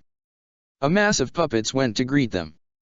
While the puppets were far more durable than the clones, the latter ones did their job at keeping them busy. Ice release, multiple piercing icicle shot. Haku created several ice spears that floated above him, and launched them whenever a puppet came close to either him or Hinata, impaling them to the ground or a wall of stone. The trio of Konoha ninjas were successfully getting closer to the Akatsuki, which was starting to grow desperate. Inconceivable. Me, Suna's greatest ninja, who managed to kill the third Kaze Kage, cornered by these children. No, I won't allow it. This is not my end. My art is eternal, and so I am. Sasori extended both hands. His left hand fell off, and a long, sharp blade appeared in its place. He also shot a chakra thread from his right hand to pull an axe from one of his already destroyed puppets. He then fired his ventral cable forward, prompting Hinata and Haku to jump sideways, while killing some Naruto clones, before stabbing itself into the ground. Retracting the cable, he launched himself forward towards Hinata. Die. Hinata didn't to dodge this time. Displaying her agility and elasticity, the Hyuga heiress nimbly avoided Sasori's poisoned blows, before taking a step forward, and softly poking Sasori's heart with her index finger. That's all what she needed. The burst of chakra she sent through her fingertip made Sasori's last remnant of his human body to burst into chunky salsa, bringing his sordid life to an end. The chakra threads he was using to keep the puppet army disappeared, and the remaining puppets fell to the ground, motionless. Nobody said anything. Everybody took a moment to regain their breath, and make sure nobody was seriously hurt. Whoa! You guys did it! You killed Sasori! Kankuro cheered, happy to see that the man who kidnapped his brother and brought both him and his sister to near death had finally ceased to be. Hinata fell on her butt, and started panting heavily, as she felt all the accumulated stress and exhaustion washing over her body. Naruto wordlessly sat beside her, and wrapped his arms around her shoulders. The Hyuga also saw Kurane walking towards her. Congratulations, Hinata, despite her naturally happy attitude, the fight had also pushed the Genjutsu mistress to her very limit. You have the honor of being the first person to ever kill an Akatsuki. Yes. 1 down, 9 more to go. Naruto cheered, shaking Hinata a little. This will send a powerful message out there. Akatsuki isn't invincible, Haku agreed. Even then, underestimating them would be foolish. Just look how much damage just one of them can do, Temari said, looking around the battlefield. She then looked at her younger brother. So, you are planning to scavenge these puppets, right? Temari asked. You can bet on it, Kankuro replied, as he walked towards the deceased Sasori, and lifted his body. Starting with this guy. Are you planning to use Sasori's corpse as a puppet? That's morbid, Maki added, a bit disgusted, no longer wearing the cloth armor. It's not really his corpse.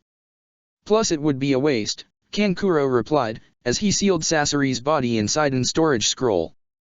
By the way, Naruto, Temari said, as she walked towards the blonde. Now that we took care about the Akatsuki, what about Gaara? Oh right. I left him hidden between a bunch of trees and bushes not far away from here. I left a couple clones watching over him, Naruto made a hand seal. The others couldn't see it, but he was dispelling one of those clones in order to gain his memories. Yup. Gaara's still there. Go fetch him then. I want to take him home, Temari asked. Naruto nodded. Gaara slowly opened his eyes. He blinked a few times when the sunlight proved to be too intense for his weary eyes. He found himself staring at several blurry figures that towered over him. As his eyes got used to the light, said figures became clearer, and the former Jinchuriki could now see they were his siblings, Naruto and his teammates, and Maki and her students. Huh.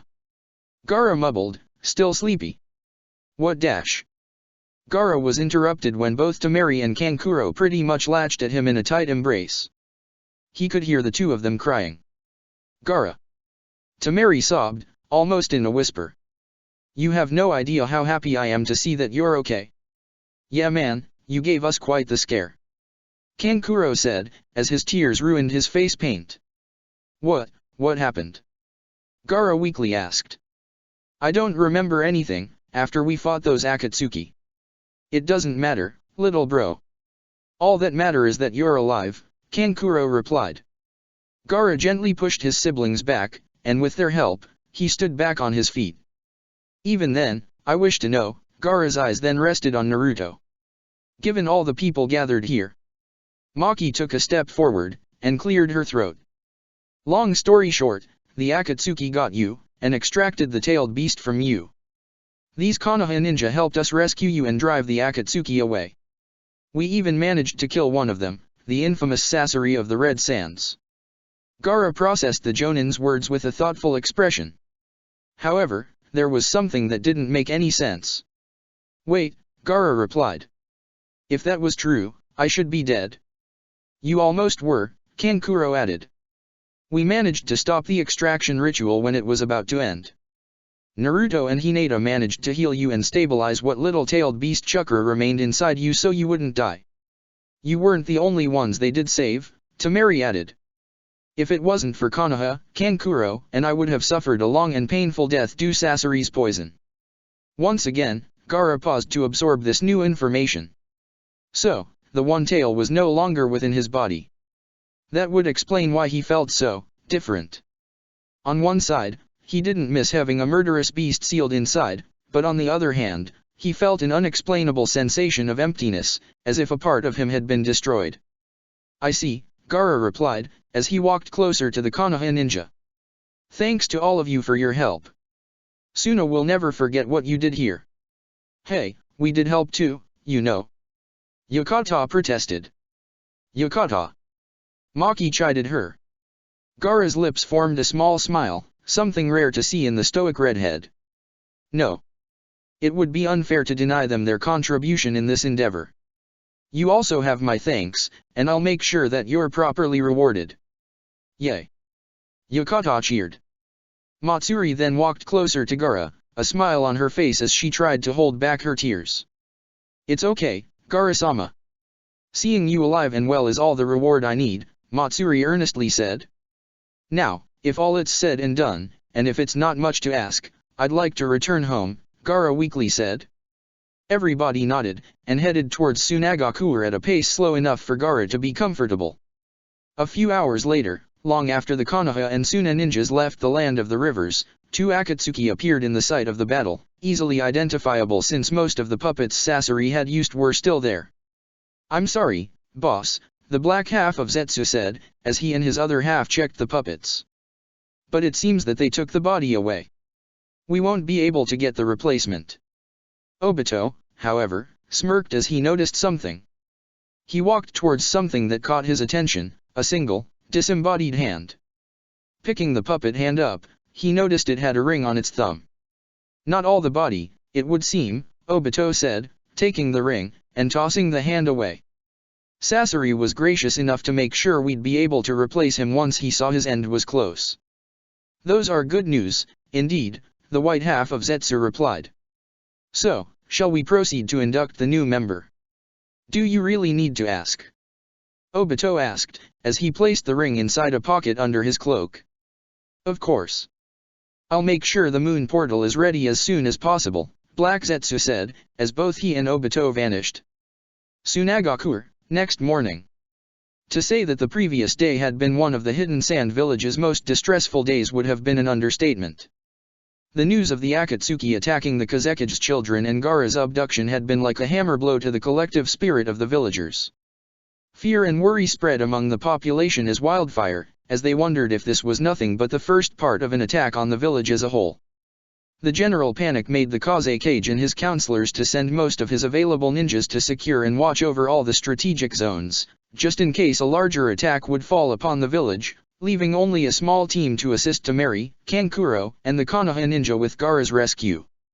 And, indeed, one of those fears appeared to be true when one of the village watchers spotted somebody in the horizon. Somebody is coming. The Suna ninja said, seeing shadowy figures coming from the east. Are they enemies? How many of them? His partner asked. I'll tell you right now, the first ninja said, as he pulled out a spyglass, taking a better look of the newcomers. It's a small group. 10, I think. They don't appear to be enemies. In fact, they're from our own, no way. What? What did you see? The second ninja impatiently asked. It's Gaara-sama. They brought him back. The second watcher immediately understood his partner's reaction and sudden excitement.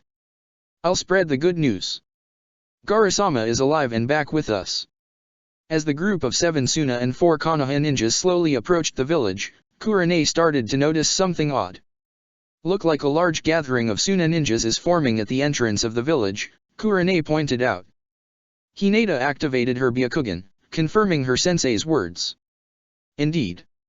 Are they here to greet us? Hinata wondered. And yes, Hinata's guess proved to be true. Once they were close enough, the Suna ninjas started to loudly cheer, both for Gaara, seeing him return, and for all the 10 ninjas that had made his return possible. Gaara reacted to this by showing as little emotion as he usually does, but on the inside, his heart was flooded by a warm feeling. Look at that, brother, Temari pointed out. The very same people who used to fear and hate you are cheering for your return and safety. Gaara smiled. He was about to say something, when the cheering abruptly ceased, much to the group's confusion.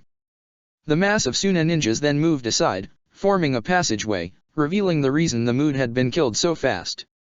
Sporting an unreadable expression stood Raza, the 4th Kaze Cage, and Gaara, Kankuro, and Temari's father.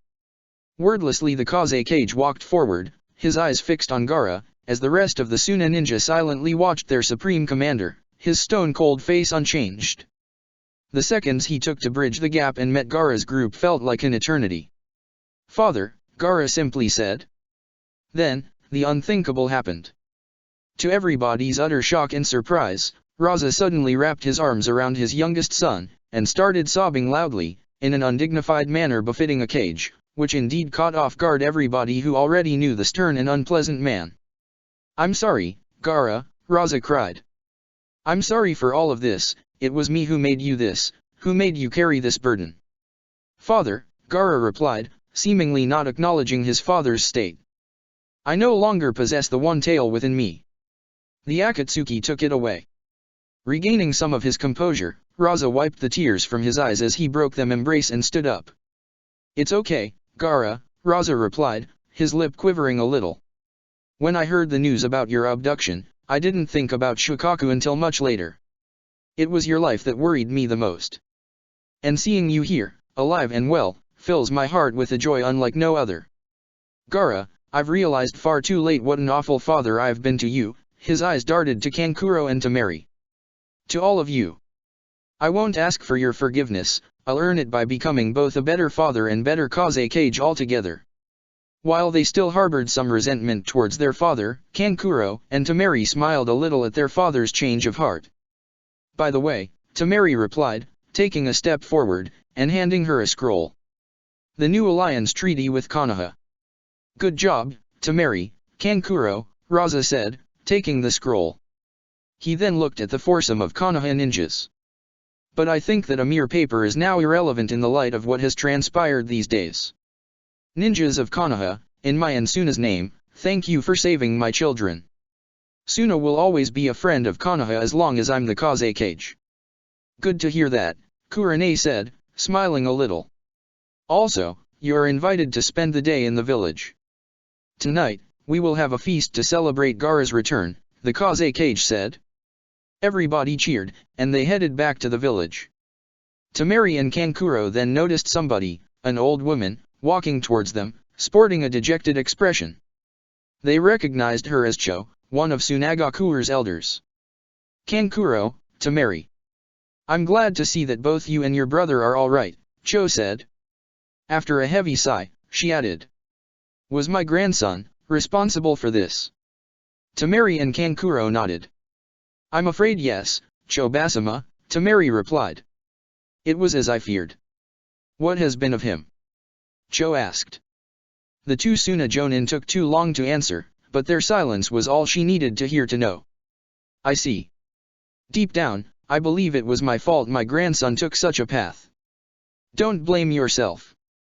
We're all responsible for our own actions, and Sasori chose his path on his own free will, Kankuro firmly replied. I know it must hurt to learn the fate of a family member, but don't think for a second what he did was your fault. I know. I wish it was as easy, Cho lamented. Oh well, I'll try to see the positives. How we got both you and your brother back, and that my grandson won't be able to hurt anybody else anymore. Several hours later, Kazekage State. As expected, the party in Gaara's honor ended up being entertaining, memorable, and above all things, really fun. There was lots of food, drink, music, and dancing. After finding out that Hinata was dating the son of a cage, Matsuri asked the Hyuga to share advice on how she could approach Gaara, whom he had a crush on but saw him out of her league. The Hyuga heiress was way too happy to oblige.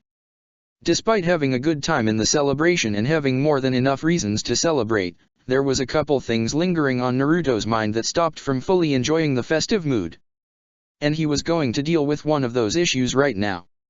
Exiting the party lobby, Naruto found a terrace where the sound of said party was barely audible. A deceptively cold night breeze brushed against his face as he entered the terrace, and the blonde saw a spectacular view of all of Tsunagakuer.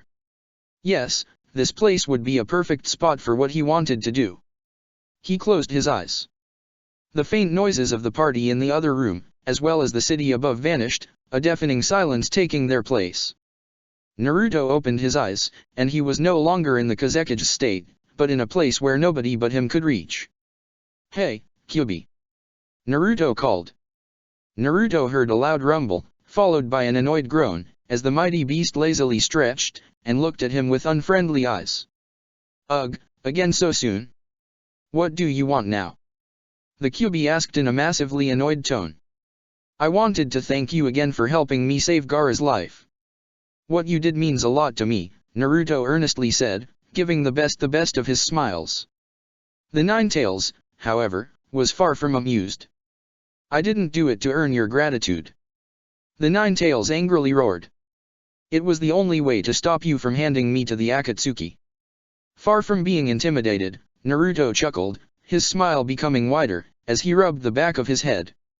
"Haha, yeah, I can't believe you fell for my bluff," Naruto laughed. The Ninetales was taken aback. "What did you say?" "I was really desperate to save Gaara, and I had nothing to bargain with you, and threatening you with that was the only thing I could come up with," Naruto happily confessed. "I mean, I know I'm not the brightest mind around, but even I know that letting Akatsuki getting their hands on you would lead to nothing but trouble." "Heh, now that I think about it, I shouldn't have said that. Next time you know I'll be bluffing." "What would have you done had not I bought your bluff?" the Kyubi asked, sounding sincerely curious, rather than anger for being duped. "Truth be told, I have no idea," Naruto admitted again. "Though I don't like to think about that. I managed to save Gaara after all. Is there anything else you want? Or you came to disturb my rest just to show me your pointless gratitude?" the fox asked. "Actually, yeah, there's something I want to talk about," Naruto replied.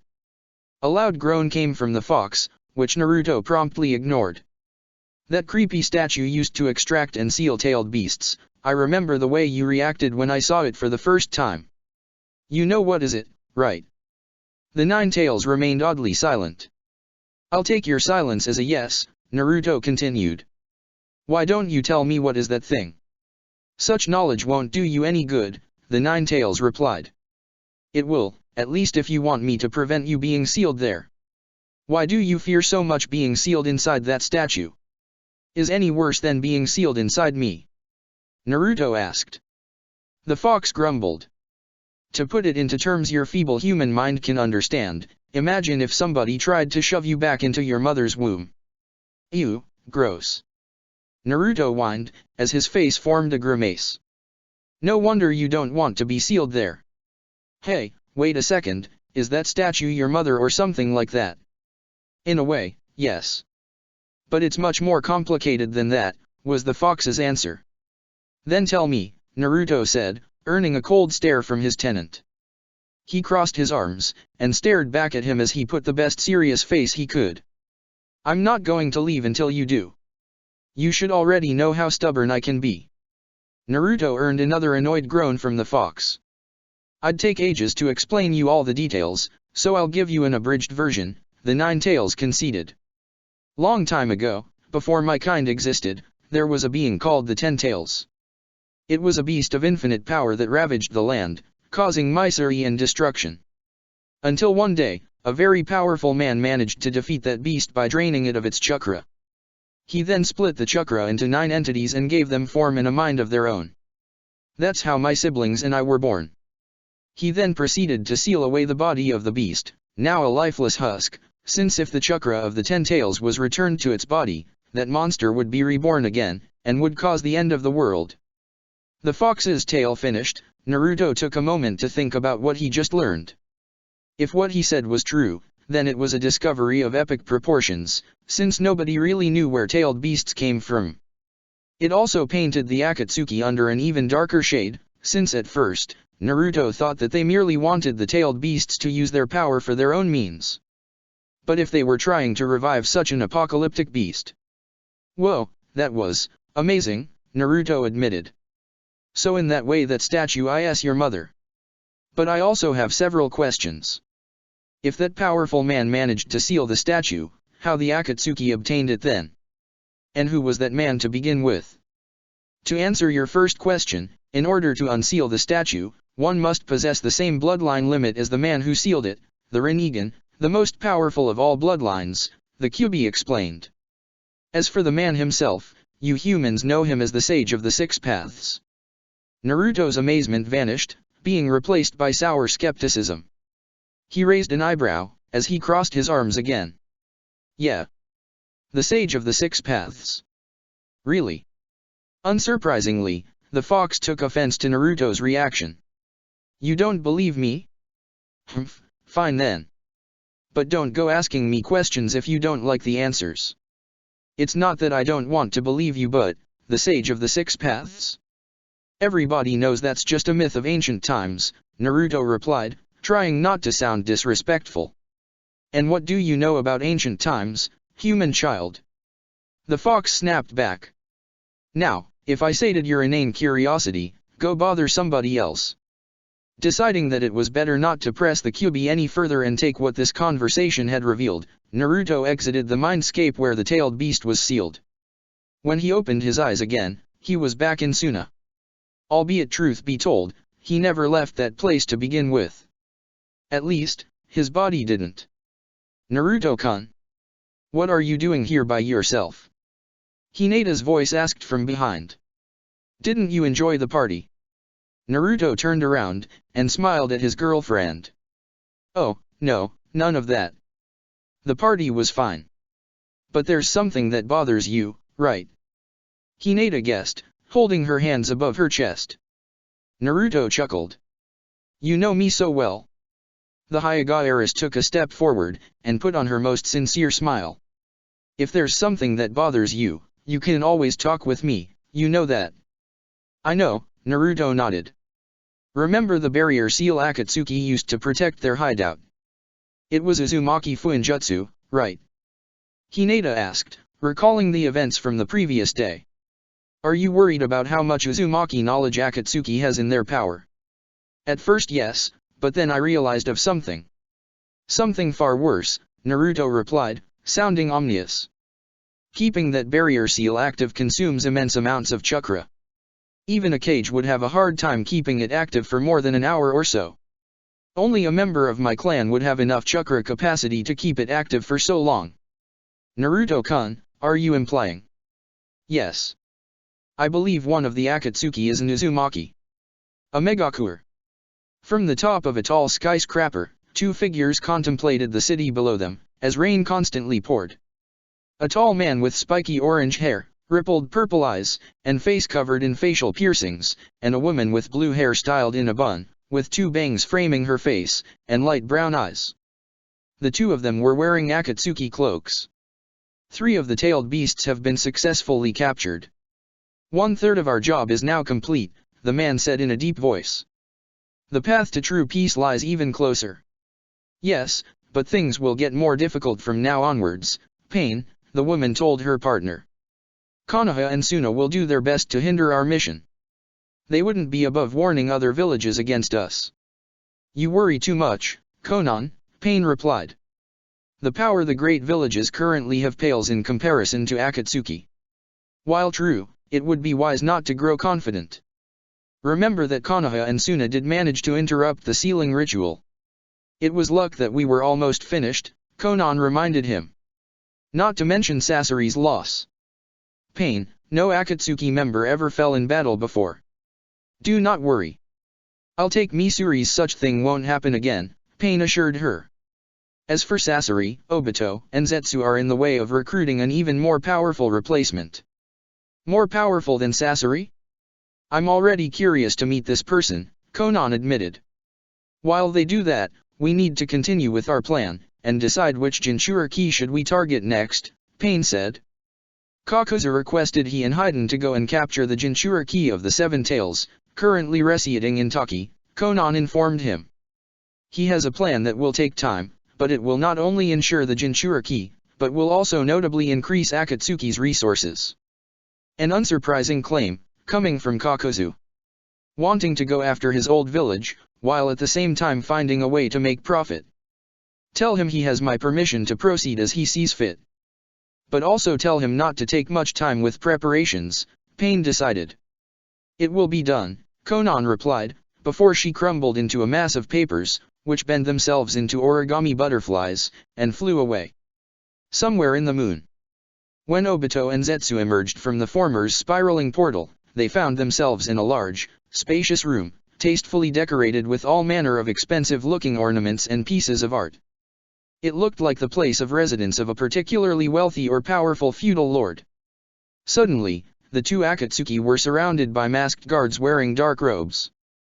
Spheres of golden chakra appeared in the hands of those guards, no doubt ninjutsu attacks ready to be fired. I don't know who you are, nor how you managed to get here, a soft, but firm, young-sounding voice said, as a white-haired man wearing a long, white robe walked towards them. Choose your words carefully, for they may be your last. Obito smirked, his confidence not wavering one bit. Hello. My name is Obito Uchiha. This is my associate, Zetsu. And you're Tonari at Satsuki, am I right? You seem to know an awful lot about me. Tell me a reason as for why I shouldn't kill you two right here, and right now, Tonari replied. Let's say I made here to make a deal, Obito said, with a wide smirk. One you won't be able to say no to. His left Sharingan, the one it used to belong to Shisui, changed its shape into a four-blade shuriken. Literally. Undisclosed location. A woman with long black hair and green eyes, who was wearing a long white robe, alongside other religious-looking apparels, contemplated the night sky.